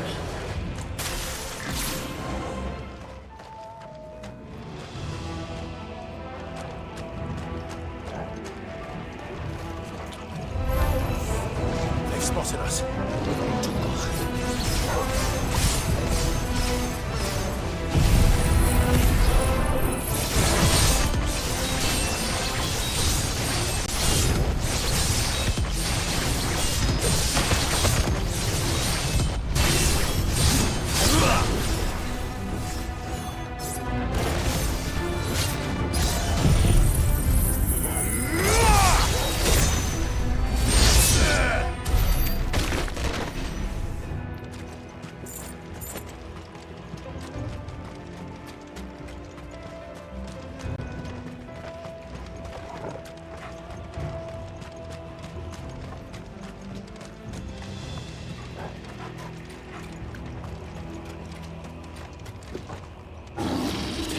Entire mine.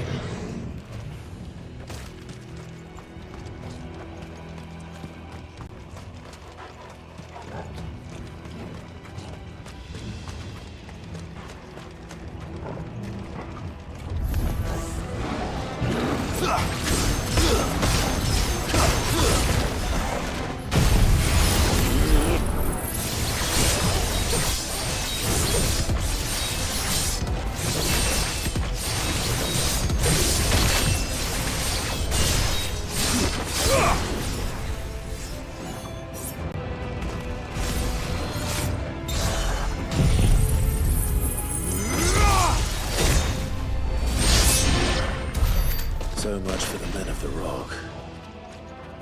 Dalmekia's finest.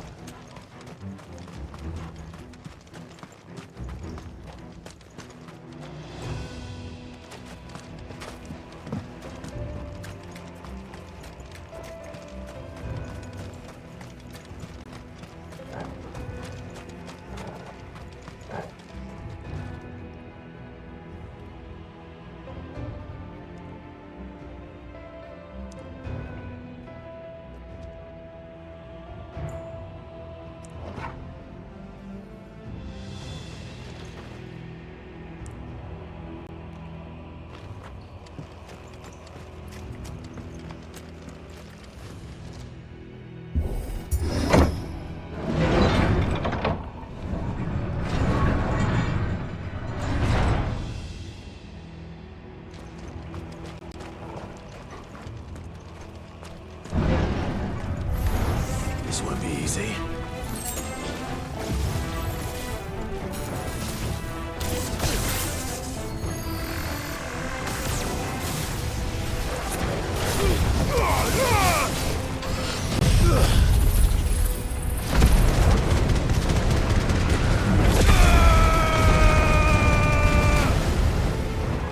Nice try.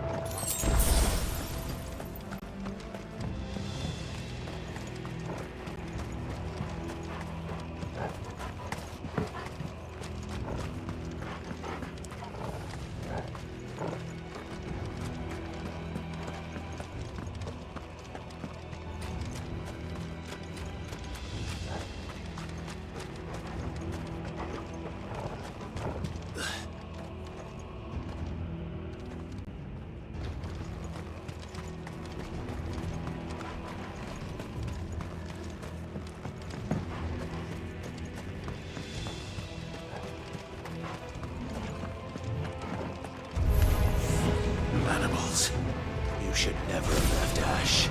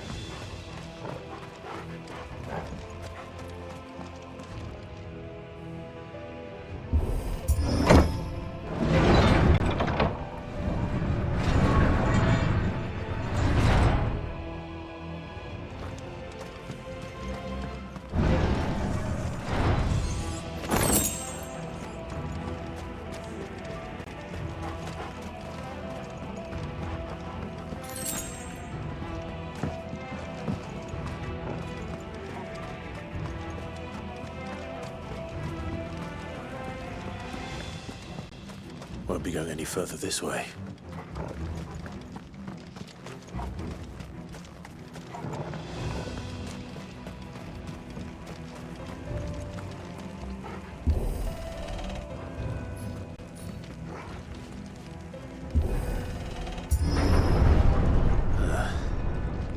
Stairs. This must be the way out.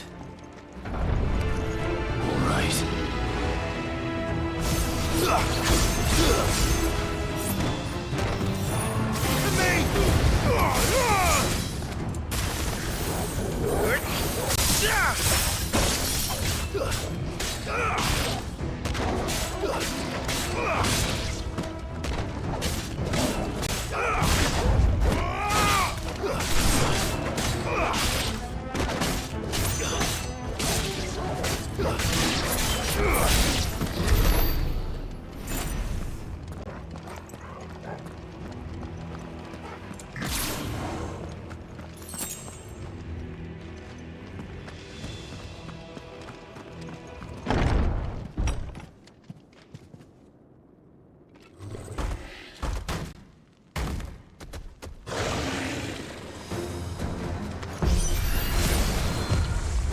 sneaking past this one.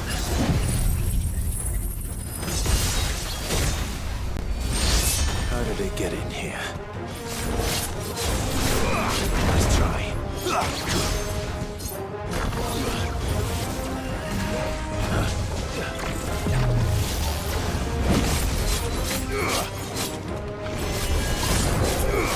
Let's try.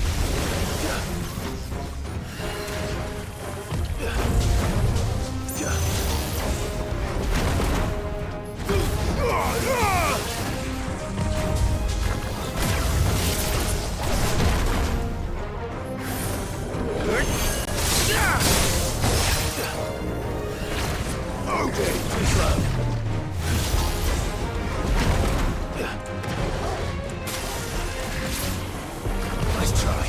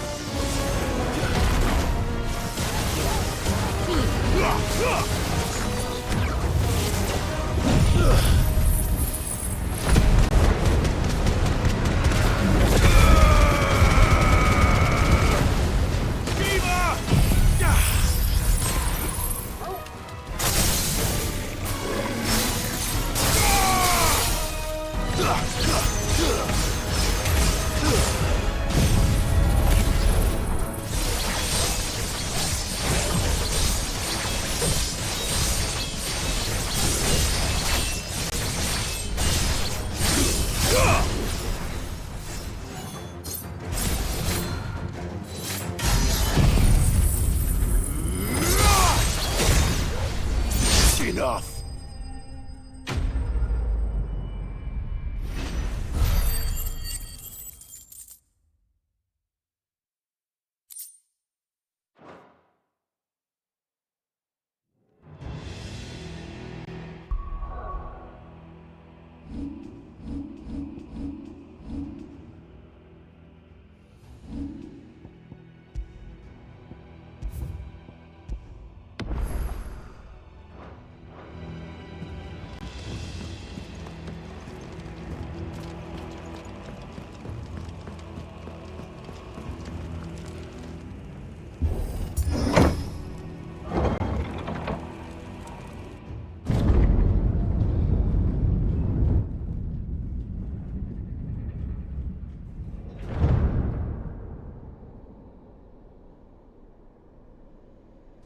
By the flames. Come on, Torgal.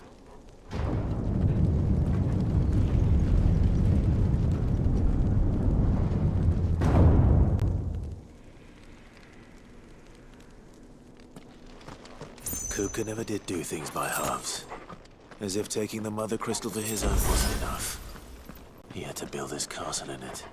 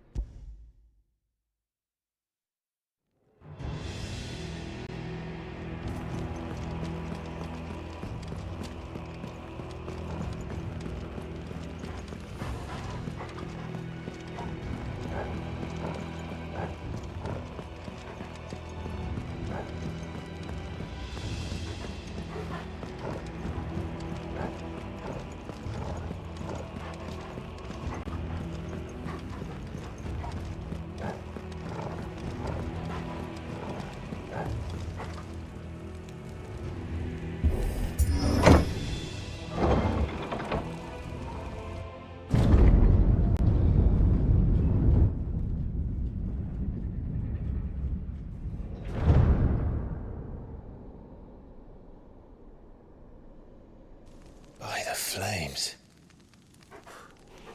Come on, Torgal.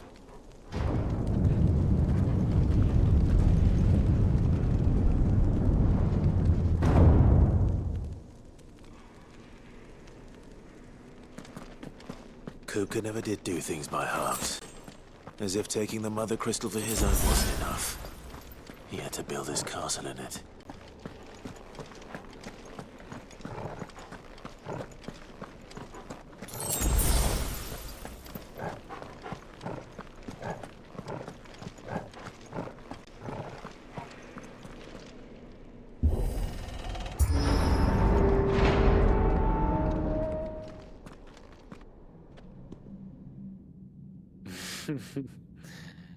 Let the trial begin.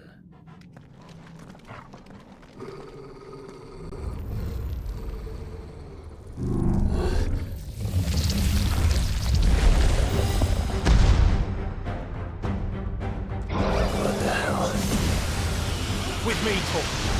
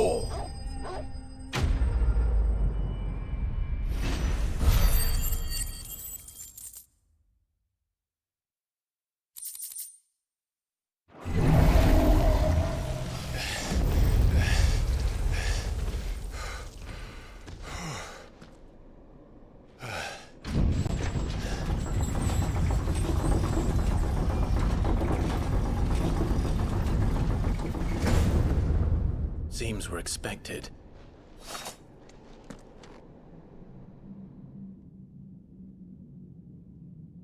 So this is the power of Muthos.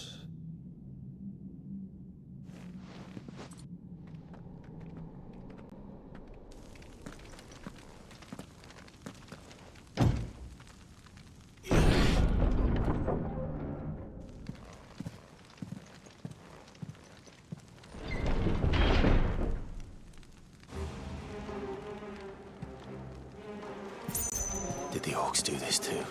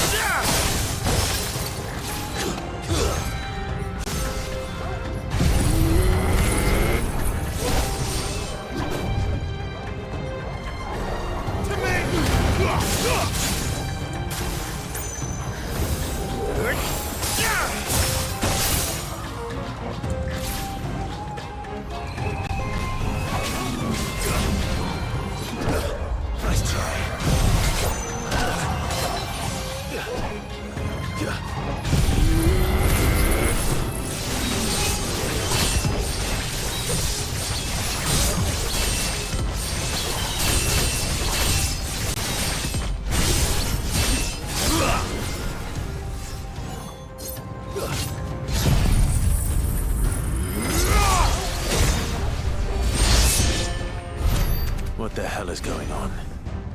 Are these things here for me? Or for him?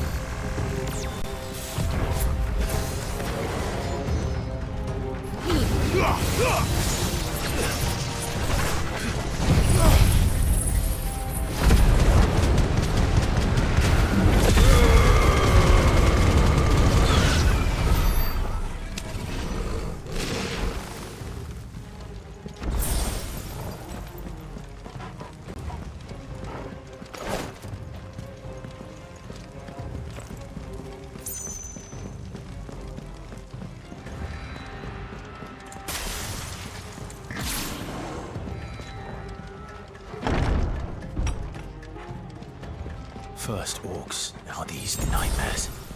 Is this your doing, Ultima?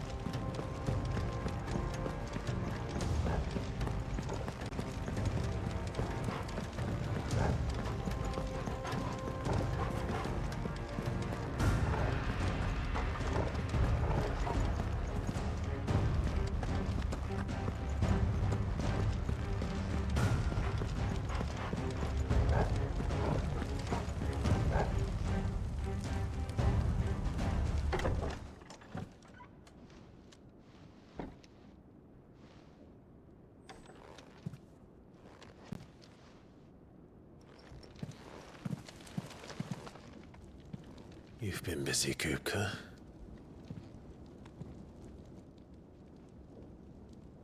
But where did you go?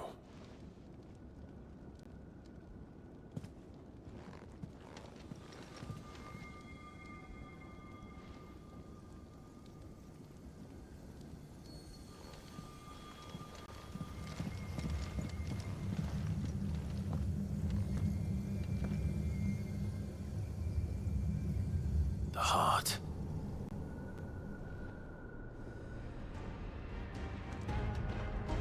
He's in the sanctuary. I can feel it. Come on, Torgal.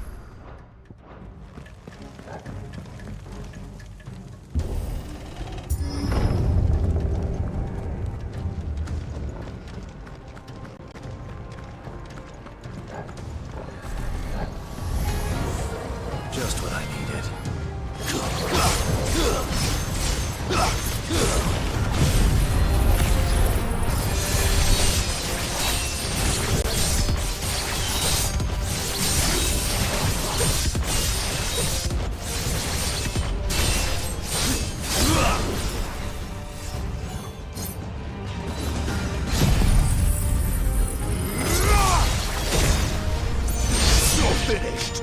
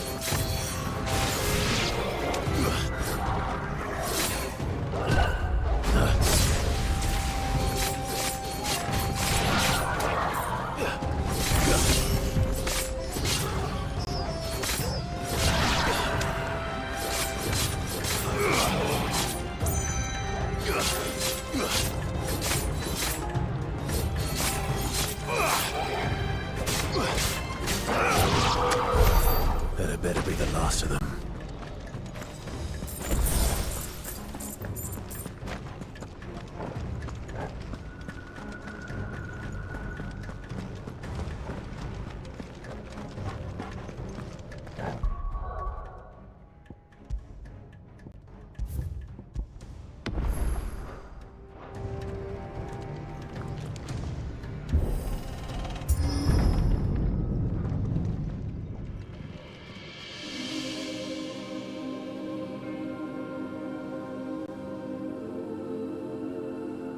Benedicta, my everything.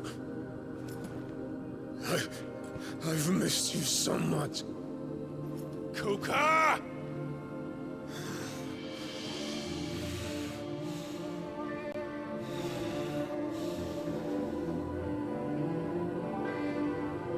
I swear to you, my love, we will never be parted again. What's wrong with him?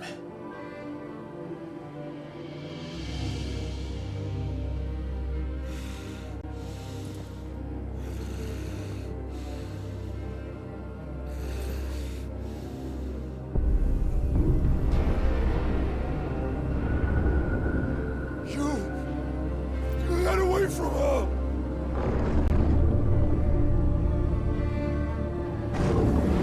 Benedicta!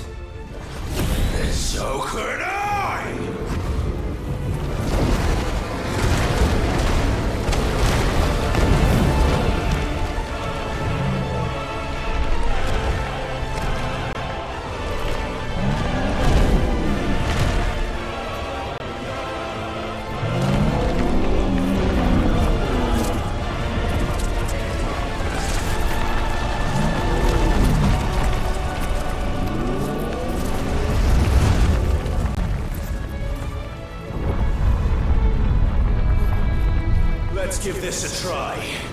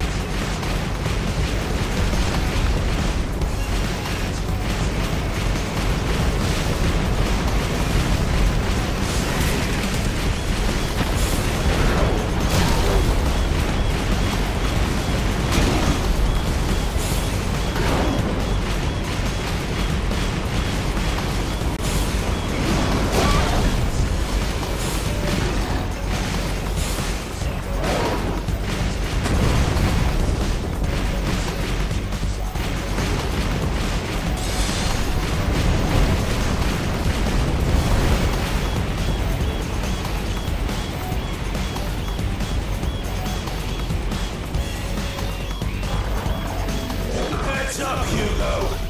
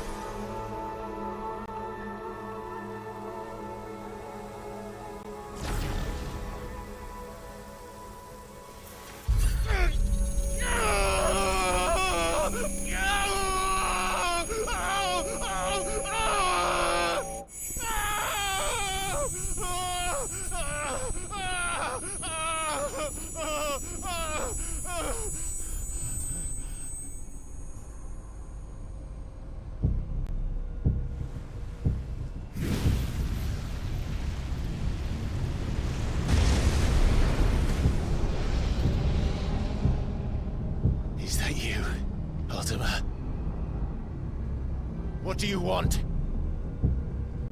Your soul is tainted with worthless human will, yet your thirst for power remains undiminished. With every sip you take, you grow in strength, and soon you shall achieve perfection. I don't know what you're talking about. You will accept us, Mythos.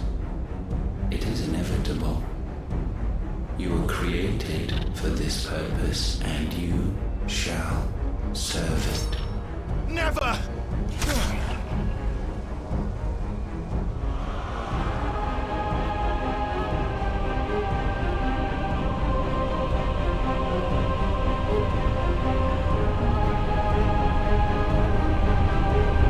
Fight it, Clive! Don't let him in! Consciousness. We see now. Human will is so insubstantial it cannot exist in isolation. You mitigate its weakness by interweaving it with your consciousness. We believed we had merely to purge you of your will to claim our vessel. It appears we first have to sever every thread of the consciousness that supports it. No matter. The time to build a new world is not yet upon us. We will contemplate.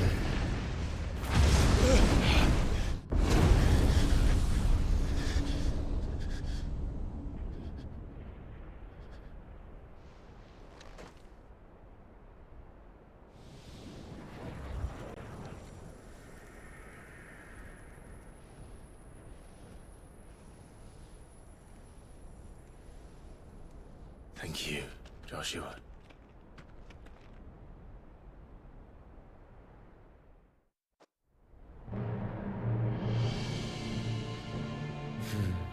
One can no more command the power of ether by drowning in its flood than one can constrain the tides by standing in the sea.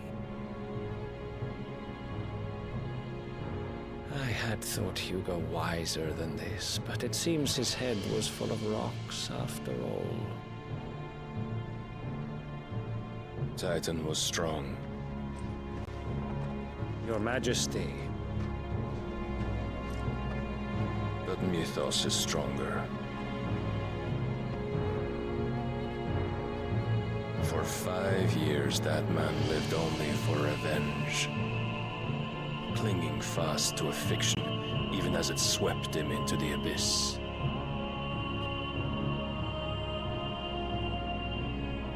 One cannot change one's nature through force of will alone. Only the Almighty can do that.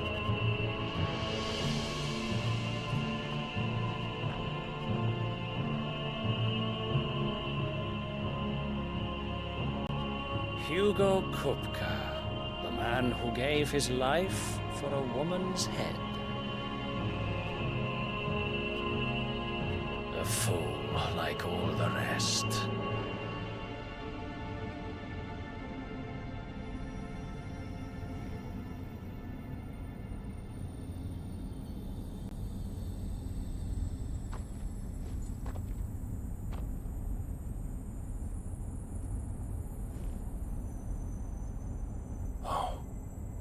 That the death of a mother crystal should be so beautiful.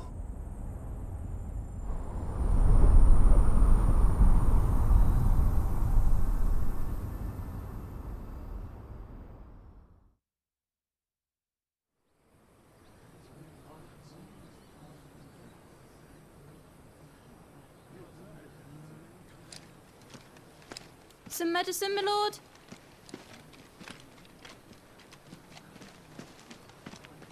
I have salves, potions, anything you need. Stop bothering me, urchin, or you'll feel the back of my hand.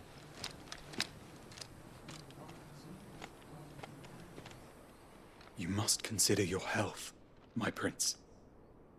If a show of force is needed to keep the Dalmex at bay, you may trust in your dragoons.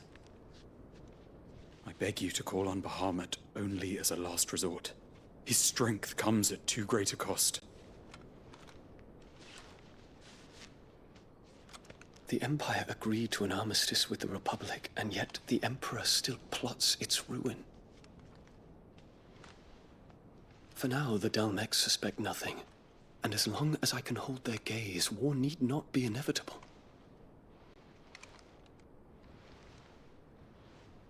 But more than that, Bahamut is the champion of the Empire. When our people look to the heavens, the sight of him gives them hope.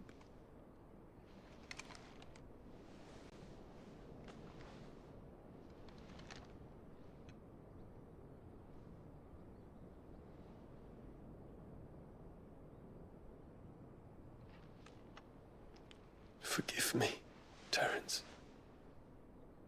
Would that you were my master. But alas. I will always be your loyal servant.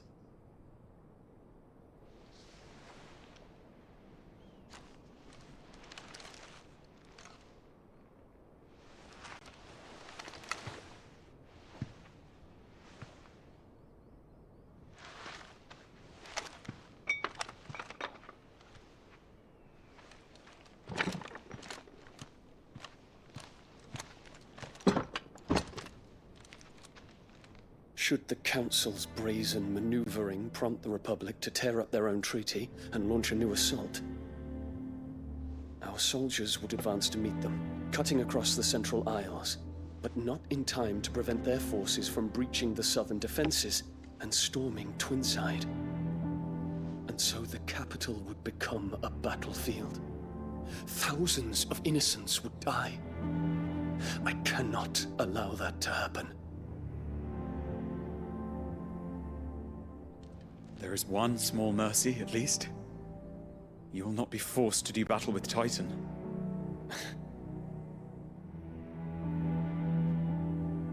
Would that I could avoid doing battle at all. 1,000 pardons, Your Highness.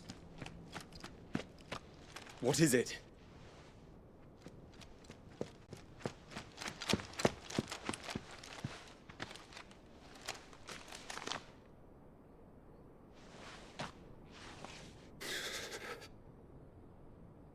Olivier has been made Emperor.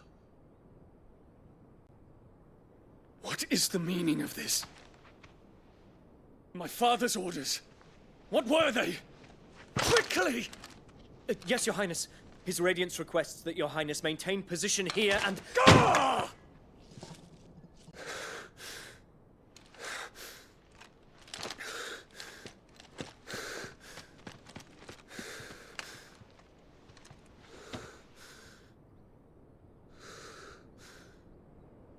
Terence.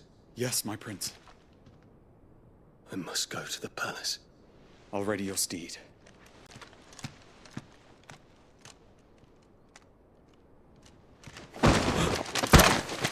What is it now?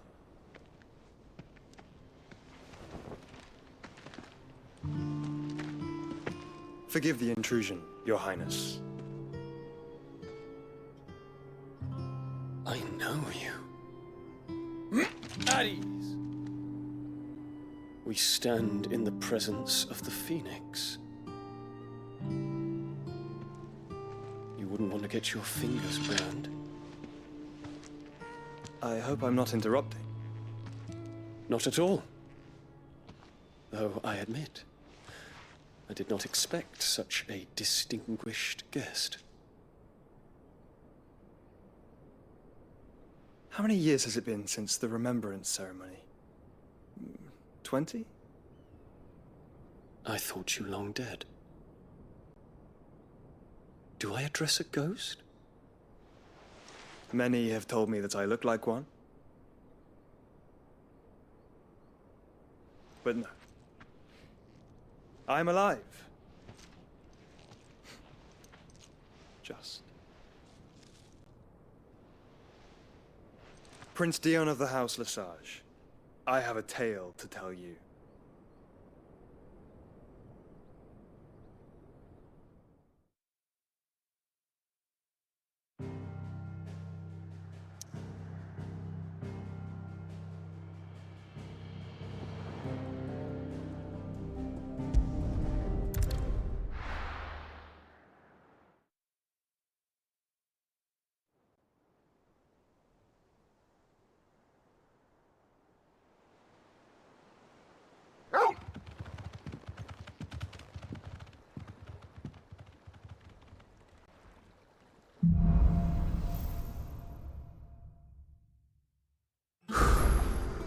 better give Otto the good news.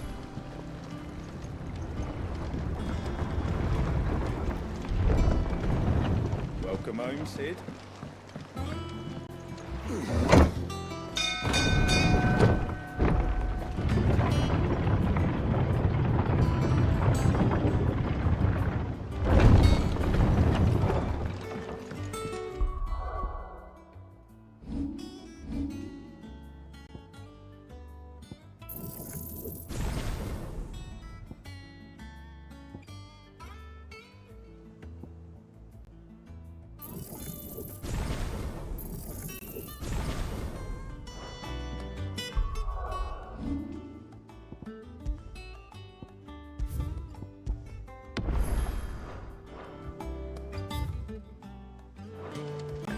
What became of Kupka?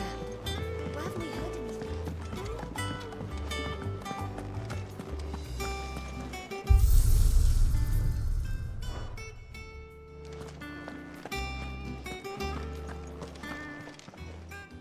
And what can I do for you?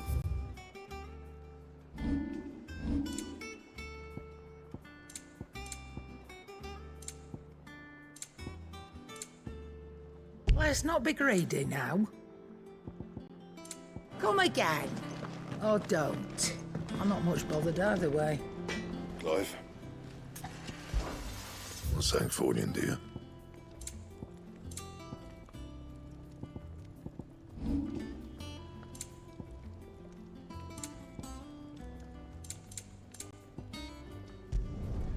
You can thank me later. Yeah, that should do you. You can thank me later. If the state of our coffers is anything to go... Boy, I'd say we found ourselves a wealthy...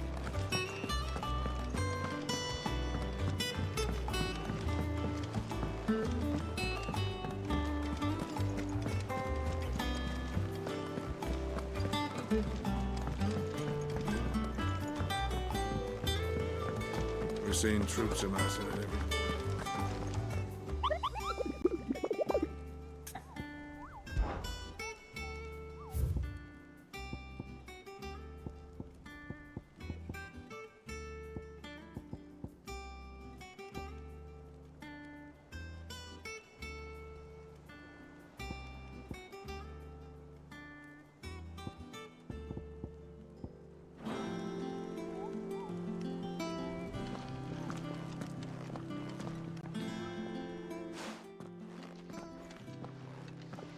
Clive, you're back. I am. And with glad tidings for once. Hugo Kupka is no more. Well, I'll be. All of our comrades who lost their lives back at Sid's place be smiling down at you right now. We had a stolus from Lubor saying Drake's fang had fallen. I expect that was your doing as well, was it? It's a long story. One for the history books, I'll bet. Welcome home, Clive. It's good to be back. You look better. I feel it. Which means I'm coming on your next little adventure. You're not leaving me behind again. Wouldn't dream of it. Otto. Any word on the Royalist movements since I've been away? Shouldn't you be putting your feet up? If you really want to know, go and have a word with Vivian. Thank you. I will.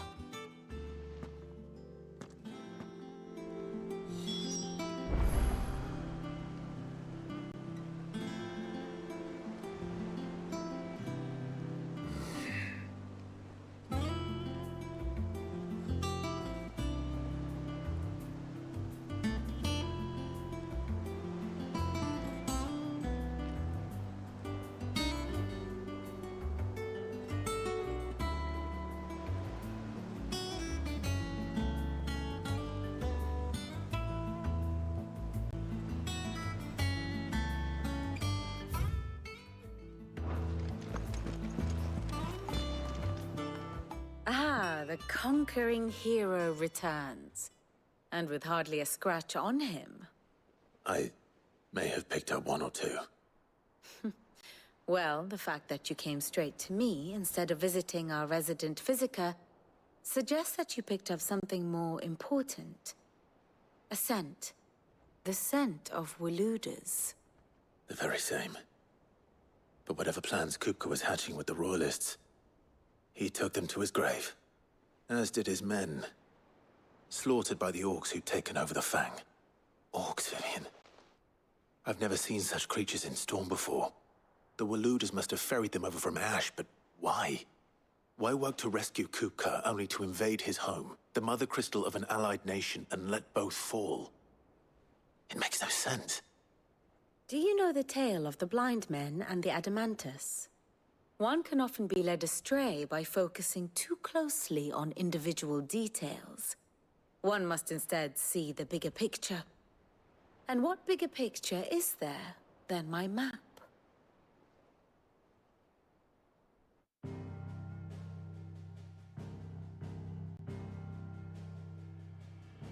The Kingdom of Waloed claims dominion over all of Ash. It is a nation forged by the bloody conquest of Barnabas Tharm, the dominant of Odin. The Canvarian War of Independence in 849. The Battle of the Twin Realms in 865. The Battle of Belinus Tor in 873. Wheresoever his armies fought, Odin was found where the fighting was fiercest. But of late, the warrior king appears to have laid his sword to rest. Battle rages for control of the crystalline dominion. Yet Tharm sends not a single ship in support of his Dhalmekian allies. Meanwhile, the Blight ravages great swathes of Ash.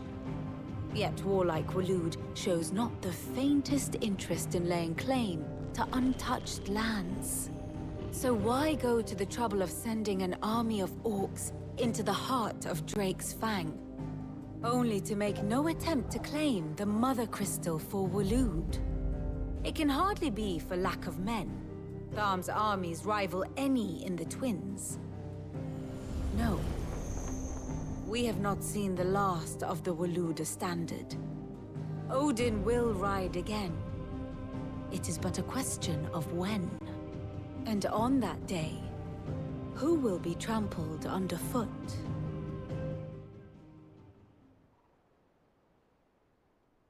In summary, I know not to what end the Royalists betrayed Kupka. I know only that it is part of some broader scheme. A scheme tied to the ambitions of one man.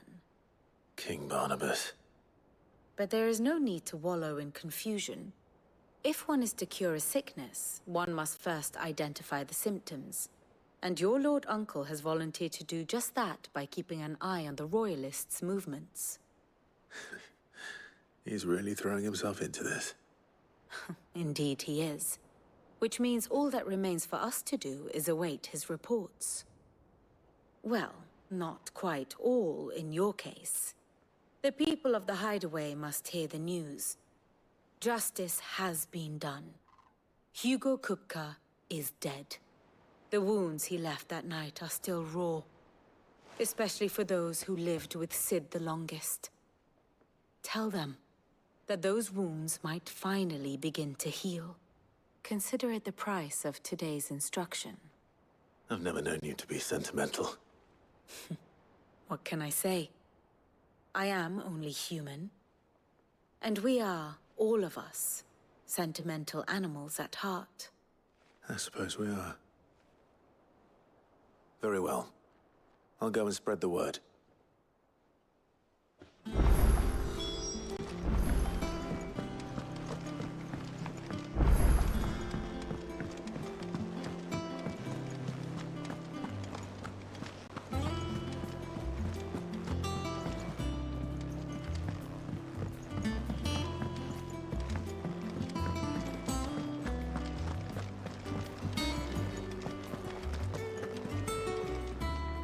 Well, someone looks pleased with himself.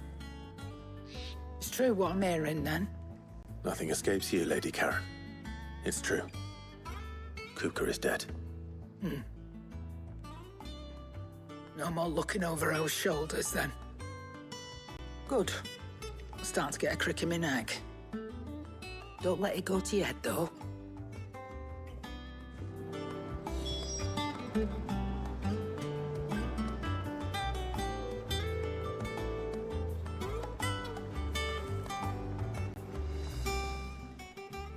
Well, don't just stand there gawping.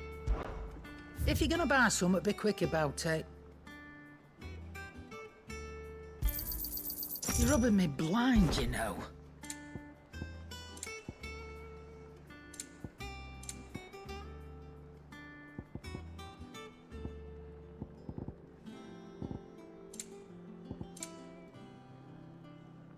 Is that all?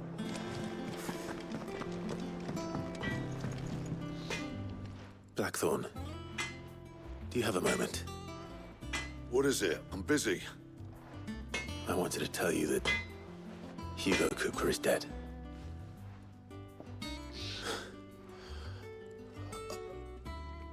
I can't tell you how long I've been waiting to hear those words. This is it then. A new beginning under a new Cid. I'll try to live up to the name.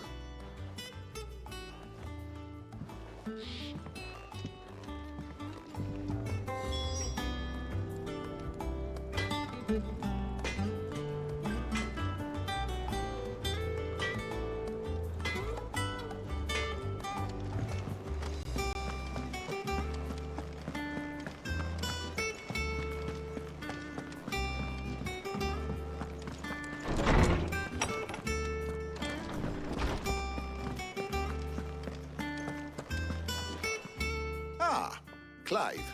Have you come seeking the gift of knowledge? No. To share mine, actually. Hugo Kupka is dead. Oh, my. Can it really be true? Look, he's crying. He is. The big baby. And with good reason, children. These are tears of joy. We must offer up a prayer to your parents that the heavens might weep with us.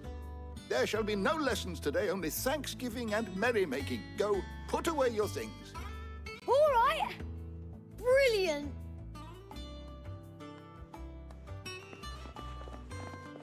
Finally, a new dawn has broken. It has. Thank you, Clive. I cannot wait to share the good news. Hippocrates. After Kupka fell, Ultima came to me. I need to know what he is. Have you learned anything? Alas, no. And not for want of trying. I have scoured nigh every historical tome in our collection and found nothing. Not even the sort of conspicuous absence that might suggest a concealment of fact. One is almost tempted to conclude that such a creature never existed. But I saw him. With my own eyes. I don't doubt that you did. Alas, it seems you are the only one who has. To others, he reveals naught. We see only that which he leaves in his wake, like some terrible force of nature beyond the ken of mortal man. A bringer of death. Whether the Ultima you met with was the being itself, or merely another projection of its power, I know not. But until I do, my investigations shall continue. Thank you. It means a lot. Right. Let's see if Otto has anything else for me.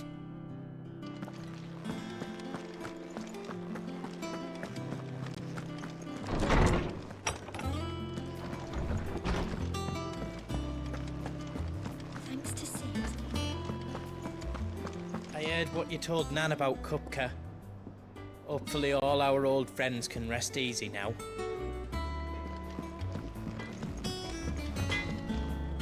What do you need? So, what'll it be?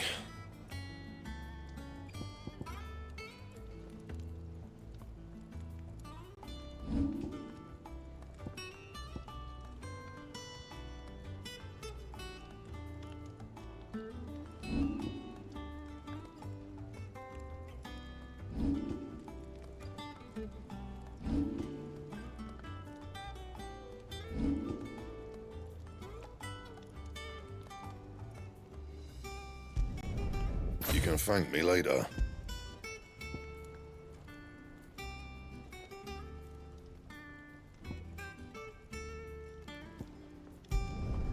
Yeah, that should do you.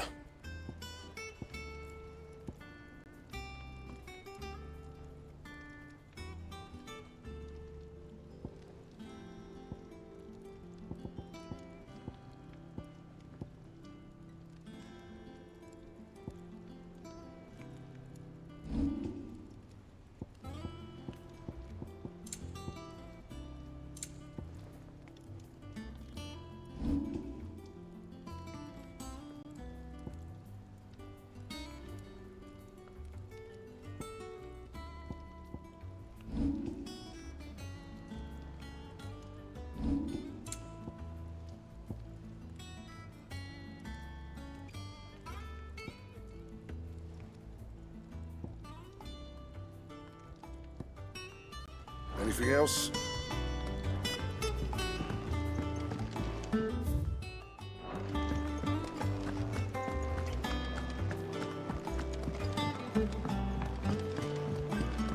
I'm telling you, it's true.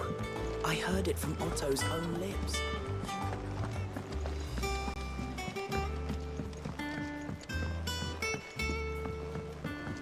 We're seeing troops amassing at every border crossing. You barely sat down since you came home. Vivian got you running errands or something? Just spreading the word.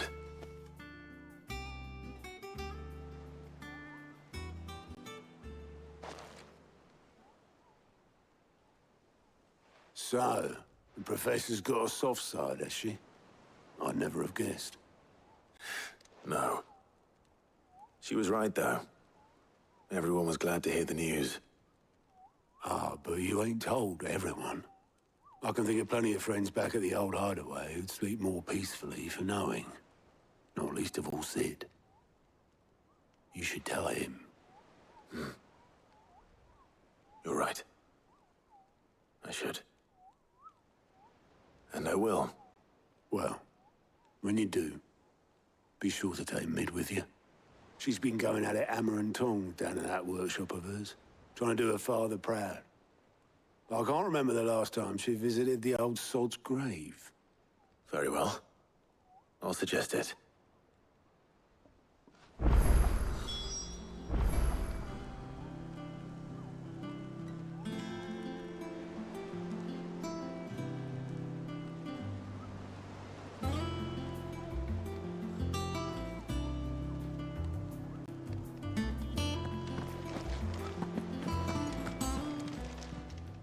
Fancy a look at the list, do you? Anything catch your eye? Think you can help?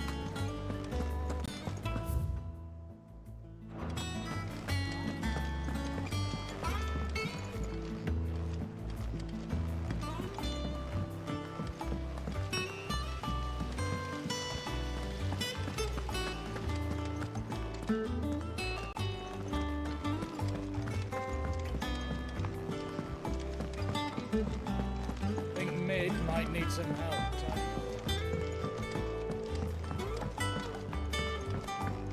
If I don't come up with something soon.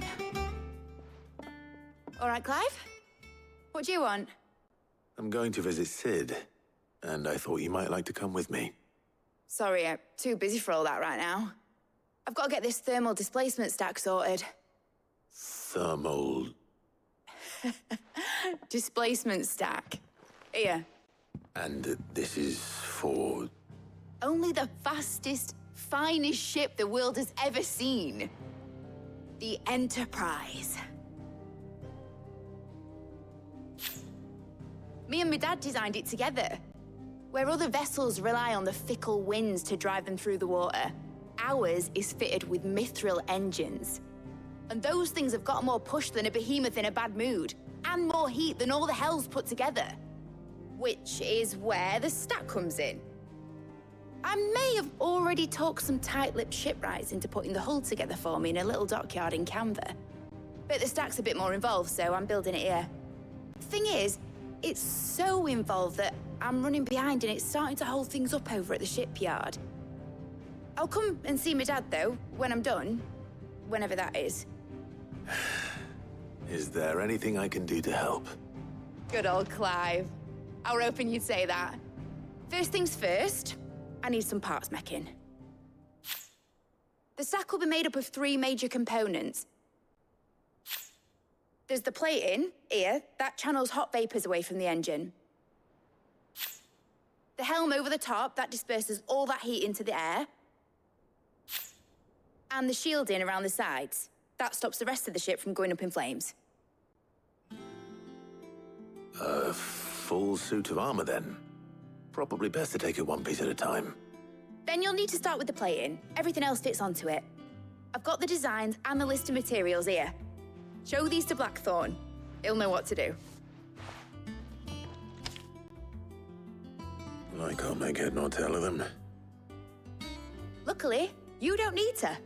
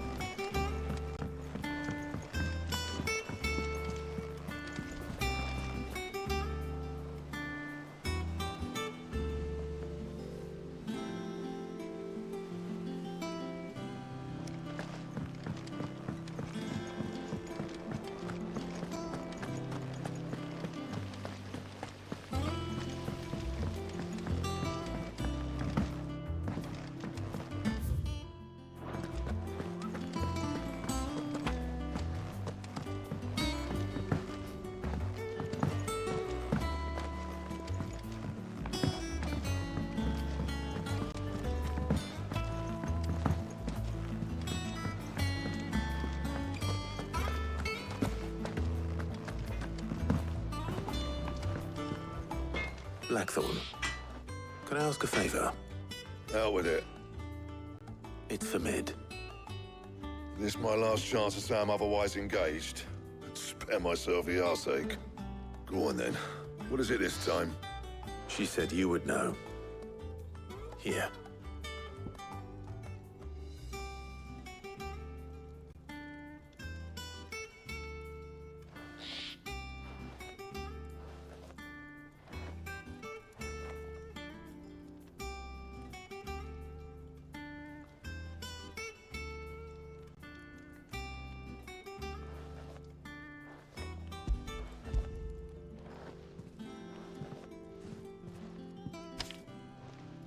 Krieger's Tates.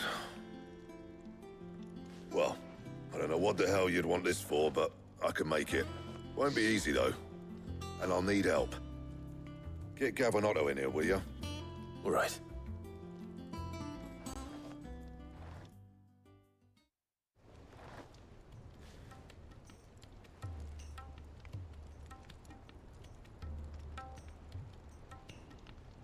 So Mid's roped us all in here again, hasn't she? Typical. Still, if that's what it takes to get her to visit Sid's grave, I'll do what I can. And, what is it we need to do, exactly? Take a look at this. It's this plating. The usual sword-grade steel won't work. We need something that can get very hot, very fast, and still keep its shape. That means an alloy. Something that won't break or buckle at the temperatures she's talking about. Which is where you lot come in. I need materials, and I've got my work cut out already. You'll have to fetch them. Now, there's a special kind of sand I'm after that you can only find out in the Valcroy. Stardust, they call it. As for the rest of the stuff, my usual supply should have it in stock. It just needs buying and bringing back here. Well, we'll get it done quicker if we split up. One of us should probably give you an hand coat in the sand. And the other can go and get the rest from this supplier. Right then. Well, make your minds up who's going where, we can get this over with.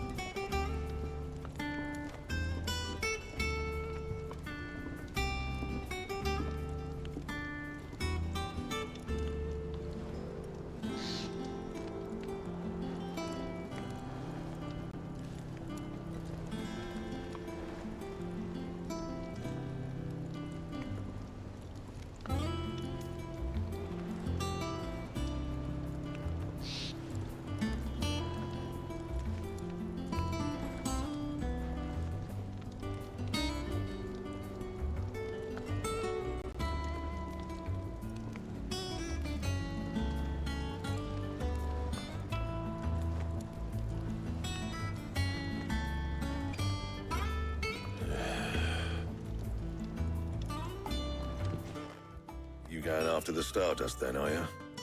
Which one of these two lucky souls is going with you?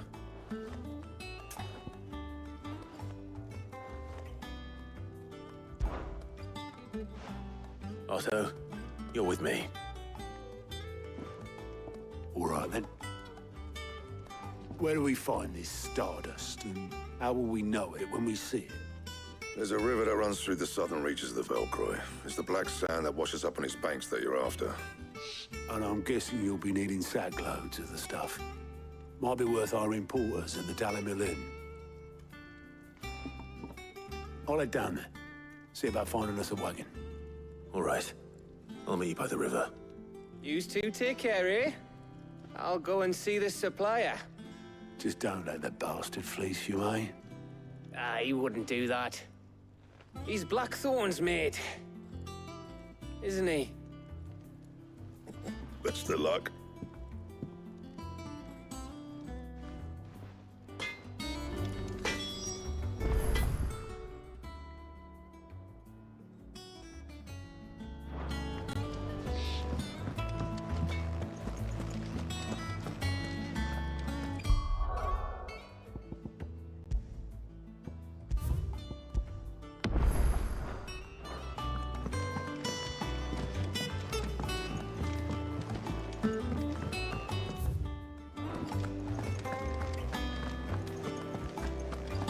He cracked the crystal too.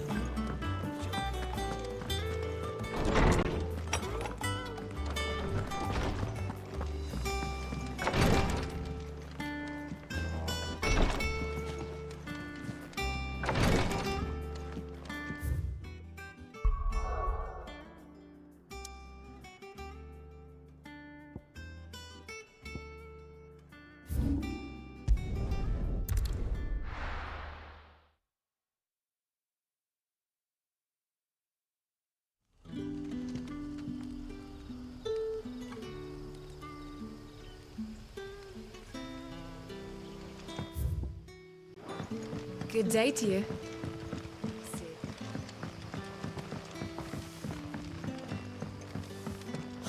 The crystals we get from We had to dig a new cellar. Ah, Clive. Your timing is exquisite, as always. I have a concern which you may be able to assist me with. Go on. There are whisperings afoot of shadowy figures having been sighted outside the village. Rustlings in the undergrowth, suspicious noises. My people fear that they are being watched. It may be no more than a surfeit of nerves, understandable in the current climate, or it may be the prelude to something altogether more dangerous. Given what I hope you'll forgive me calling your nose for trouble, I wondered if you might investigate.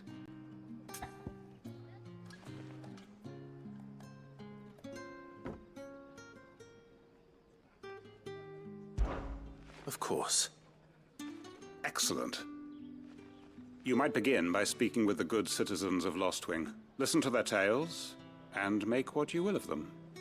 All right. I will.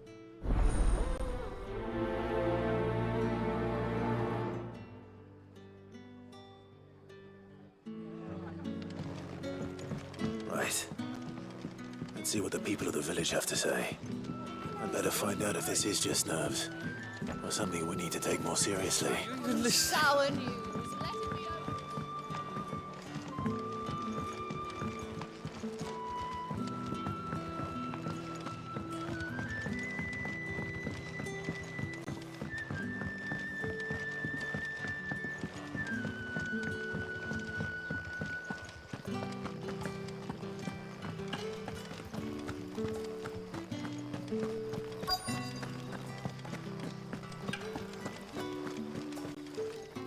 Do you have a moment?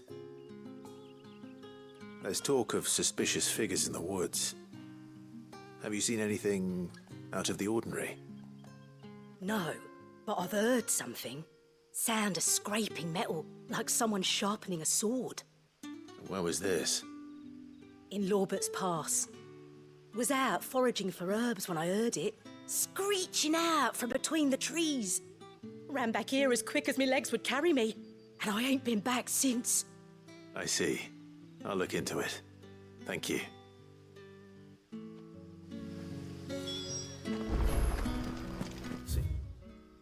Lorbert's Pass is our best bet, then. What do you say, Torgal? Shall we go and investigate?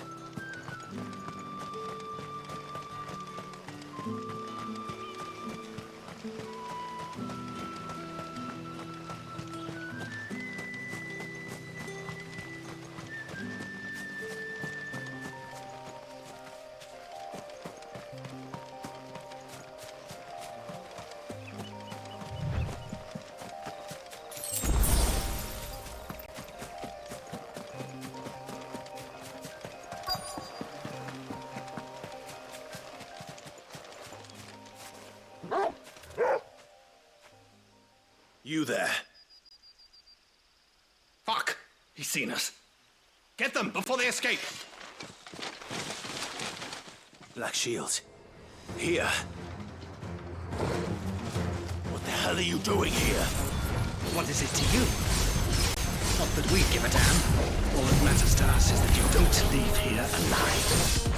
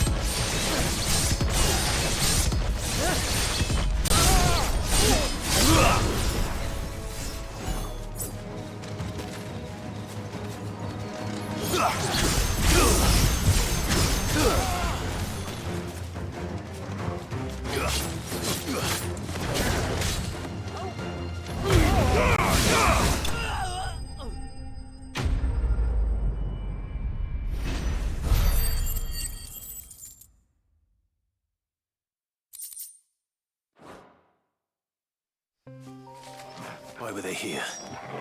Are they planning an attack on Lostwing? I need to warn Quentin.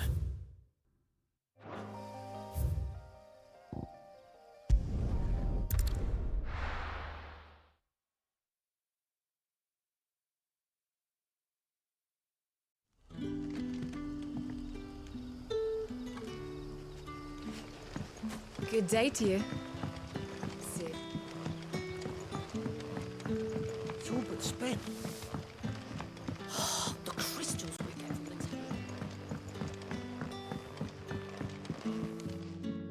the Clive, how goes the hunt for our sinister figures? I found some black shields hiding near Lorbert's Pass. They're gone now. Black shields. The Empress's former bloodhounds. Though they serve another master now. One who means to root out and destroy both me and those I care for. And it would appear the pack has finally caught the scent of its prey. Damn it all.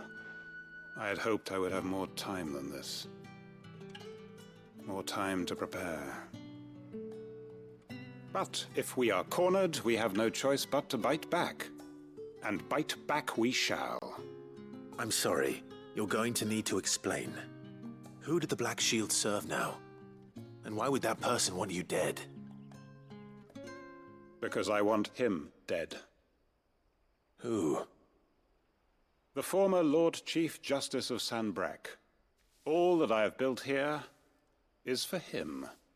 I don't understand. Why him? Why Lostwing? I suppose it is better that you know the truth. I was a member of the judiciary once. So sickened was I by the injustice of this world, I swore to fight it. And fight it I did, in my own small way. I saw more than a few corrupt officials condemned to the very cells into which they had thrown blameless innocents. Men to whom the law was but a scourge to turn against the powerless. And throughout, it was the Lord Chief Justice who backed me, who was my one true ally in the quest to see justice done. So what changed? I discovered that he hunted bearers for sport. I was a fool to think he shared my hatred of venality and vice. His support for me was no more than a facade, a means of ridding himself of his rivals, a mask to hide the rot beneath. I filed suit against him immediately. His response, however, was rather more visceral. He had my entire family slaughtered, and he faced no punishment whatsoever. I lost everything. My loved ones, my livelihood, my position, the faith I had once held that any modicum of justice might be achieved through the courts. So I set about enacting my own. I tracked down every soul who served him, and slit their throats myself. But the man himself proved an altogether more difficult target. With money and power come protection. And so I saw that I would need an army of my own. I came here to Lostwing and began recruiting like-minded individuals. And everyone here knows this is why you do what you do. Of course. They too have lost loved ones to the bearer hunts. Seen faultless friends sent to the gallows to spare the guilty. All under the watchful eye of the Lord Chief Justice. Our wounds are the same. And our cause is the same.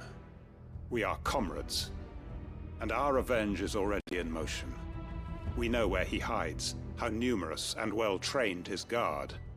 What we did not know until now, however, was that his plans may already be in motion too. Quentin. Our time is short. He may move against us at any moment, unless we move against him first. My friends and comrades, it begins. Make ready for war.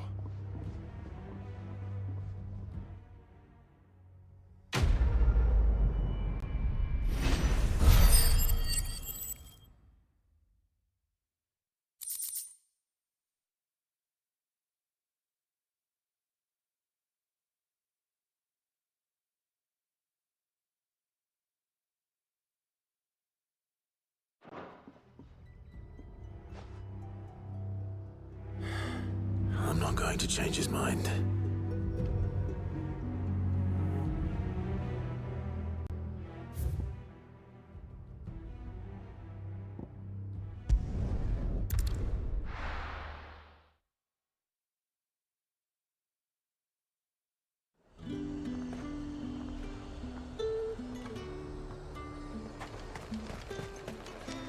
Do you see anything you like?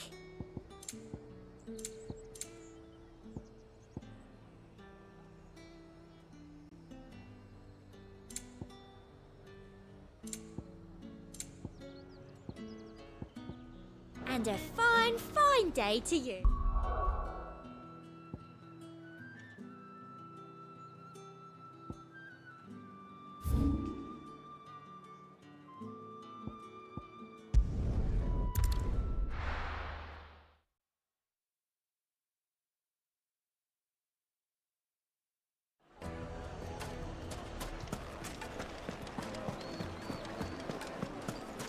The most fragrant herbs and spices. Gone, just like that. And without so much as a by your leave. What's the matter? It's my apprentice. He up and vanished while my back was turned. I'd go and look for him myself, but I've got a bakery to run. A bakery that's now short one pair of hands. Loath though I am to rely on the kindness of strangers, I'm at a loss. Please, will you see if you can find him? I'll see what I can do. Do you know where he might have gone? I wouldn't be surprised if he was off somewhere mooning at Drake's Fang. He used to work there, you see. Poor fool left his heart in its hollow. All right. Then that's where I'll start.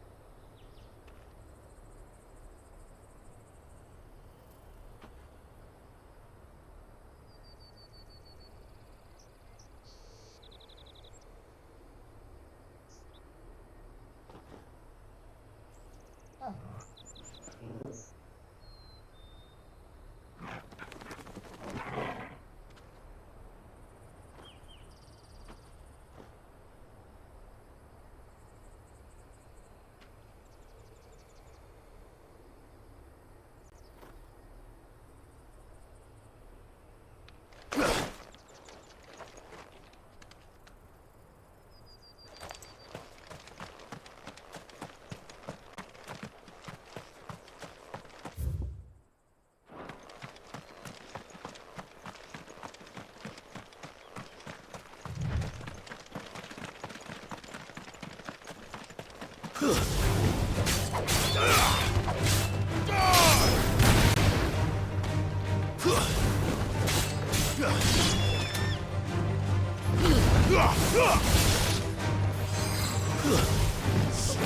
down!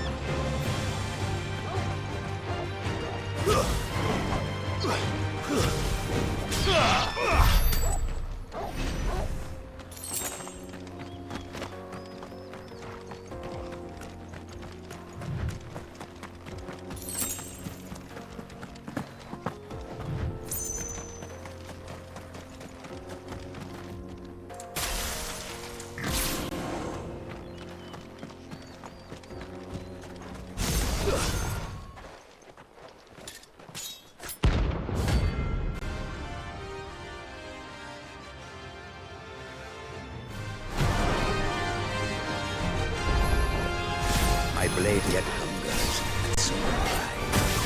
Come, let us feast on your flesh. Your feasting days are over.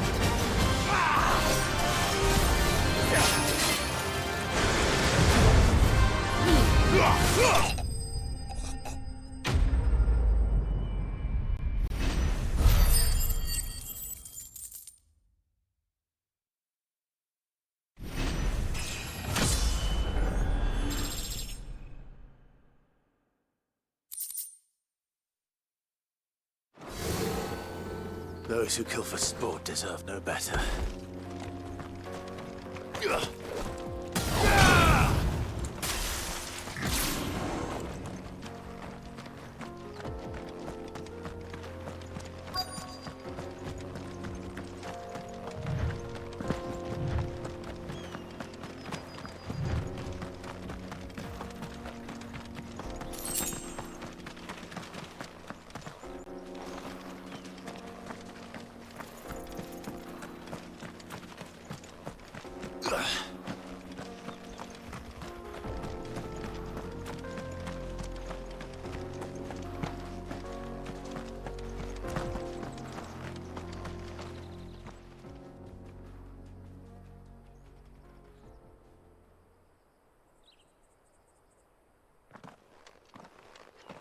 Excuse me.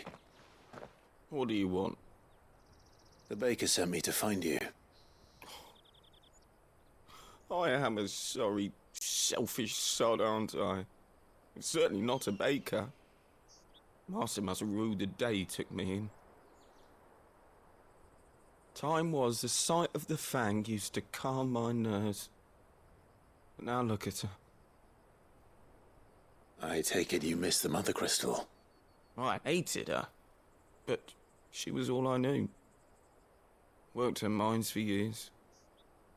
And when she shattered, part of me shattered with her. I had to trade my pickaxe for a rolling pin, but I'm no good at baking. Every loaf I touch collapses. My bread's as hollow as I am. She was the only thing that could fill the hole inside me. Oh, I loved her, damn it. But now she's gone. She's never coming back. What am I supposed to do? I ask her. How does a shell of a man learn to live again?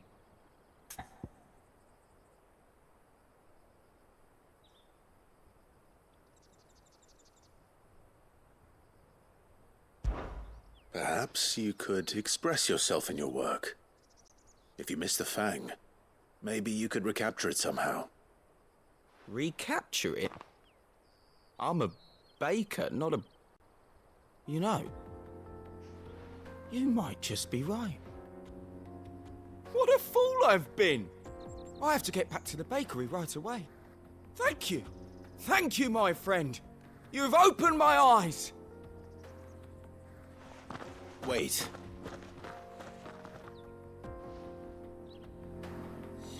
Suppose you won't be needing an escort then.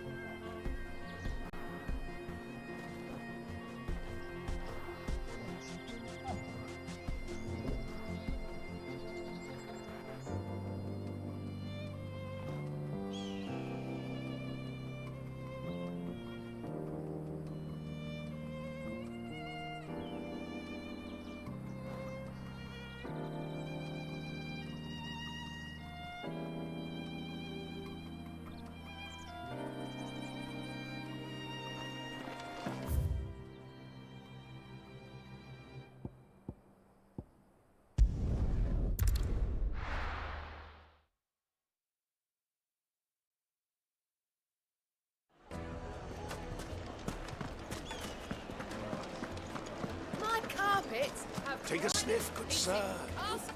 Ah, there you are. The man who lit a fire under my wayward apprentice. Though I worry you might have stoked the flames a little too high. He damn near ran me down trying to get to my oven. Master, it's ready. Behold the Drake's Balm. A truly unique creation. I dare say it is. Just look at it. A perfect likeness of the Fang herself. Her steepled peaks, her fulsome spurs, her inviting hollow. True, my loaves collapse more often than not, but what's the Fang without her crater? Why, no Fang at all. And look, inside. She's filled to bursting with a bounty of beautiful crystals. Salt crystals! Master, I have found my purpose. I must use my work here to preserve the memory of the Fang. Well, if it tastes half as unique as it looks, I'd certainly say you're onto something. Not only is my apprentice back, but he's finally pulling his weight. With any luck, I might even have a new delicacy on my hands. I don't know how you did it, but you have my thanks.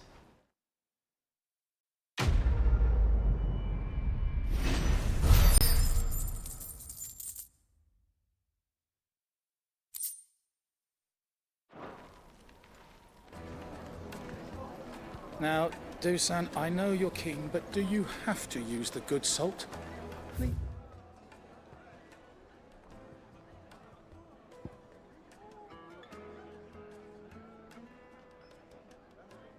Some for the rest of us. Sorry, lost. Oh, where did all that? Made from the stoutest stoneware.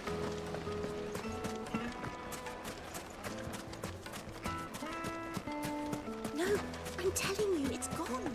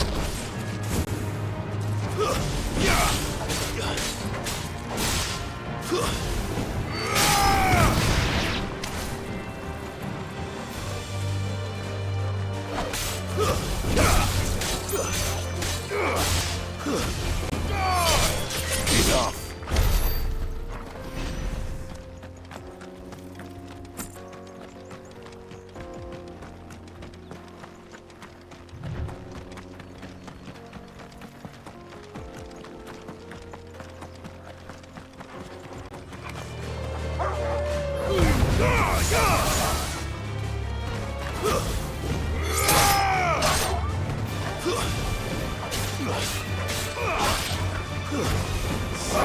down! Shiva!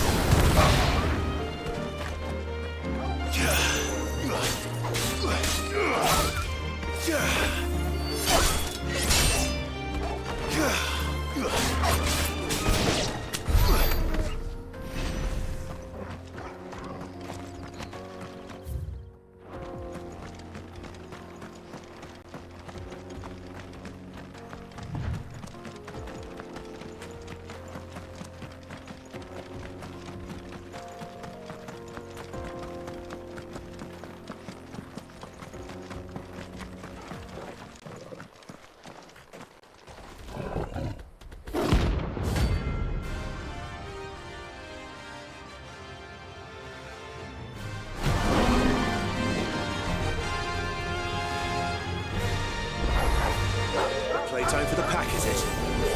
Let me introduce you to mine.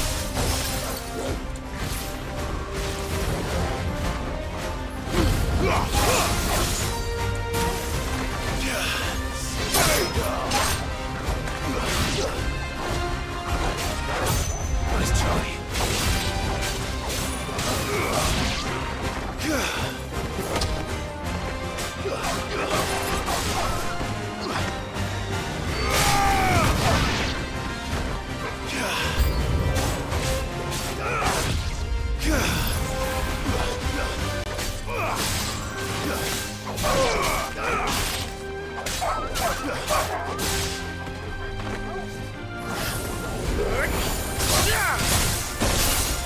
To me, Fleck!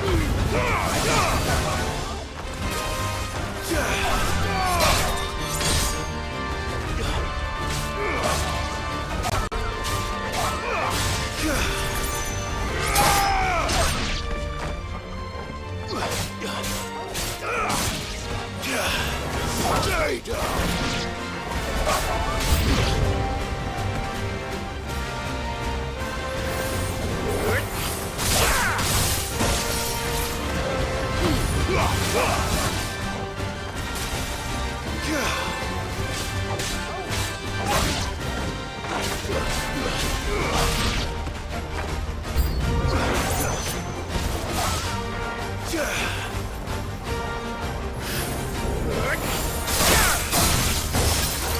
Let darkness fall!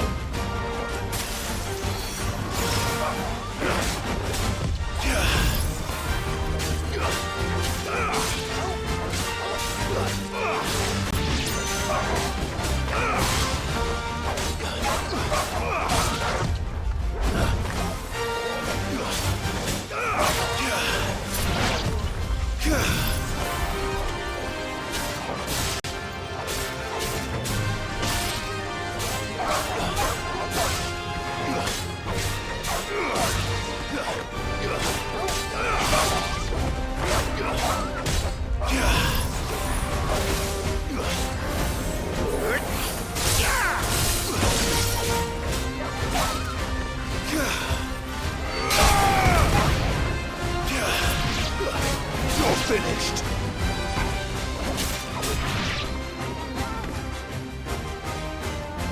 And then there was one.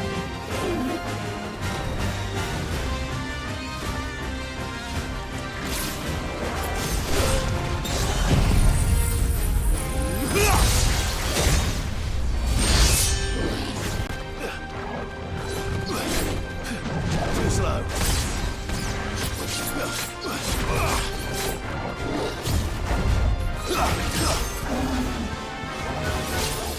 Too slow.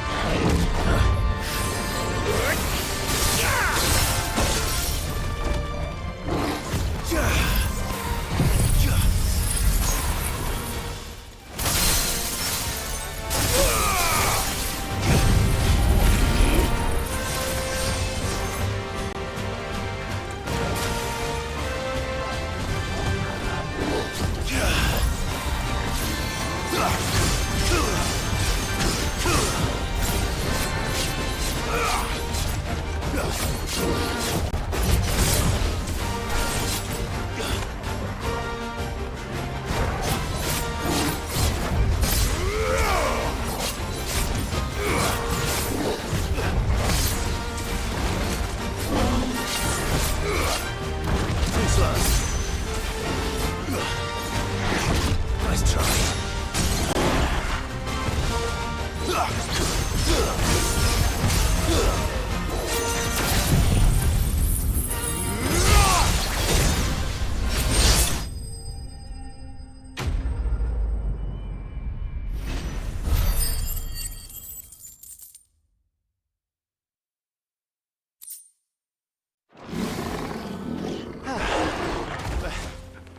That wasn't too bad, was it, Torgal?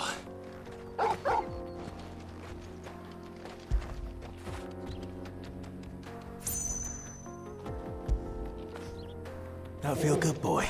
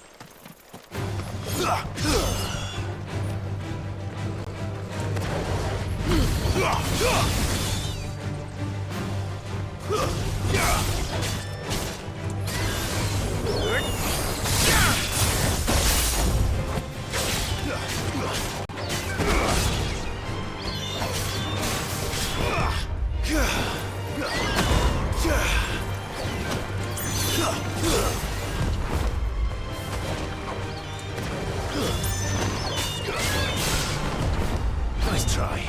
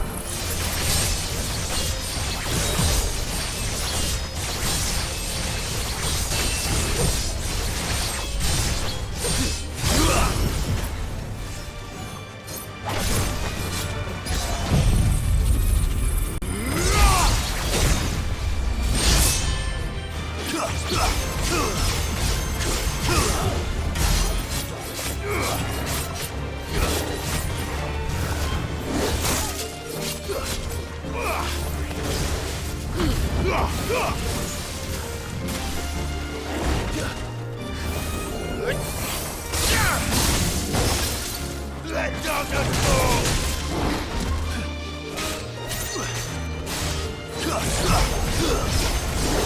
Come on! Well done, Tom.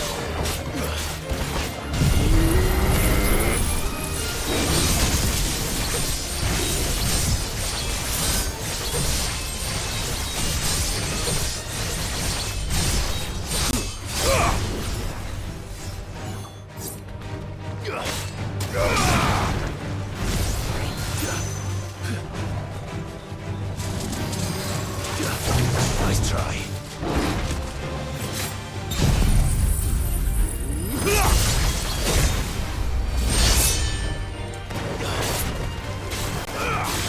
Too slow.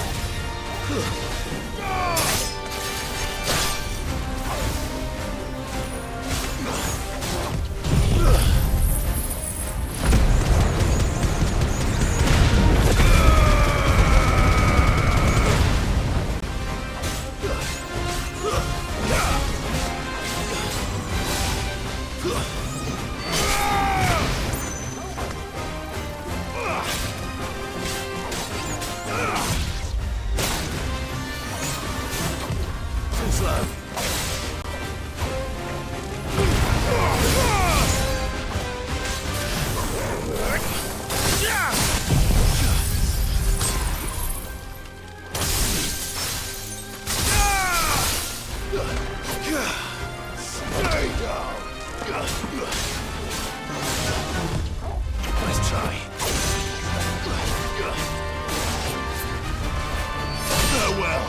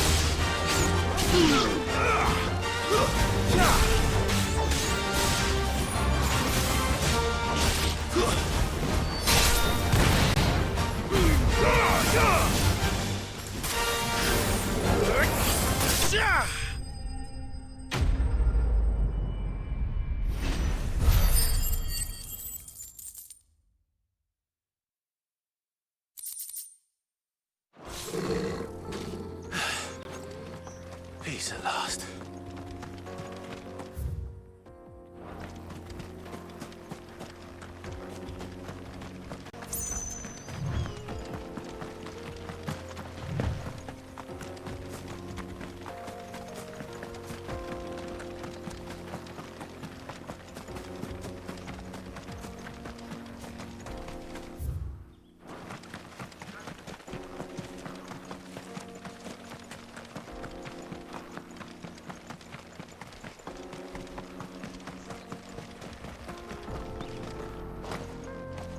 The road is closed. Turn back.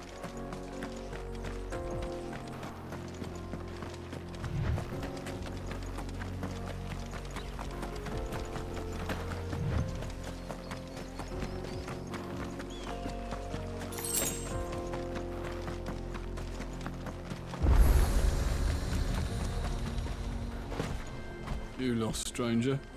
Wherever you're headed.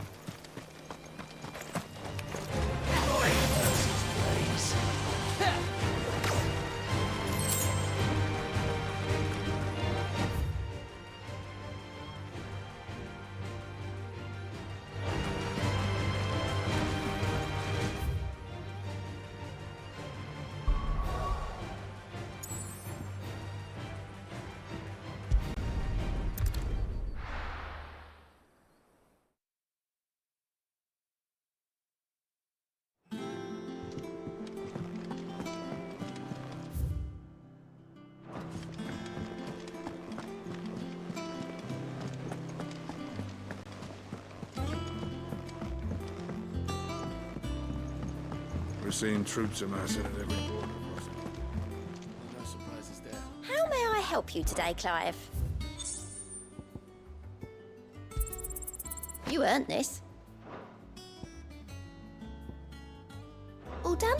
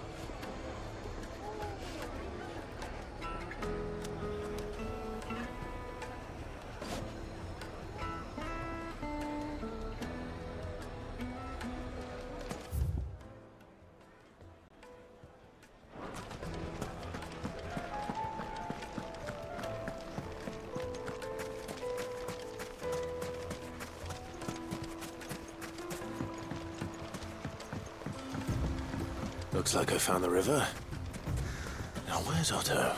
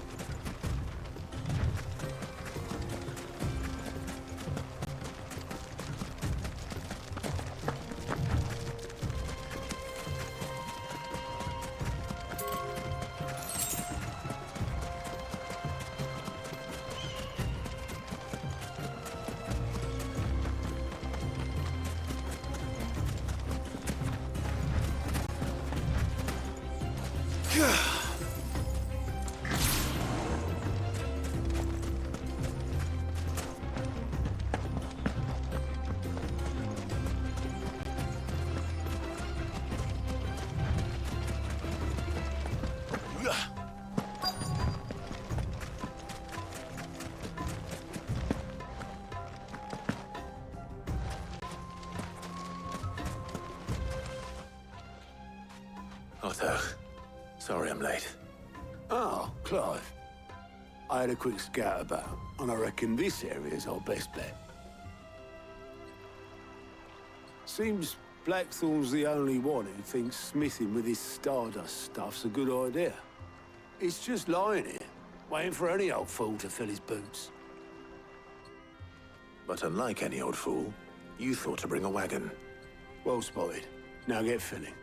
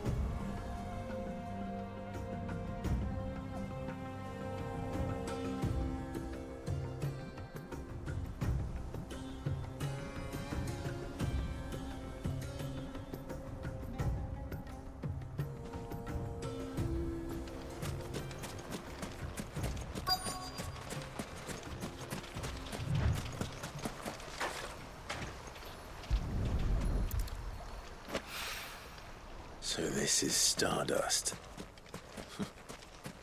It just looks like black sand to me.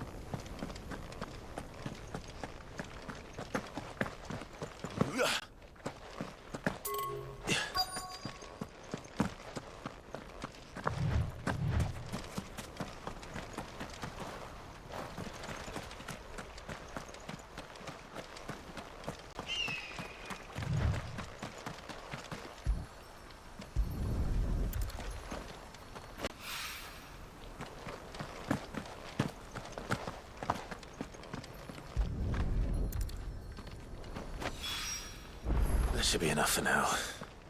Let's see how Otto's getting on.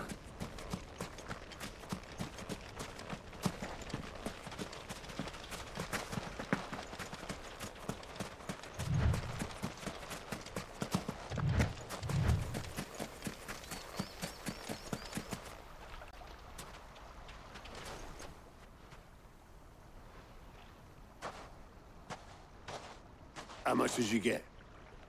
Enough. I hope.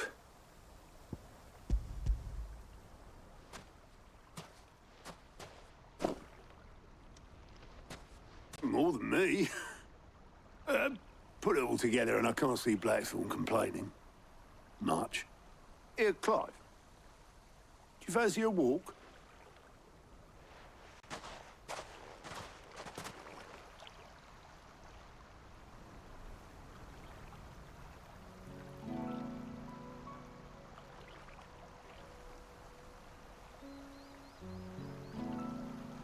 Sid will be proud. Of what?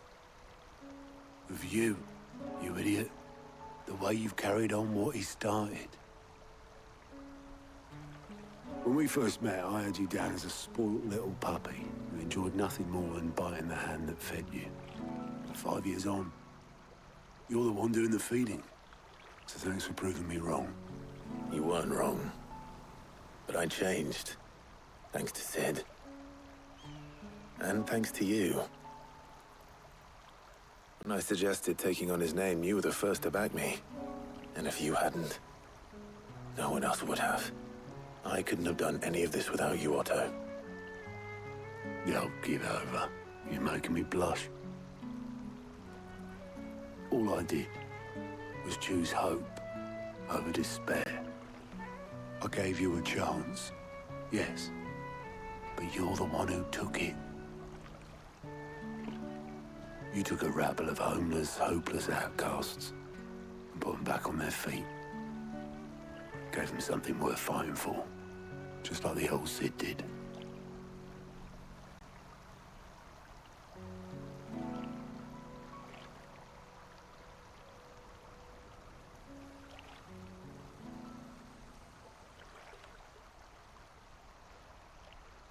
About time I was heading back, I reckon.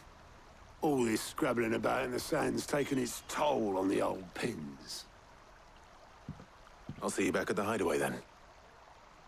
You can take a well-earned rest when you get there. Oh, I plan to. Believe you me. But I'll make sure Blackthorn gets his precious black sand before I put my feet up. He'll only moan otherwise.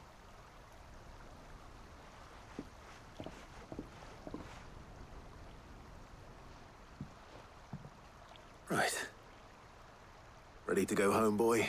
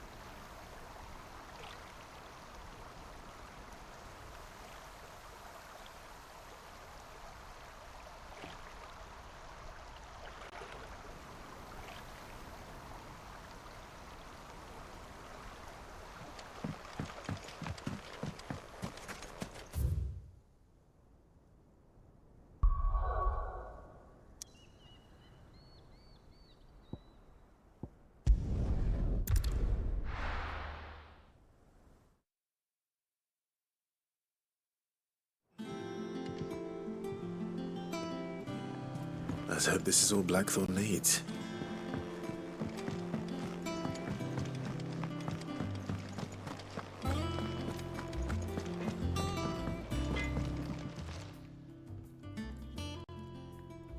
Blackthorn, got everything you need? Yeah. Yeah, I do. Cheers for the Stardust. Should be enough to be getting on with. Nice to get out and about for once. Let's do it again sometime, eh? I'll make a start on putting this thermal plating together then. It will take some time, mind. So if you've got other things to be getting on with, I could do without you breathing down my neck. Thank you, Blackthorn. I'll let Mid know construction's underway.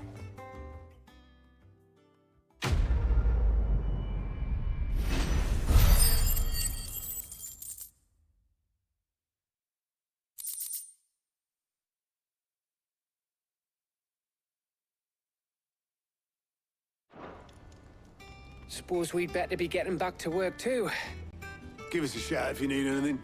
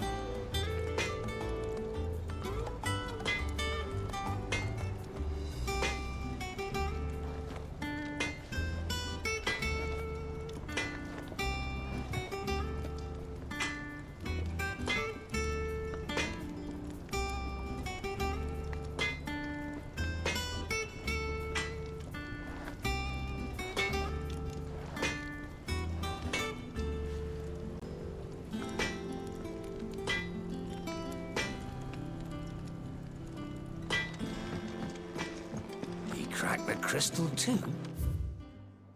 You're joking.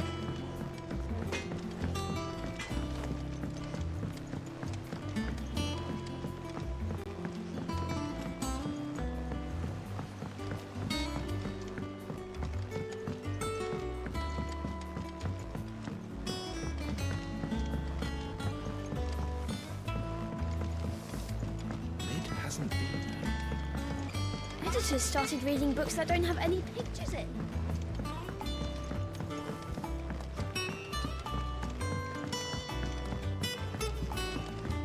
If I don't come up with something soon.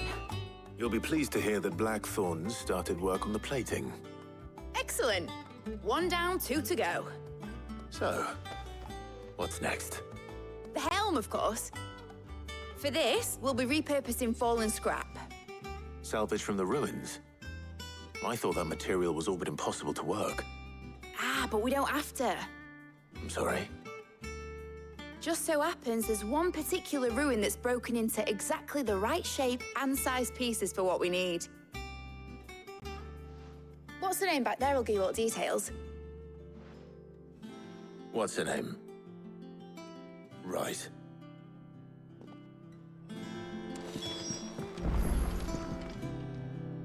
Oh, Sid, is this about the helm? Yes. Mid said I should speak with you. I'll show you the plans then. Here you see the mithril engine, in which mithril is burned to generate heat. That heat is then harnessed to produce motive force. Excess heat is dealt with by means of the thermal displacement stack, which disperses it into the surrounding air. Now, were we to rely on thermal plating alone to achieve this effect, the rate of excess heat buildup would far exceed the displacement coefficient of the plating. In other words, the reactor would overheat and eventually explode. This is where the helm comes in. It connects to the plating, you see, and serves as a sort of thermal sink to absorb all that excess energy. Our experiments have shown that fallen ceramics are remarkably thermophilic. They can withstand and absorb levels of heat far above anything we are able to make today. And not only that, they're also waterproof and immune to rust, making them the perfect material for our protective hood. Why, if sea or rainwater were to enter the reactor proper, it would vaporize instantly. The forces produced would tear the ship from stern to... You can stop there. I understand. Mid said we might be able to use parts of a fallen ruin. Where would I find it? Ah, yes. It's in Lorbert's Pass, near Lostwing. The thing is, well, I probably should have arranged to have the pieces we need brought here sooner. You see, a certain unwanted visitor has taken up residence there. It's no longer a matter of just walking in and taking them. It's, going to be considerably more dangerous than that. I see. Then I suppose I'd better deal with this unwanted visitor for you. Would that help? Oh, very much. Thank you, Sid. I'll gather my team and head there right away. We'll meet you outside the ruins.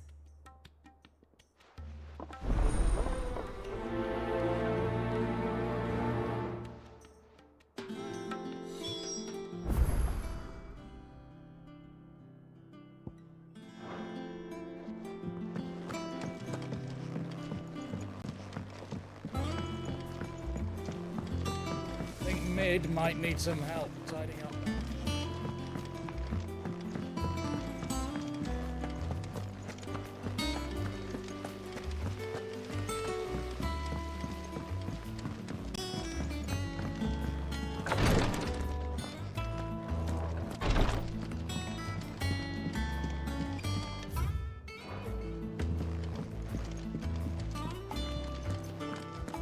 I know what you're going to tell me. Thank you, Clive. Thank you.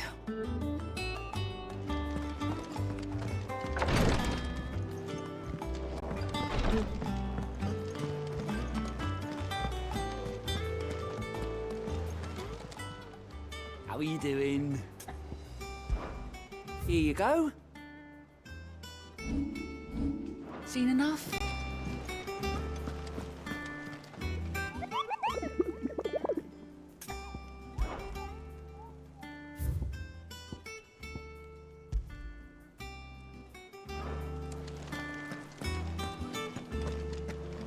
We're seeing troops amassing at every port.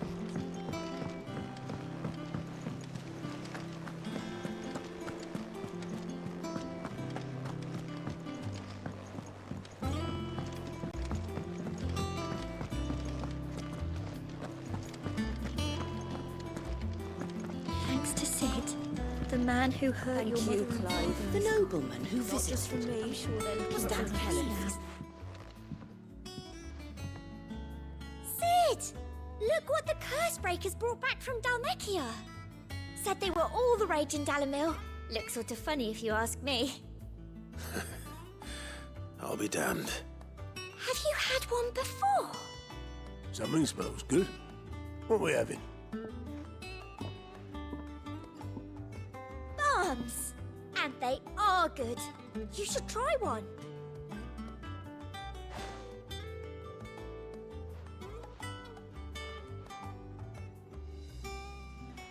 Eh? The bloody great hole in it. Who ate the rest? It's supposed to be hollow, silly. Haven't you ever seen Drake's Fang?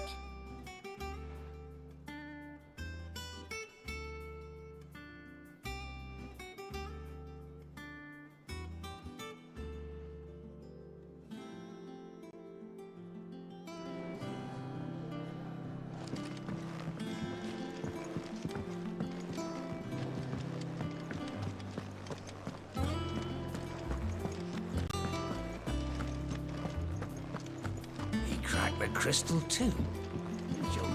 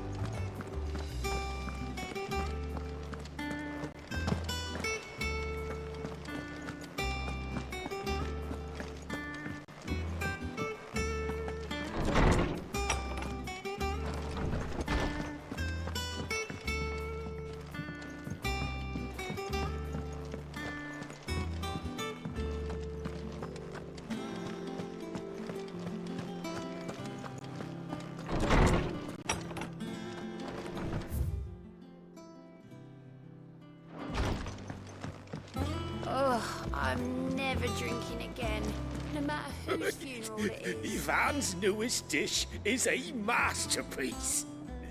Once you get over the urge to gag, that is.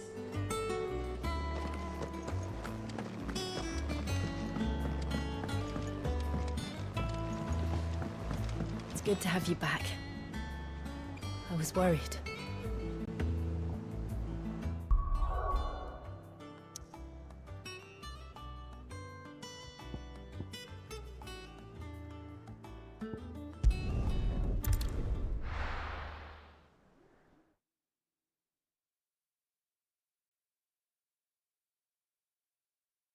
I'll be taking you all to a storehouse in the Bales.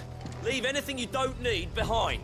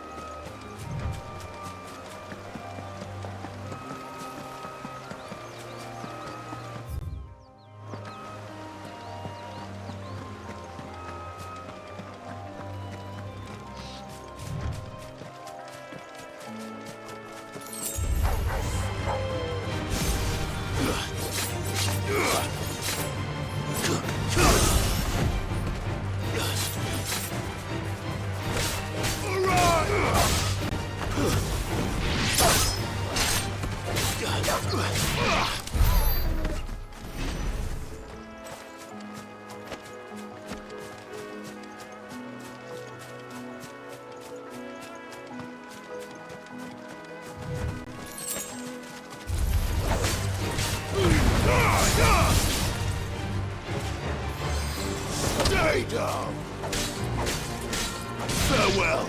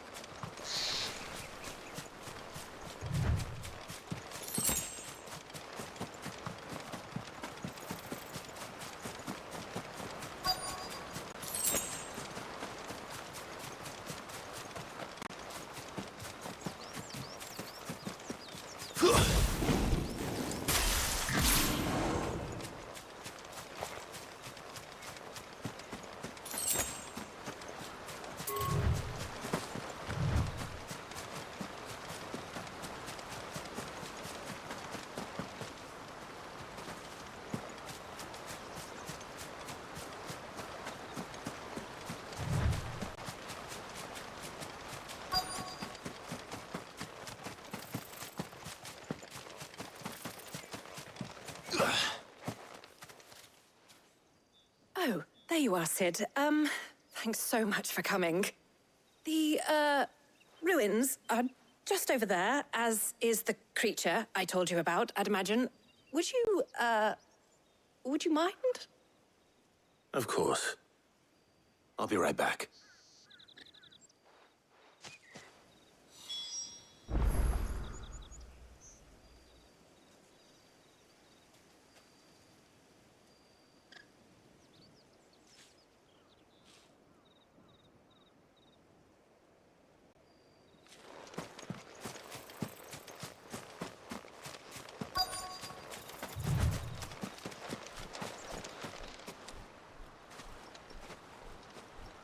Anybody home?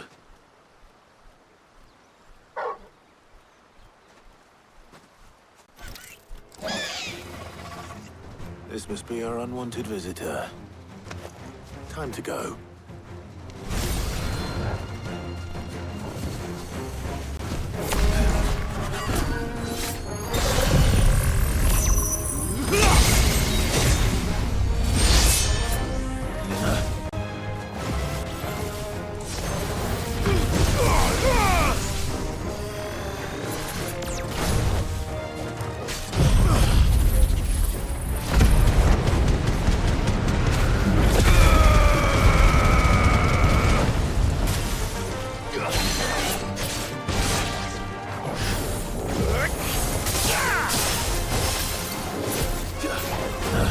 Nice try.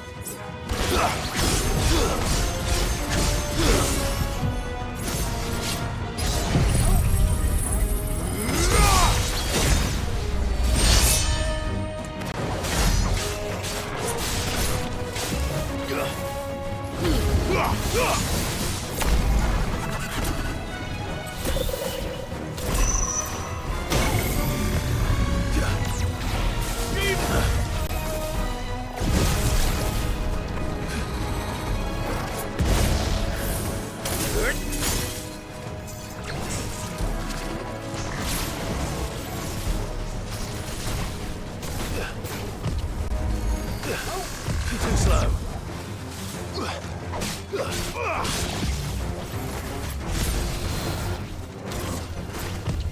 Nice try.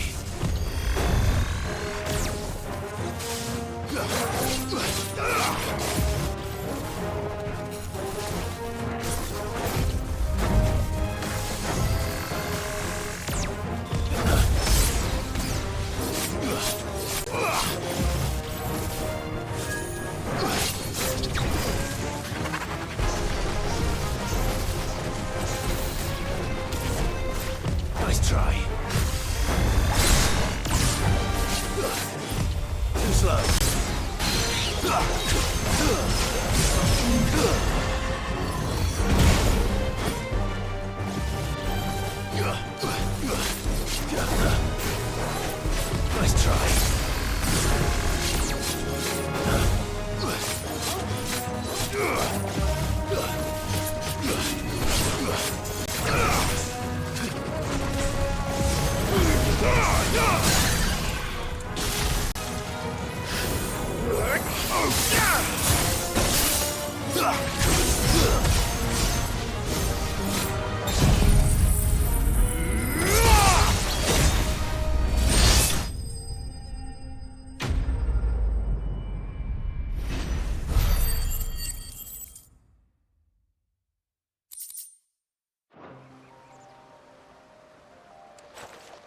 The things I do for you, Mid. Sid! Oh, thank goodness you're safe. You shouldn't have any trouble now. Indeed. Well, don't let us keep you. We'll, see that everything is transported safely back to the hideaway. All right. I'll let Mid know you're on your way.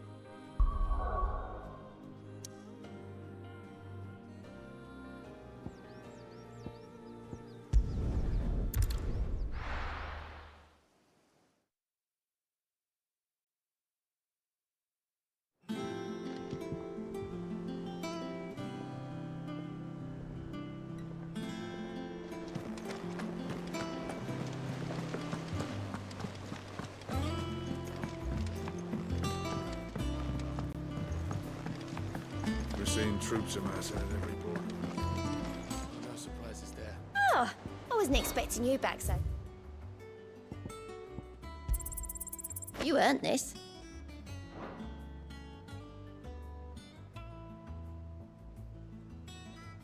All done?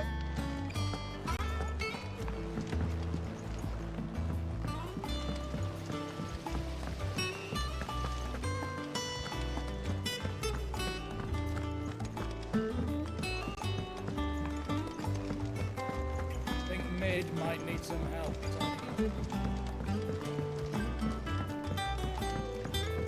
If I don't come up with something soon.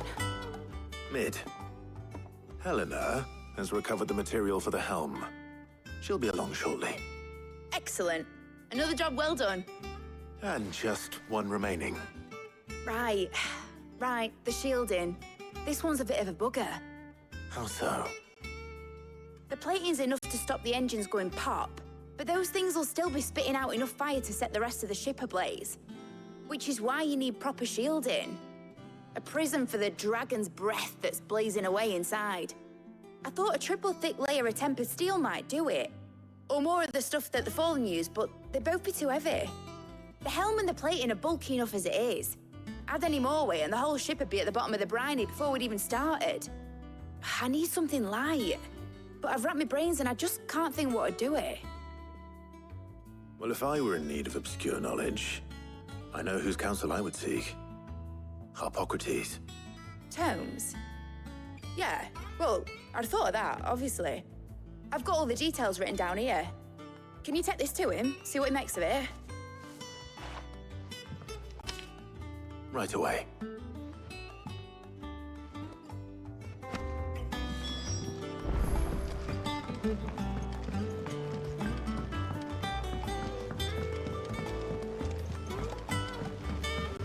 Editors started reading books that don't have any pictures in.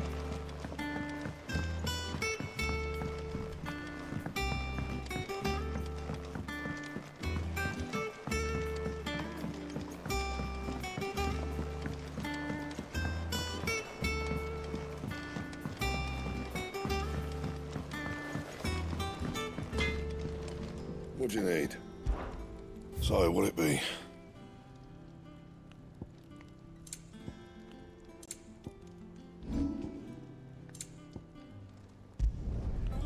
best work, but it'll do.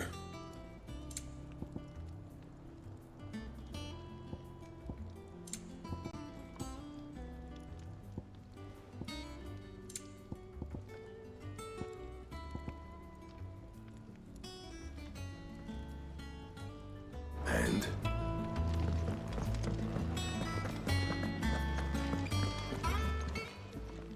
Well, don't just stand there gawping. Go on, then.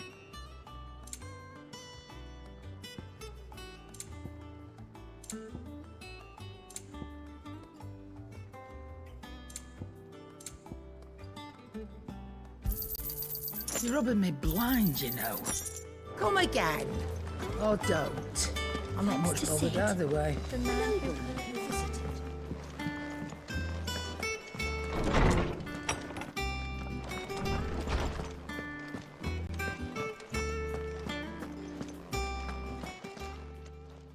Hippocrates, do you have the moment?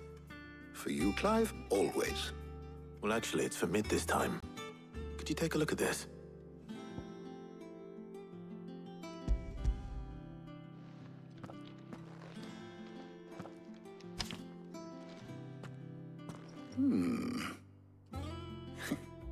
Shielding for a mithril engine? Whatever will that girl think of next? And what are these notes around the edges? She has some specific requirements for the materials. The shielding needs to be able to resist extreme heat on the inside, and yet remain cool enough on the outside not to set the ship alight, while also being light enough not to sink it. As you can imagine, she's struggling to find anything that meets her needs. I see. I wondered if you might know of a solution, or if you might be able to search the records for one. Perhaps it is not a different material she requires, but a different approach. What do you mean? Consider the lake we have made our home. Its blighted waters eat away far more quickly than fresh water or even brine, at timber and steel alike. And yet, we have made a home here from those very materials nonetheless. We have.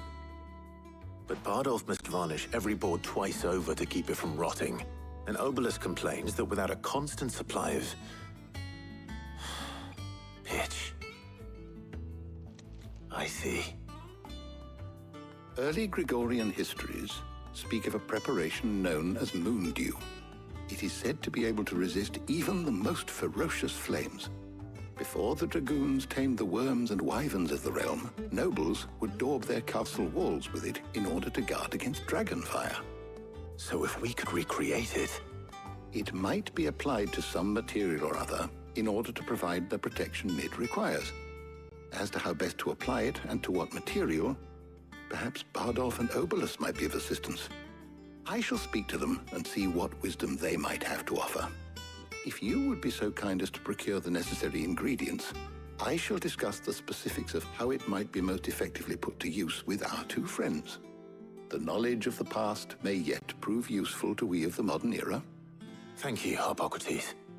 And since you're asking others to help you, perhaps I should too.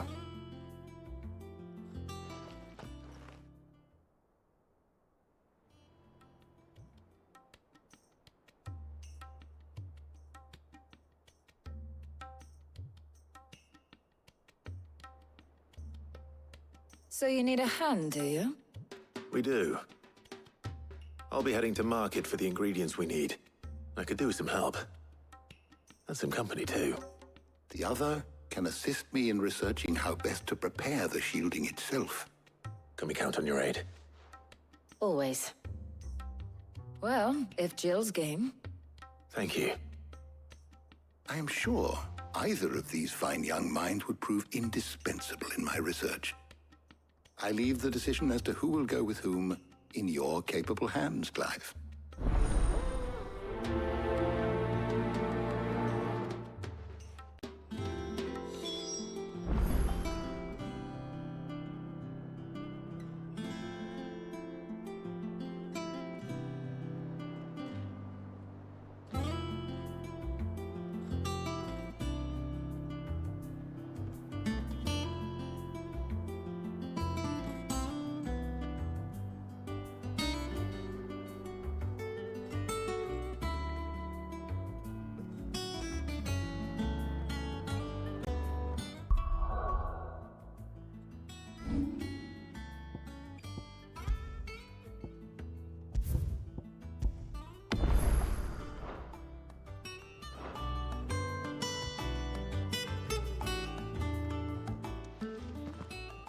So, Clive, have you made your decision?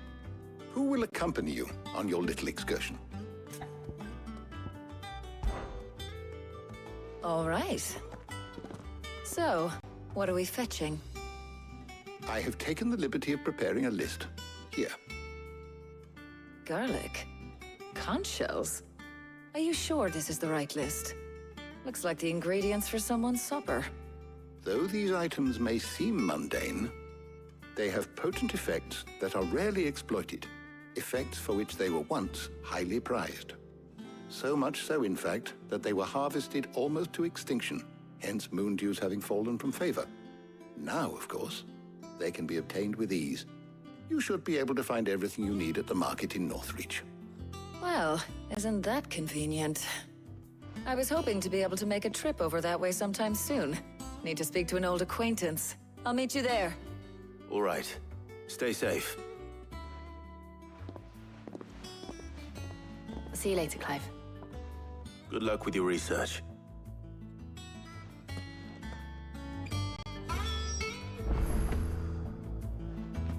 Harpocrates and I'll look after things here. You head over to Northreach.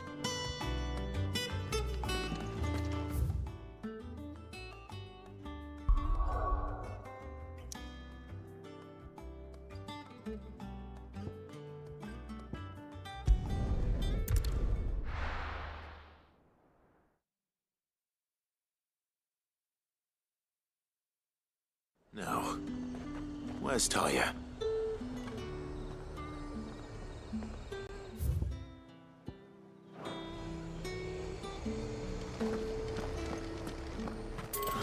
Slavers don't even...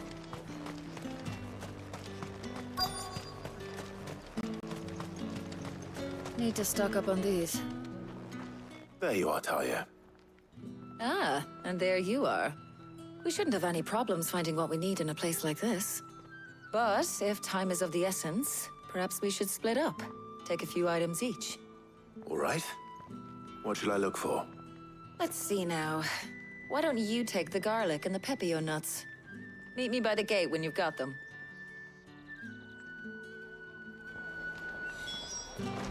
Keep them pilchards nice and chilled. Buy, sell, or be gone.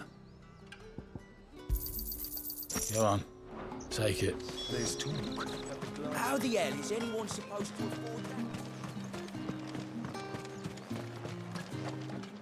that? Any friend of the innkeeper is a friend of mine. I hope it's to your liking. That should do it. Hopefully Talia's finished too.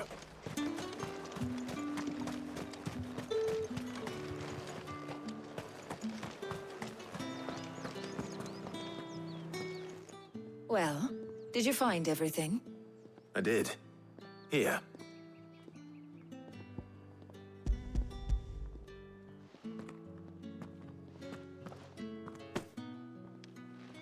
Garlic and pepio nuts. Job done. We should get this back to Tomes then. He'll be waiting.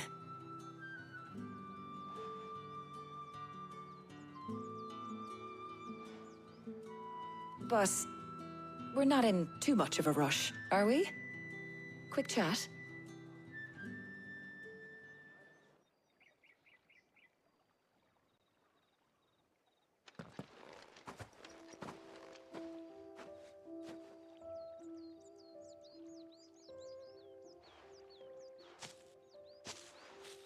Do you know, I think this is the very first time we've been out on an errand together. I think you might be right. In all the years since you and that scowl of yours first appeared, you haven't invited me out once. For shame. Well, it seemed long overdue. And you did say you had some shopping to do. I was hoping to restock my supplies of herbs and liniment, yes. You and Jill alone burned through them like wildfire. No luck, though. My usual supplier's not here, and I refuse to pay the prices these gougers charge. I'll ask Karen when we get back. What is it? Oh, just memories. I came here with Sid once, shopping for supplies, just like today. And just like today, I came away empty-handed. Sid even said he'd speak to Karen for me when we got back. Has it really been 5 years? I remember it as if it was yesterday. Hold on. Does that mean it's been 5 years since we met? Feels a lot longer. It does. In a good way, of course. Thank you, Tyre. For what? For everything. I just want you to know that all you've done for us, all you still do, it's appreciated. Do you think I'd stick around if I thought it wasn't? But in the spirit of sharing and caring, you're appreciated too, by all of us.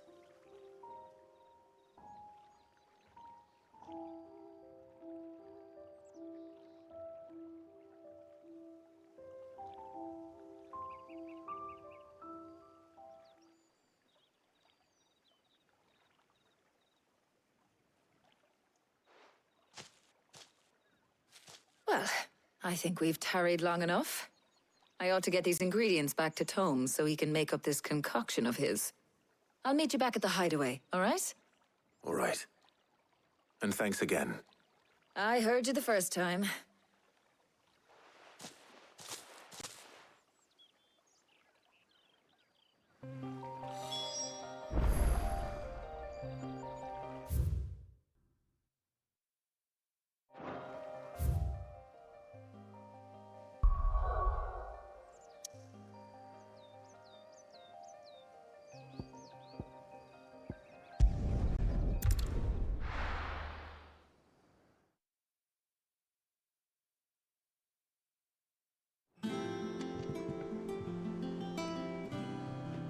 I wonder how Hippocrates is getting on with the moon dew.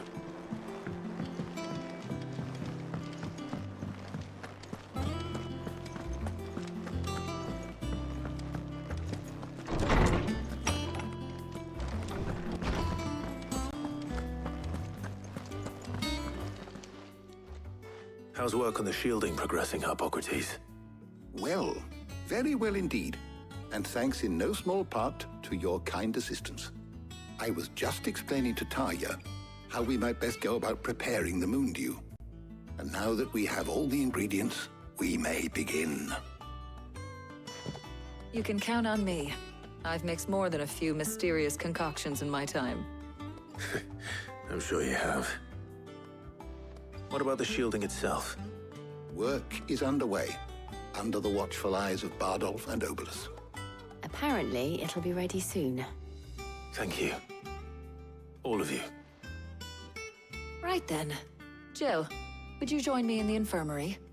Many hands make light work and all that. Of course.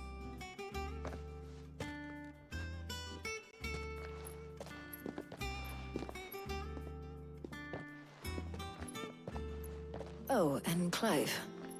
It was good to talk. We should do it again sometime. It appears our work here is almost at an end. A shame. I was enjoying playing the man of action for once. When both the shielding and the moon dew are ready, it will merely be a matter of applying the one to the other. Followed by a rigorous process of testing and retesting, of course. Perhaps someone ought to warn young Mid of that. Leave it to me. Thank you, Hippocrates.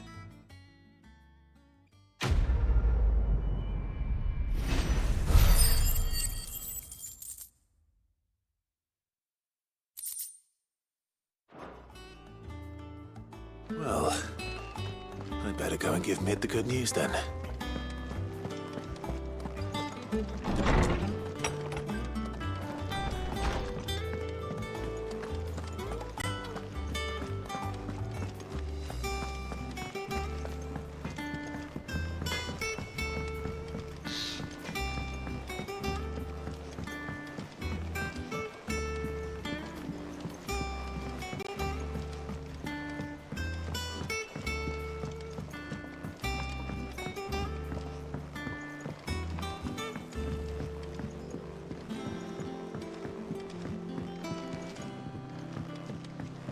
Editors started reading books that don't have any pictures in.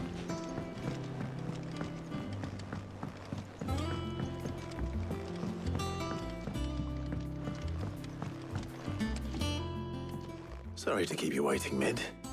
But you'll be pleased to know that work on the shielding is underway. You found something for it? In a manner of speaking, Hippocrates knew of a substance that's highly resistant to heat. A coating that should provide the protection you need. He's supervising the construction and testing of the shielding as we speak. Brilliant! I knew you wouldn't let me down. Don't thank me. I'm just the errand boy. Right then, better start working out how to bolt all these bits together. To the Black Hammer!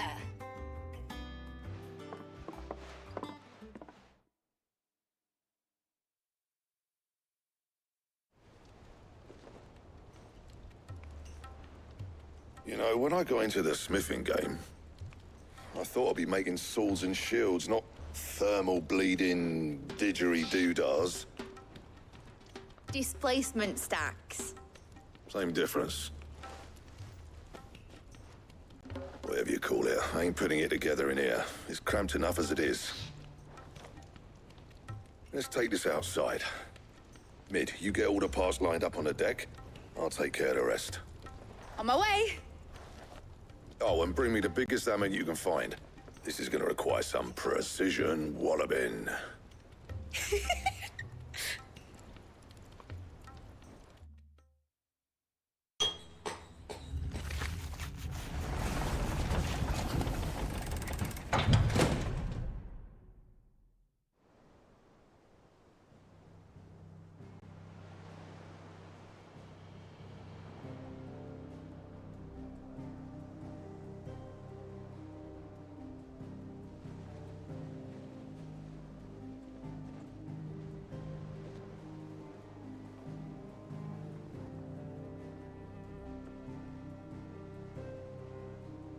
It's finished! It's finally finished! Thank fuck for that. I'll be feeling my hammer arm for weeks.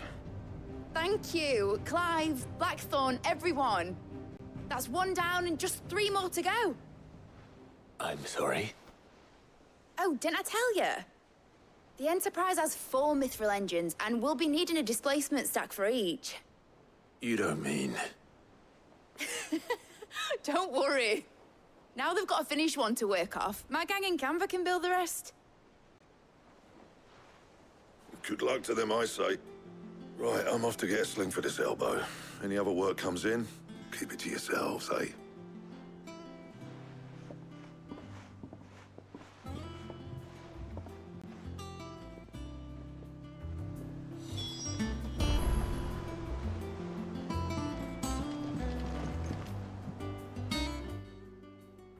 What's the matter? Nothing. Just daydreaming. Thinking about the Enterprise sailing off over the horizon to shores unknown. Searching for a land untouched by the Blight. Just like me and my dad planned. So if the worst came to the worst and every scrap of soil in the Twins turned black, we might still have a chance. That's what she was meant to be. You see, one last chance just in case we needed it. But now she's so close to being finished, I've realized I don't want her to be that. I don't want her to be just a lifeboat for us to cling to if things get desperate.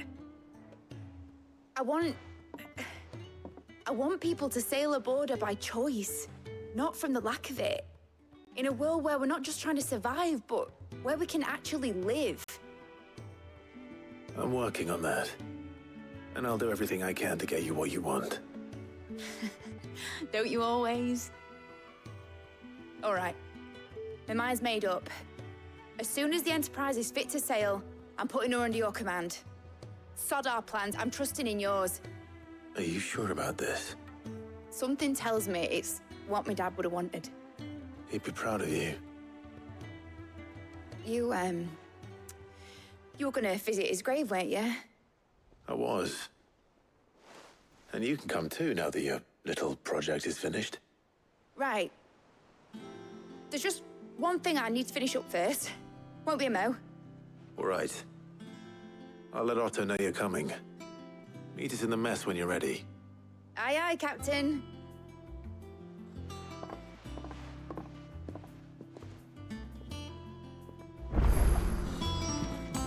told me she was building a ship.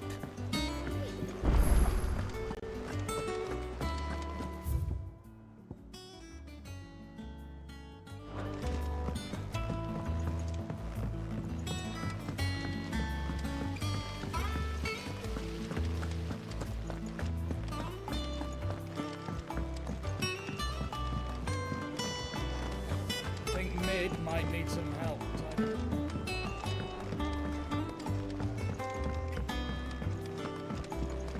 Well, here, Sid.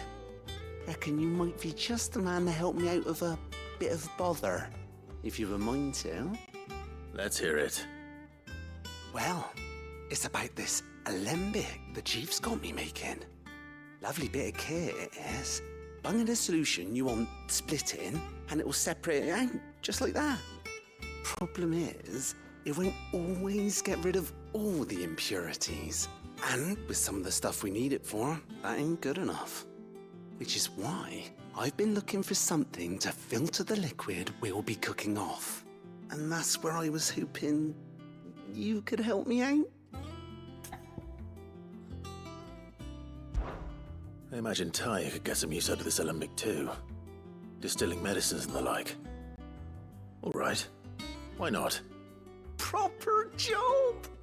So what exactly do you need for this filter? Nothing but bomb ash'll do, says the chief. Gave me a sample she'd obtained from the university stores.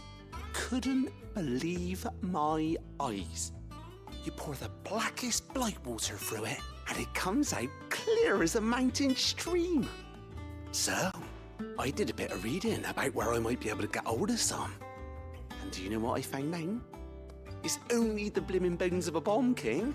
They leave them behind when they die, see? I take it that's where I come in. If you wouldn't mind. I saw a billet on the hunt board for one just the other day. Would have gone myself, but, well, fighting dirty great balls of flame ain't exactly my forte. You, on the other hand... All right. I'll see what I can do. Thank you kindly. And a good hunting, eh?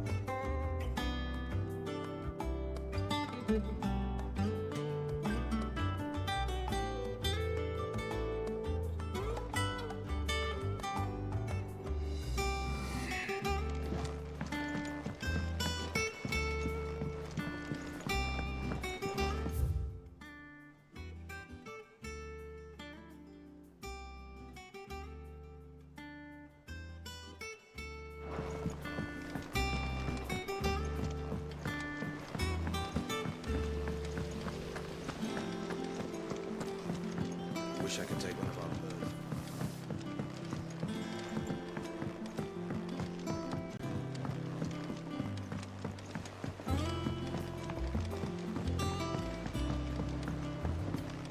I went up to give some greens to the chocobo.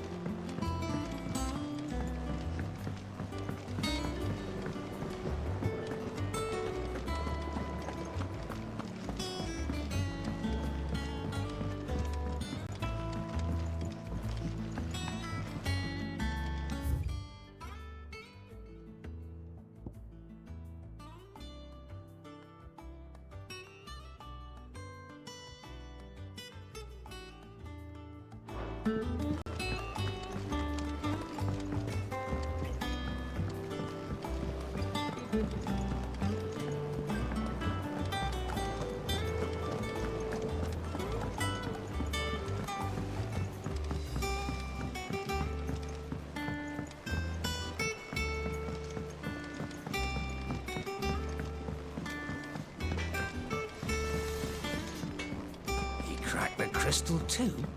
You're joking.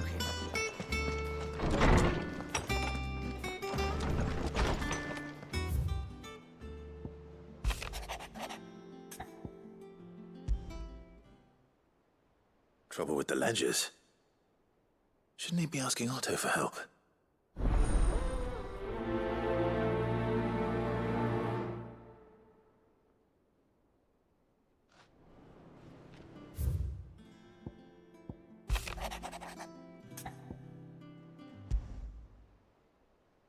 What could be wrong with Torgor?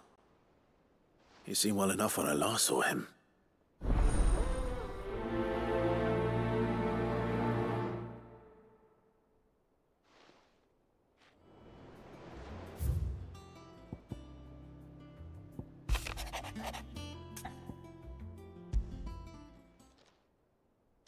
Hopefully it's nothing. But I should speak to Blackthorn just in case.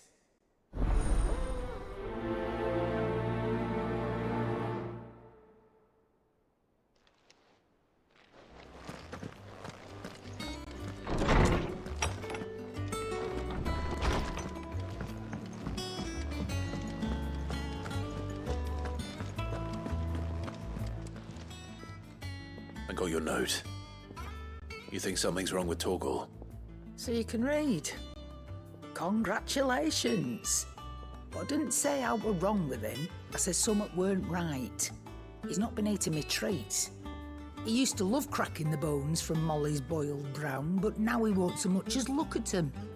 Didn't like him. Which is why I'm of a mind that his mind's on something else. You've not been working him too hard, have you? No harder than usual. Is that it, boy? Do you need a rest? What was it you said he was? A frost wolf? That's what the lawsman seems to think. Then maybe this all has something to do with whatever it is that's woken inside him. I suppose things have been different since Rosalith. Perhaps Hippocrates knows something. Instead of everything, you mean? Perhaps.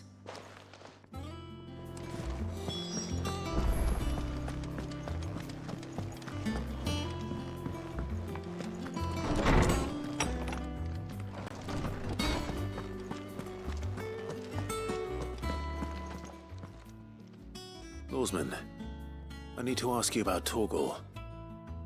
Something's not right with him. He isn't ill, is he? I don't think so. But according to Lady Karen, he seems to have lost his appetite, which is certainly a new development. She says he's hardly been touching his bones of late, and she believes it may have something to do with what happened at Rosalith Castle. I rather think she might be right, though not about his appetite. All canids are instinctively inclined to crack open bones for the rich marrow that resides within, and I see no reason why a frost wolf should be any different. Accordingly, I suspect it is not a lack of appetite that afflicts Torgor, but a surfeit of it. If we assume that his newfound magics require additional nourishment to sustain, it may well be that the bones Lady Karen is accustomed to providing are no longer sufficient. Frost wolves, after all, habitually prey upon far larger animals, whose bones may yield altogether different nutrients. As to where one might find a suitable substitute, some antelopes that graze the meadows of eastern Rosaria have been known to grow to a size more than double that of their lesser cousins. I don't recall ever seeing any that large. And little wonder. The oldest and largest such creatures rarely leave the safety of the highlands for fear of predators. The last elder antelope sighting I recall hearing about took place near Cressida, and that was long before the village was abandoned. Even so, it seems like a good place to start. Good hunting, Clive.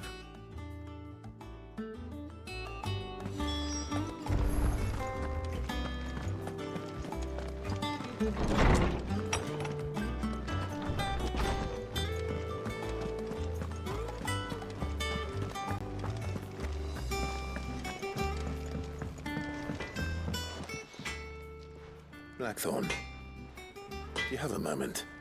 Not really, no. This won't take long. I just wanted to ask how you're getting on. August was worried about you, that you might still be doubting your craft, even after learning the trick of that cuirass. Is there something else weighing on your mind? Perhaps sharing your thoughts might help. That bastard's like a dog with a bone. Still, he's got a keen eye, I'll give him that. He's just, well, Karen showed me something. Something I've never seen before. And that was?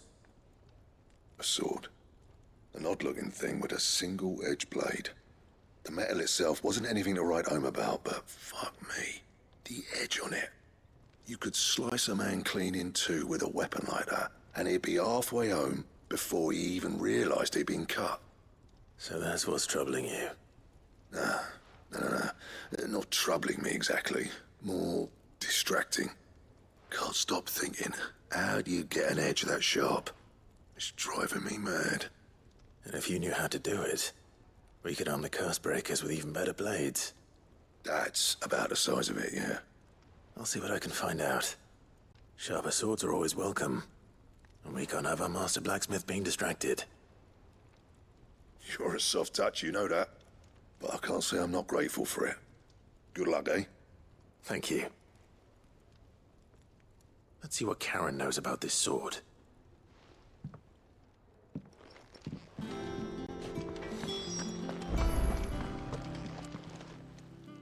You're looking well, Karen. What do you want? Out with it. I want to know about the sword you showed Blackthorn. Single-edged and extremely sharp. Running around after him again, are you? I suppose I am, yes. But I need to help him find out how to work an edge like that. It's driving him to distraction. Little wonder, I suppose. There's not many like that make it as far as the twins, and those that do go straight into private collections. Which made it nice and easy finding a buyer. Can you tell me who bought it? Where is it now? You think I tell people who my clients are? Suppose you're not likely to go nicking him off me, are you now? Fine. If you stop mooning at me like that. Lord Ignac's the man you want. Dalmekian bloke. Collects weapons and the like. And he's got more money than sense, which is why he's one of my favourite clients. Reckon he'll still be at the inn in Dalamil, where I left him. Thank you, Karen. Oh, and he's a touch eccentric, if you take my meaning. I appreciate the warning.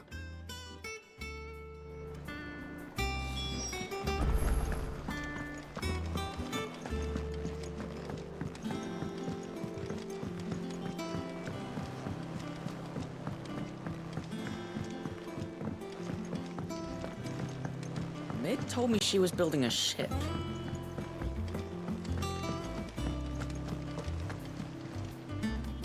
Clive, did you get my letter? That's why I'm here. Shh. Otto won't be listening. Is this better? A little. Listen, I've some bad news. It turns out the hideaway may be slightly behind in its payment to certain lenders, and it's maybe my fault. But I swear to the goddess, I thought I had the numbers square. Sadly, that square turned out to be more of a circle. Zero, you might say. I can straighten it out, I swear, but it's gonna take some time. And I'm gonna need help keeping it from Otto. Bit late for that, I'd say. There you are! What a surprise!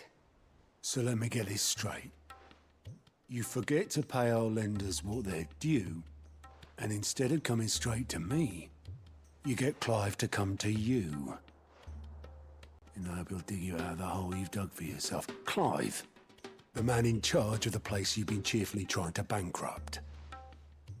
And you thought this was a cunning plan. Why? Well, who needs paying? Oh, just Martha. And the dame. And, well, Lady Karen. But only 500 talents. We owe 3 of our most trusted friends 5 million gil. Each. 5 million each. They lent us the bulk of the money we used to rebuild the hideaway, you see, and, well, I must have made some sort of oversight. Those ledgers were my responsibility, and it was my decision to entrust them to you. This is my fault. Do we have that much to hand? I can always ask my uncle. No, we don't. And no, you won't. We've lightened Lord Rosfield's purse enough.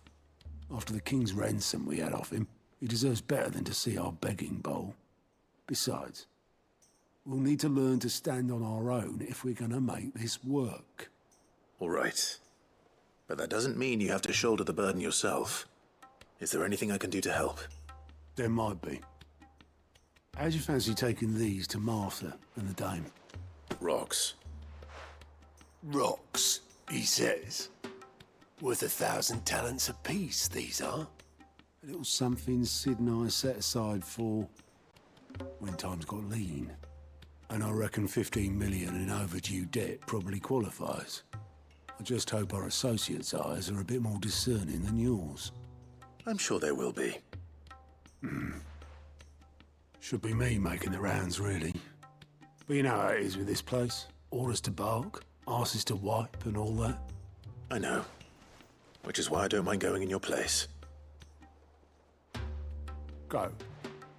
Do you know why I only gave Master Clive here 2 star rubies? Because you'd rather Lady Karen killed me. Because I'd rather Lady Karen killed you. Yes. Well, I suppose this is goodbye then. Don't worry.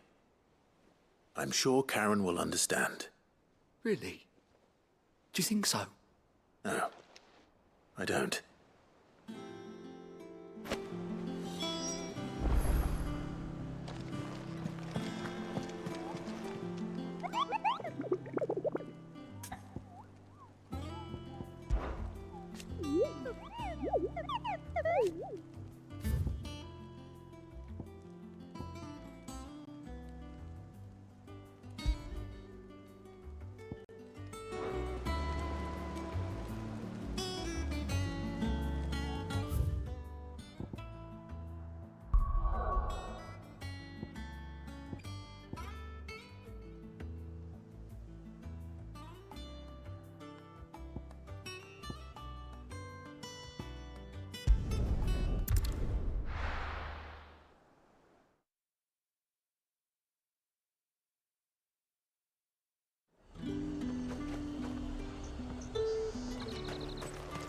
There's talk at the glass gate.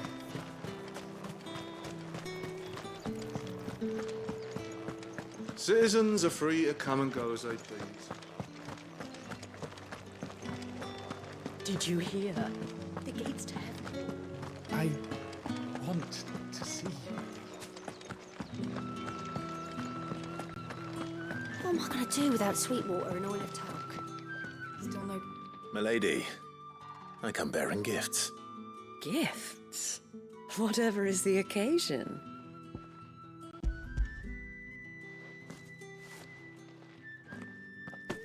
Oh my. Clive, you really have outdone yourself. Otto asked me to give it to you. To settle the Hideaway's debt with the Veil. And to compensate you for the time it took us to do so. You disappoint me, Clive. I thought you might finally be warming to me. Tell Otto he can keep his baubles. I tried to tell him as much the first time around. The man owes me nothing, nor does the Hideaway. My contribution to the restoration effort was made freely and willingly. It was the least I could do. You once told me Sid did you a kindness. I'd like to do the same. Please, accept it. For my sake. And for Otto's. For all of us. For all you've done. It is rather fetching, isn't it? Very well. Otto is lucky to have you, Clive. I doubt anything could ever replace his son. But you and the others at the hideaway are the closest thing he has to family. Otto had a son. Long ago, yes. Sid told me Otto lost him when he was just a boy, and blamed himself for not being able to stop it. I don't know how it happened, whether there was anything he could have done, but it was clear that it weighed heavily on him. I didn't know. How could you have? I doubt anyone did. Besides Sid, I've never met a man more keen to bear his sorrows in stoic silence. An ill habit, given that both have always been surrounded by friends desperate to help them. I'm beginning to see that.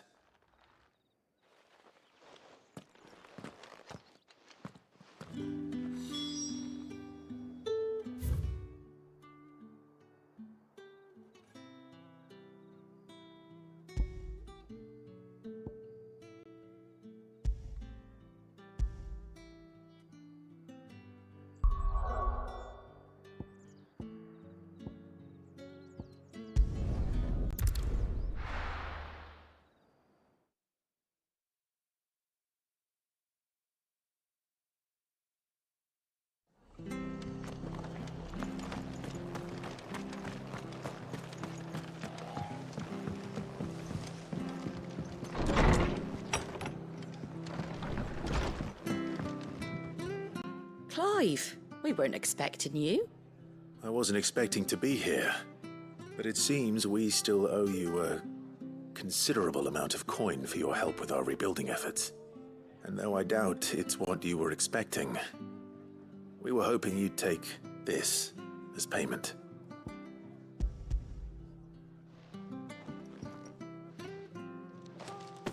A star ruby? I can't accept this. It's worth at least twice what you owe me. More if you can find yourself the right buyer. Think of the difference as interest. Interest? If word got out I charged that much, no one would ever borrow from me again. Anyway, why are you the one here asking me about this? I'd have expected Otto. Bit much sending the Lord Marquis out to settle your debts, isn't it? The old goat working himself to death again? Something like that. Most days I think he's the only reason the hideaway's still standing. Same as always, eh? Back when the place was nothing but a twinkle in the eye of a recently retired Lord Commander, word is he was the first one Sid reached out to. Probably knew that without his strong arm and level head, the idea would never get off the ground. Sid may have been the face of the hideaway, but Otto's always been the backbone. And when Sid passed away, we were all worried that would be the end of it. That Otto would just give up. His death was hard on everyone. But it must have hit Otto hardest of all. But he didn't give up, did he? Quite the opposite, in fact. If I recall, he was the one who nominated you as Sid's replacement, and rallied the rest around you. I reckon what he saw in Sid, he saw in you too. And don't we all? Doesn't hurt that you're half as stubborn and twice as handsome, neither. That, and you keep good company. I suppose I do.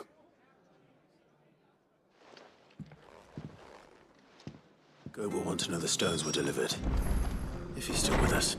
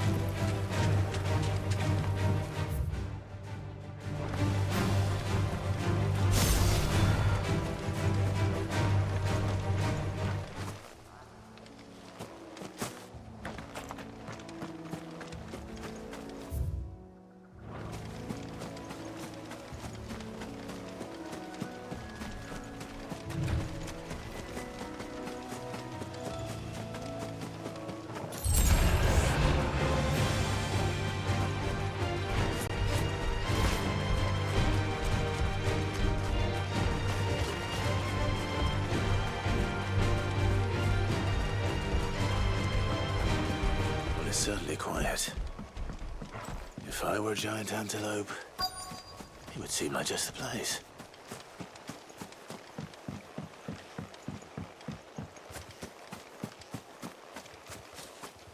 I doubt we'll find one bigger than that. You hungry, Torgal?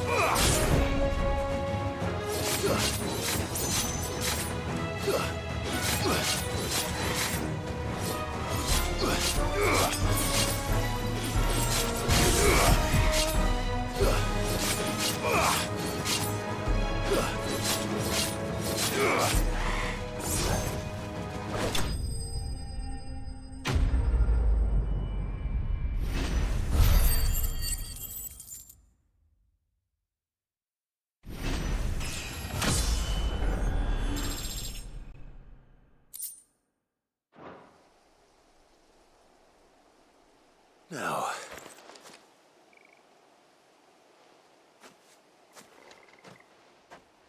will it be enough, I wonder?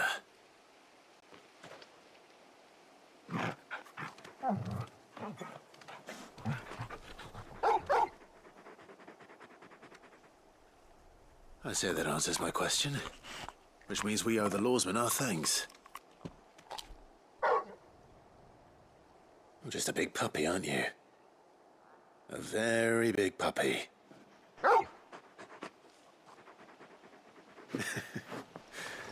You do know you can take that with you, Torgal. Lady Karen will be relieved to hear you've got your appetite back. Come on, boy.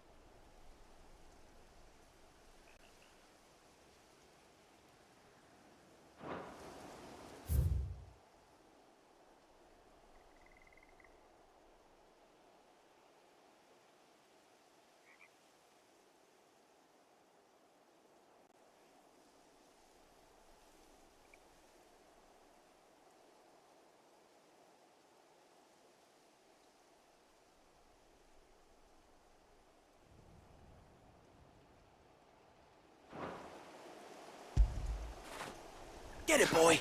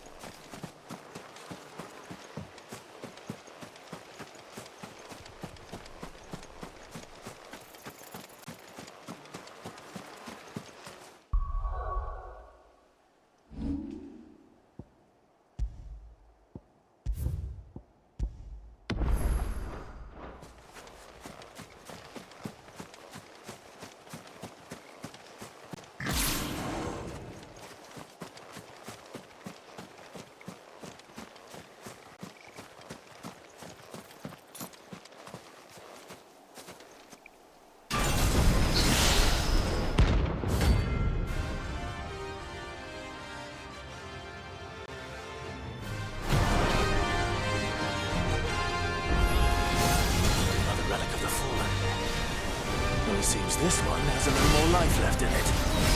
All right, then.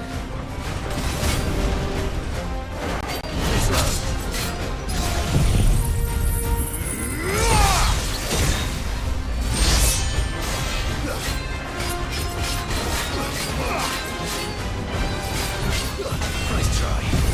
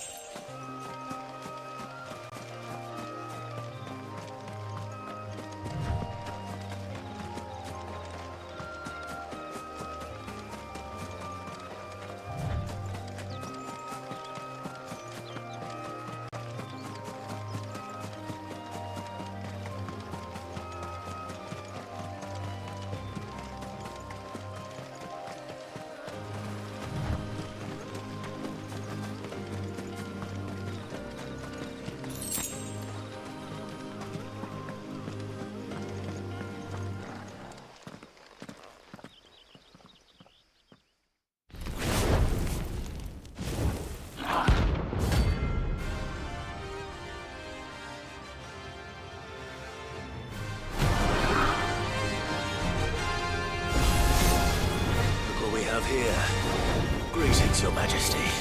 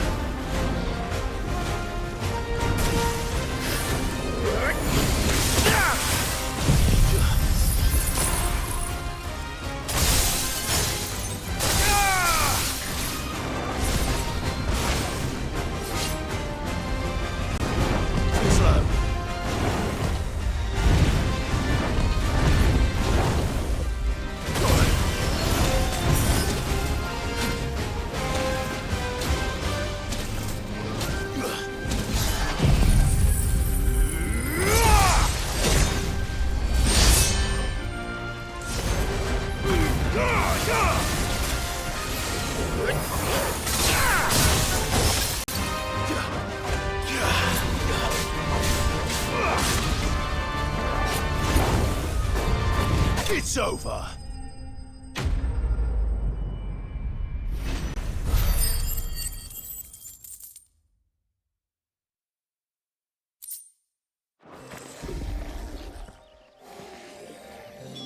Your reign is over. Now to collect the ash. This looks like the stuff. Let's see if there's any more.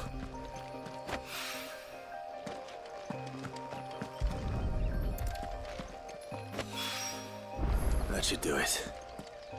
If the wine needs more than this, he can fetch it himself.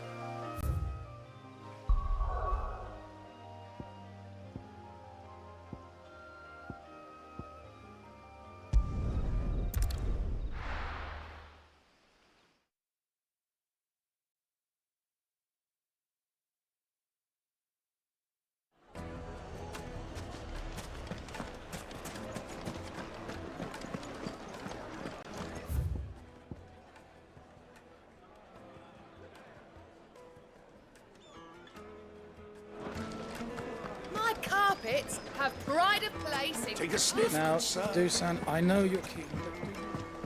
Oh, where did all the men go? Plates and pots!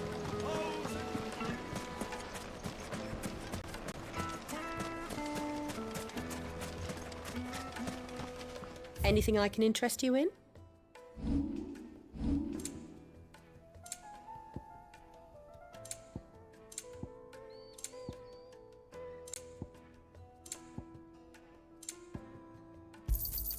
An excellent choice.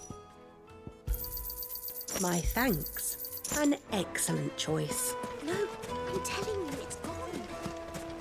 Did the constables test you properly?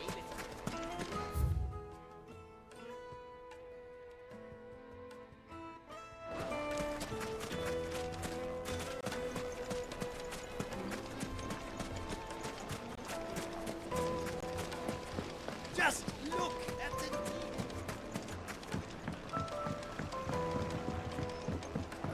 Light me Now, in dark. Dusan, I It know would you're... make a fine gift. People take notice of wealthy men. Shouldn't be too hard to track down Karen's collector. The St. Drake's Fang is gone. The whole Mother Crystal gone.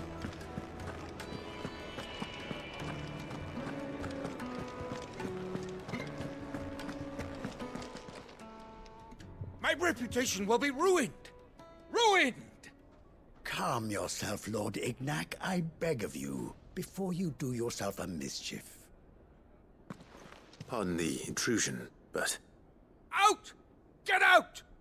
I paid for these rooms so I wouldn't be disturbed. Leave me be! Please, allow me to apologize. His lordship is going through a difficult time, and he's never been fond of guests arriving unannounced. Radim! Get rid of the filthy oaf this instant! Very good, Lord Ignac. Would you mind stepping outside for a moment?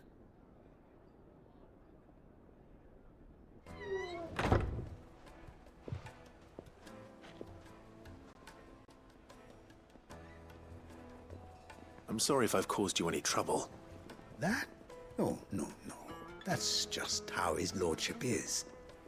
Though the morning's events have left him somewhat fractious. He's been dispossessed of his luggage, you see. The thieves also made away with a considerable amount of coin. Coin the innkeeper will soon be keen to collect. I don't suppose a certain blade was among the stolen items. A single-edged sword. It was purchased from a merchant friend of mine. Ah, you know Lady Karen. Yes, I'm afraid it was. Then I'll retrieve Lord Ignac's luggage. But I have one condition. You have but to state it. You are welcome to anything that is within my power to grant. I want an audience with Lord Ignac. A few minutes should be enough. Then I'll be on my way. A condition I would be a fool to refuse. Of course, you shall have your audience. I don't suppose you saw where the thieves went. I did not, no. Though some discreet inquiries made on his lordship's behalf mean that I know where you might find them. The bandit's bed. Every ill-gotten coin in Dalimil is said to pass through that disreputable corner of the Valcroy. And that's where I'm heading. I shall speak to Lord Ignac in your absence, and arrange for an audience upon your triumphant return. That will be very kind of you. Farewell, and best of luck.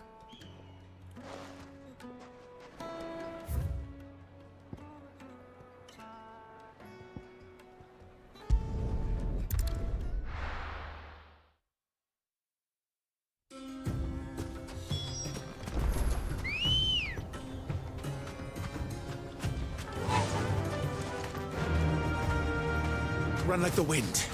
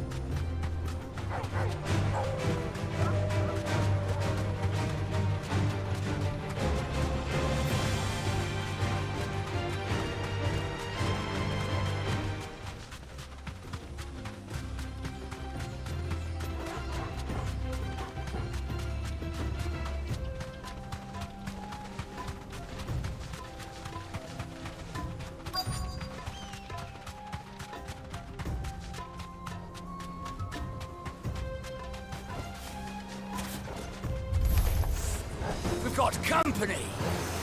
Come on, lads, let's tear the bastard's head off!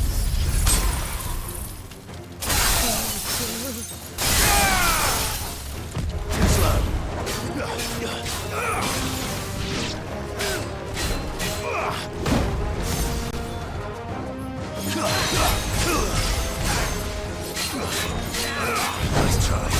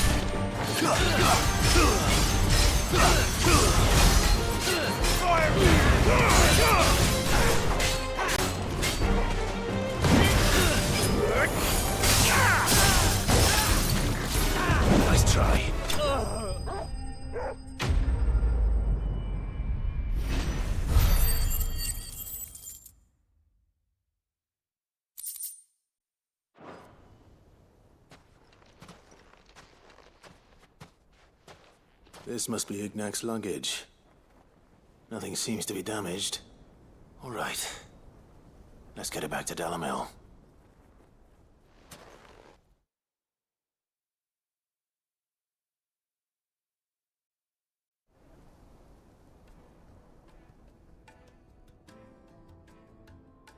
I hear I have you to thank for the return of my effects. What shall I call you, my good man? Wyvern. Glad to make your acquaintance. A formidable name indeed. Well, Wyvern, I appear to be in your debt. Redeem here tells me you wished for an audience. Is that all? A few moments of your time should suffice, yes. You're a peculiar fellow, Wyvern. All right, speak. Master Wyvern was wondering if you could tell him about a certain single-edged sword you recently acquired. Oh, a true work of art, that one. Karen drove me hard on the price, but I would have sold her Radim here to get my hands on that sword. It was made in the Outer Isles, far beyond the Twins, and is used exclusively by the practitioners of a unique school of swordsmanship. They believe no combat should ever exceed a single strike, and hone their blades to such perfection that none ever does. Each sword is made for that one perfect stroke, and for that stroke only. They crack upon a second blow. There's a brutal sort of beauty to it, really. But how do they hone such an edge? Fine question. Why, they use a whetstone, of course. Whetstones, rather. A whole array of them, ranging from the coarse to the fine. 10,000 licks with the sharpening stone, then 10,000 more. But it is the final stone which lends the blade its legendary sharpness. A mineral quite foreign to this great realm of ours. And that is the key. The secret ingredient. Wyvern, it occurs to me that my little lecture is hardly equal to services rendered. Take this, together with my regards. The very stone of which I spoke, far rarer among collectors than even the blade itself, and a far more fitting payment. Thank you. Pardon the intrusion, my lordship. However, it is long past time we prepared ourselves to depart. So it is. I am locked in bitter competition with a rival collector of curiosities. I am one step ahead of the unscrupulous scoundrel, but he is hard at my heels. Are there many other collectors out there? Too many to count, but only one do I consider my nemesis. Lord Byron Rosfield. And is a perennial thorn in my side. I can imagine. Farewell, Wyvern. May our paths cross again. Radim, we mustn't dawdle.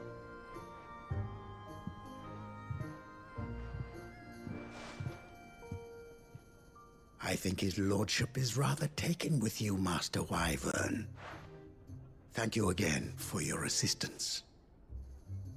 Coming, my lordship. I'll be right there.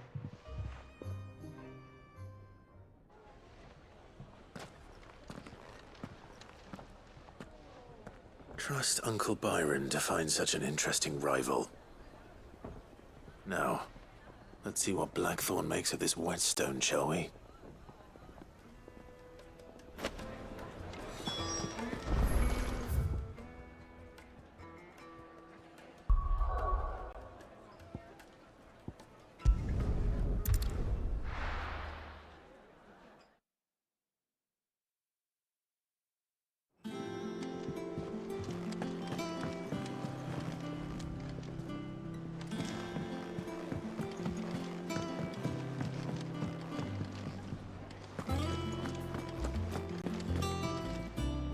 I noticed you and Torgal had gone off somewhere.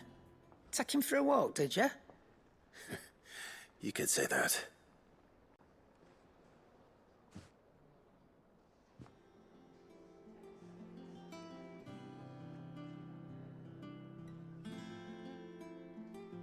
So, Molly's leftovers weren't good enough, eh? That'll teach me for treating you like you're still a pup. All right, no need to shout. Now we know what you're after, I can see about getting some in. Speaking of which, I brought one for later. Can I leave it with you?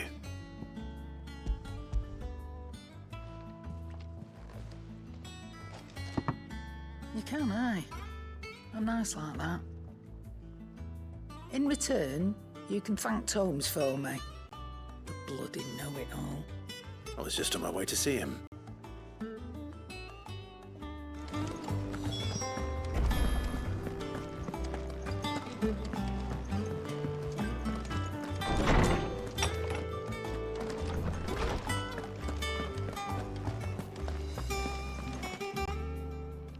Ah, Clive. Were you able to locate your quarry? We were indeed, Lawsman. You pointed us in exactly the right direction. And Torgal's been a very happy hound ever since. Very good, very good. Lady Karen sends her thanks, by the way, for your part in solving the mystery.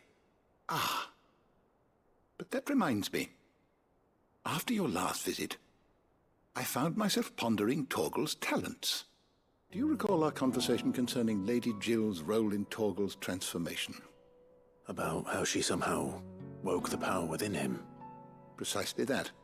A reasonable conclusion, I thought, but one which raised certain questions in my mind. You see, the Fenrir of legend served Shiva and Shiva alone. And while the powers attributed to him are certainly impressive, the records imply they are somewhat different in nature to those you described Torgal as having used. What are you suggesting? That Torgal may be the beneficiary of more than one icon's power. Consider that in addition to Lady Jill, he has served as a loyal companion to you, your brother, and even the late Cid. In short, the icons hitherto near at hand, or should I say at paw, have been diverse and plenty, and that number has only grown as the realm's dominance have fallen to your sword. One can but speculate as to how all of this has affected Torgal. He has seemed more fierce of late. And if I am not mistaken, he will grow fiercer still. We are fortunate indeed to be able to count him amongst our allies and not our adversaries. Oh, he's more than an ally. He's a friend.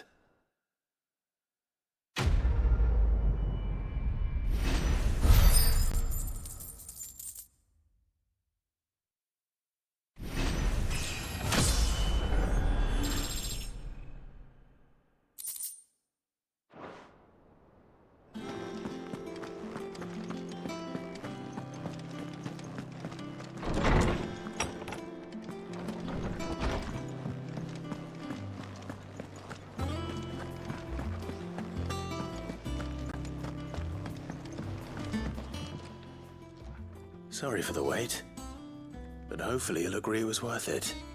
You learned something about that sword, then? I did better than that.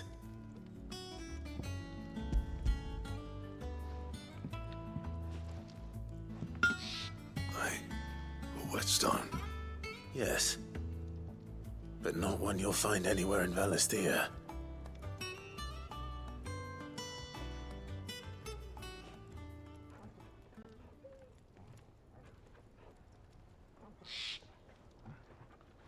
No wonder I couldn't get the same finish on the grinding wheel.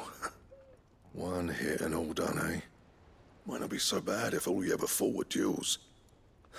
Good luck on the battlefield. Your second opponent would be your last, no matter how good you were. Even so, is there some way it could be used to give the Cursebreakers an edge? I think so, yeah. With this whetstone and the right kind of steel, I could probably even make a twin of the blade that rattled me. But there'd be no replacing this little rock once I worn it down to a sliver. I reckon we get a dozen swords from it, if that. Swords that the Cursebreakers wouldn't know how to wield properly, and that would see them through a single fire piece. Nah, no point trying to copy that thing. Be about as much use as a wax anvil. But finishing our blades with a whetstone this fine, now that's something to consider. And what's finer than fallen masonry, eh? Or more hard-wearing, for that matter. Just imagine it. Good Valesthian steel with an edge as sharp as any found in the Outer Isles. I won't make a copy now. I'll make something much better. I'm sure the curse breakers will be delighted. Just don't push yourself too hard. Don't you worry about me, sunshine. I've been working day and night since I was half your age, and I'll still be here when you're long gone. Hey, thanks, Clive. I mean it. I owe you one, August too. It's good to know someone's looking out for me. He'll be happy to hear you said that. And I'll see that my debt to you's paid. First new blade I make's got your name on it. You come and find me when you've got the materials. All right. I will.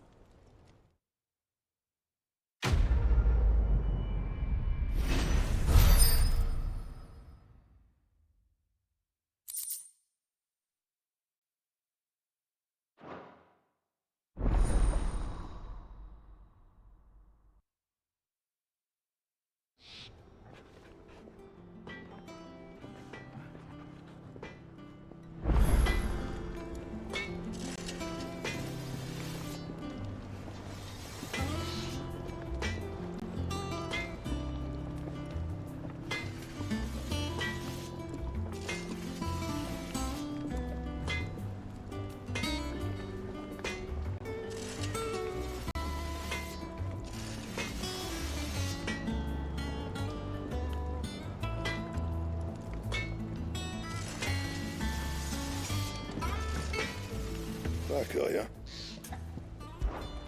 What's that for you, dear?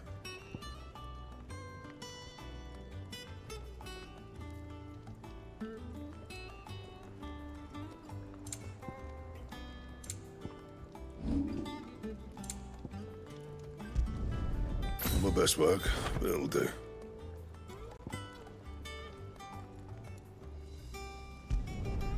Yeah, that should do ya.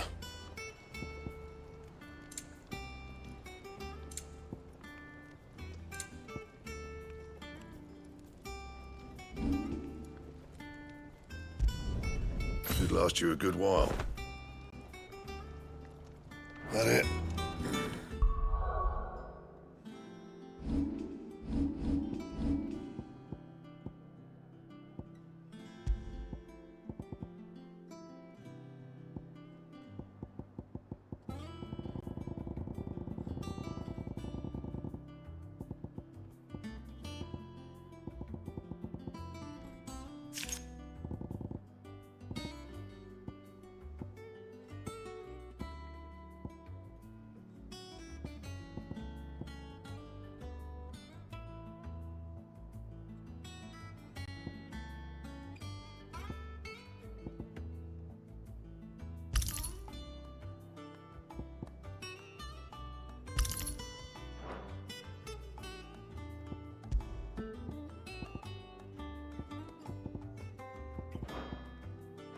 Fine.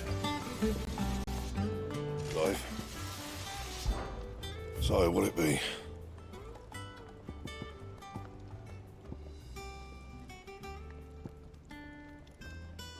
That it? Fine. He cracked the crystal.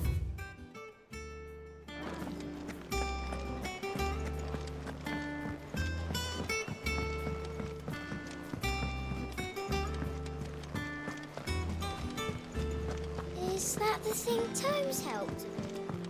Ned told me she was building a ship.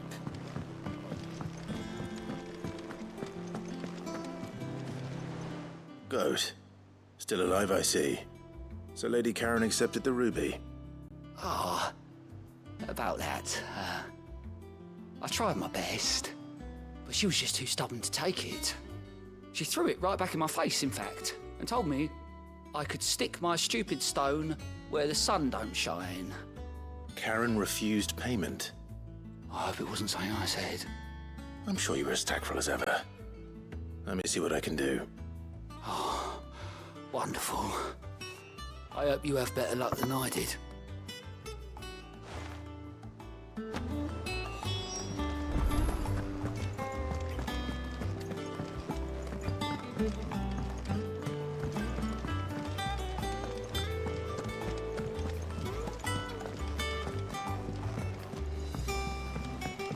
Impressive, isn't it?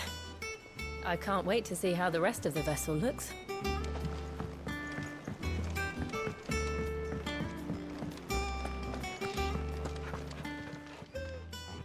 Lady Karen, Goad tells me you weren't happy with our offer. Would you prefer the debt was repaid in coin? What debt? I don't recall lending any of you lot me hard-earned gil. I may have tossed a talent or two in the Hideaway's coffers, but those were donations, and you can hardly call it charity if you go asking for it back. Of course not. But one good turn deserves another. And our circumstances have changed. Surely you wouldn't shun the gratitude of a pauper who happened to have become a prince. Oh, so you're a prince now, are you? Fine. But I'm selling it and taking what I'm owed, then you're getting the rest whether you like it or not.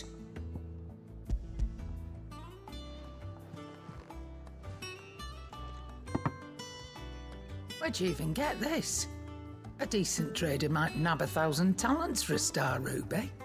A canny one, meanwhile, might claim it were nicked from the belt of Sid the Outlaw himself and ask twice as much. Might be I already have a buyer in mind. Might be you even know her. A fine continental maid whose beauty's only eclipsed by a guile in commerce. You wouldn't mind, would you? Not at all. Just be sure to tell her that it's always a pleasure doing business.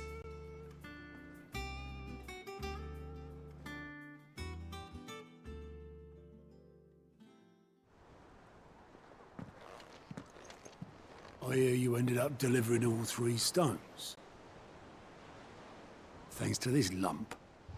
I sometimes wonder what I pay you for. Speaking of which, I still haven't been paid last month's wages. Oh, so you remember what's owed to you then? Get your ass behind that disc of yours and don't get up before those ledgers are square. Right away.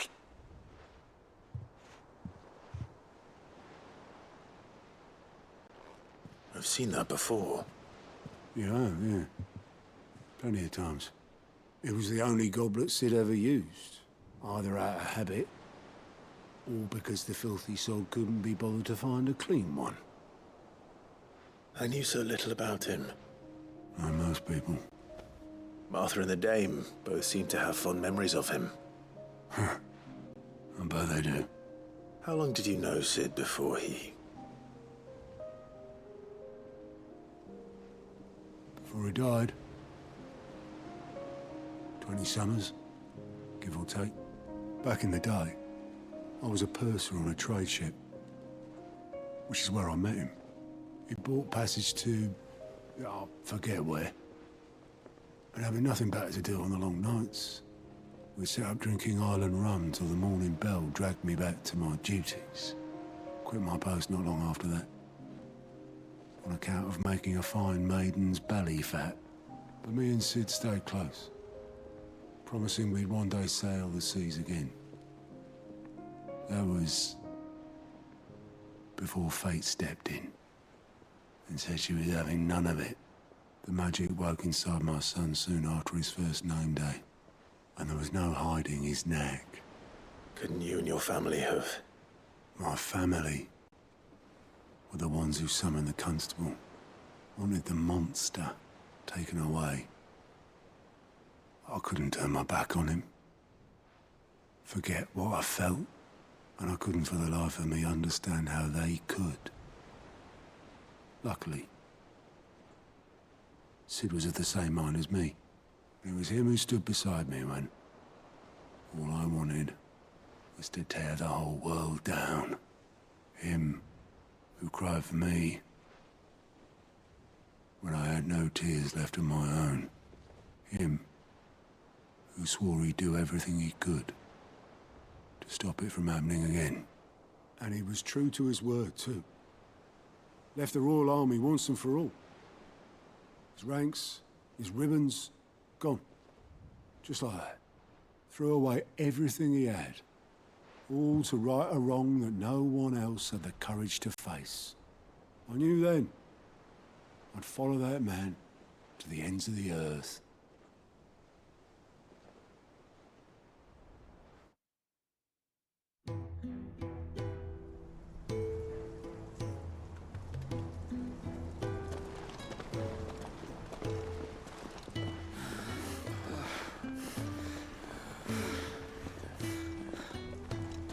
was always too clever for his own good, was Sid. Saw the world for what it really was, while the rest of us were content to go along with the lie we were shown. And it can't have been easy, bearing that burden alone.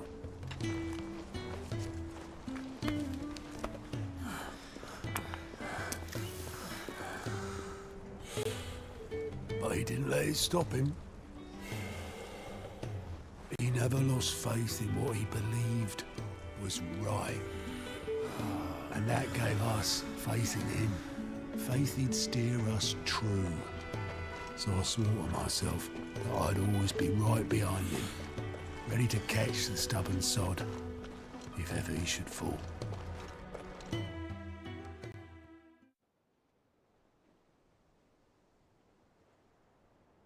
But I couldn't even do that.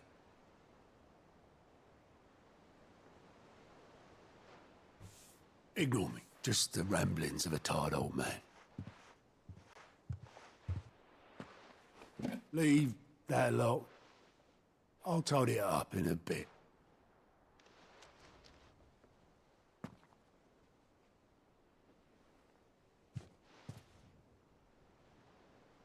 This is Sid's handwriting.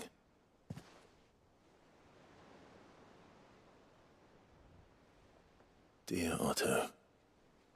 I may be drunk, but I wanted you to know this place would be fucked without you.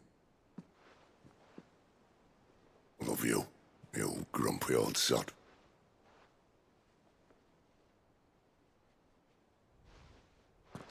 This note. What about it? Sid was right. Without you, we'd all be lost.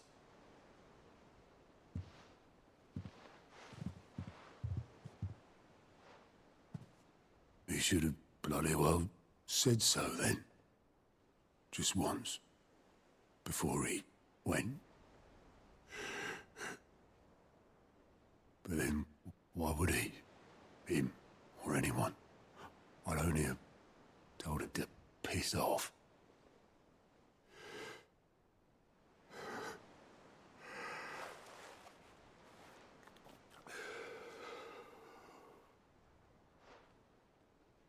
You're wrong, though. Both of you. It was never just me keeping the hideaway afloat. It was all of us. I just shoved people in the right direction, and I barely seem to be able to do that anymore.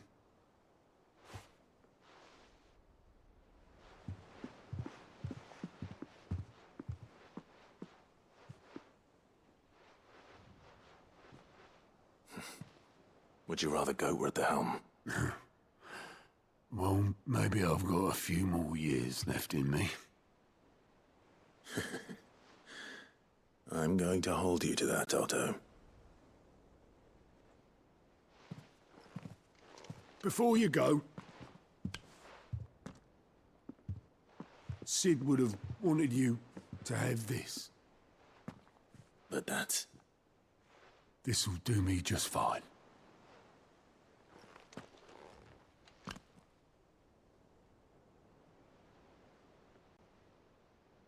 Thanks for the ray of sunshine. I'll see if I can't pay you back. Already have.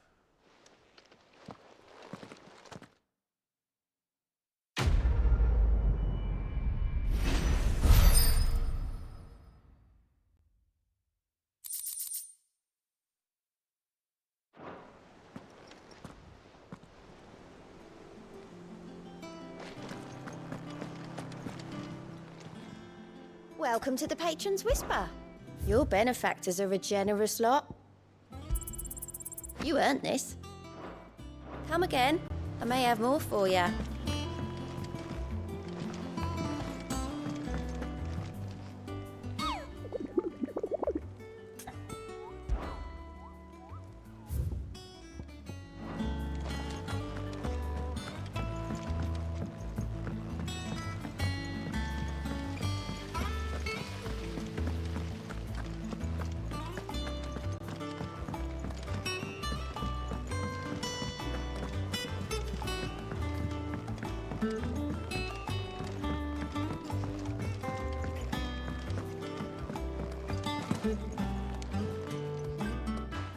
right there, Sid?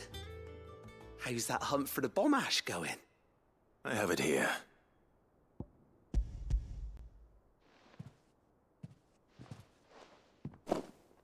That's the stuff! And plenty of it, too. Enough to keep the alembic bubbling away for a good old while. You're a gent, Sid. Let nothing say otherwise. Right then, let's get this contraption up and running.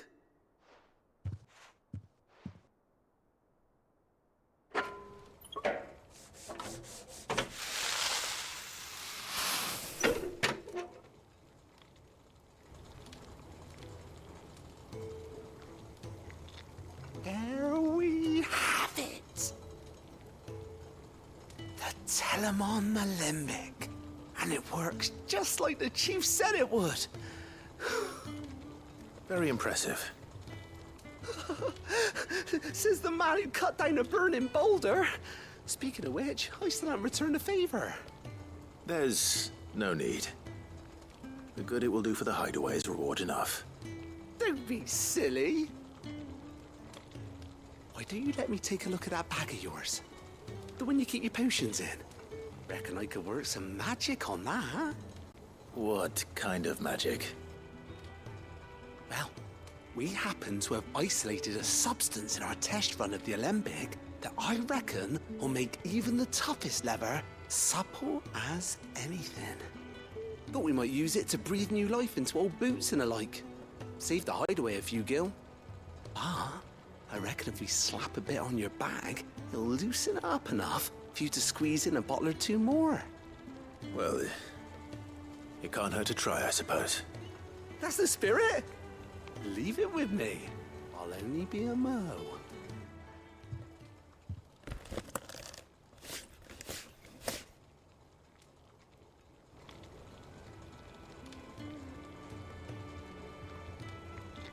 Well, what do you reckon? It certainly feels more flexible. Right? Told you. Thank you.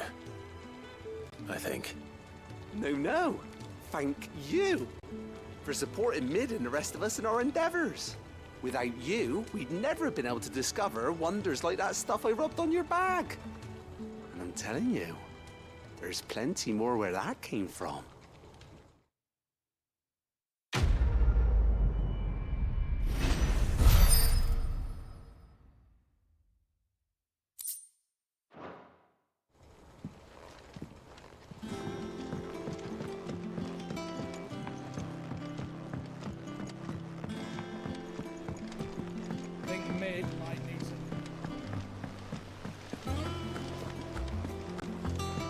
Wish I could take one of our birds.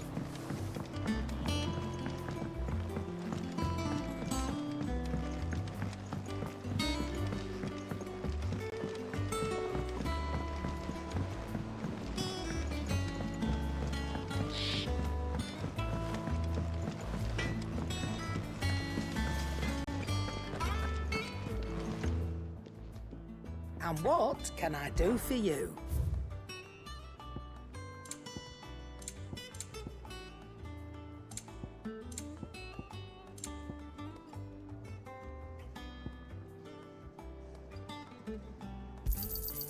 You're rubbing me blind, you know.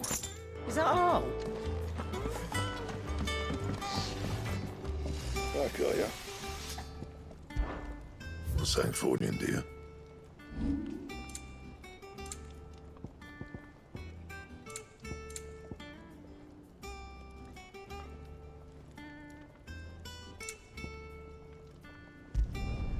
Yeah, that should do you. Anything else?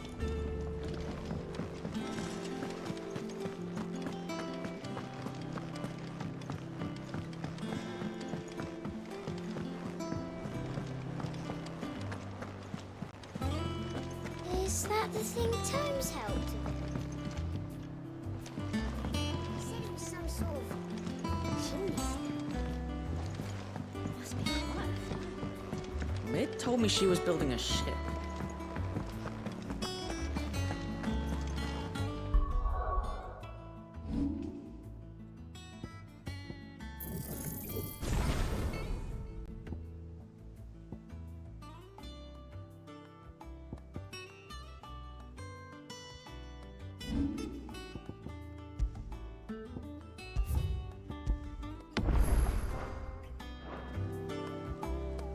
Thank you.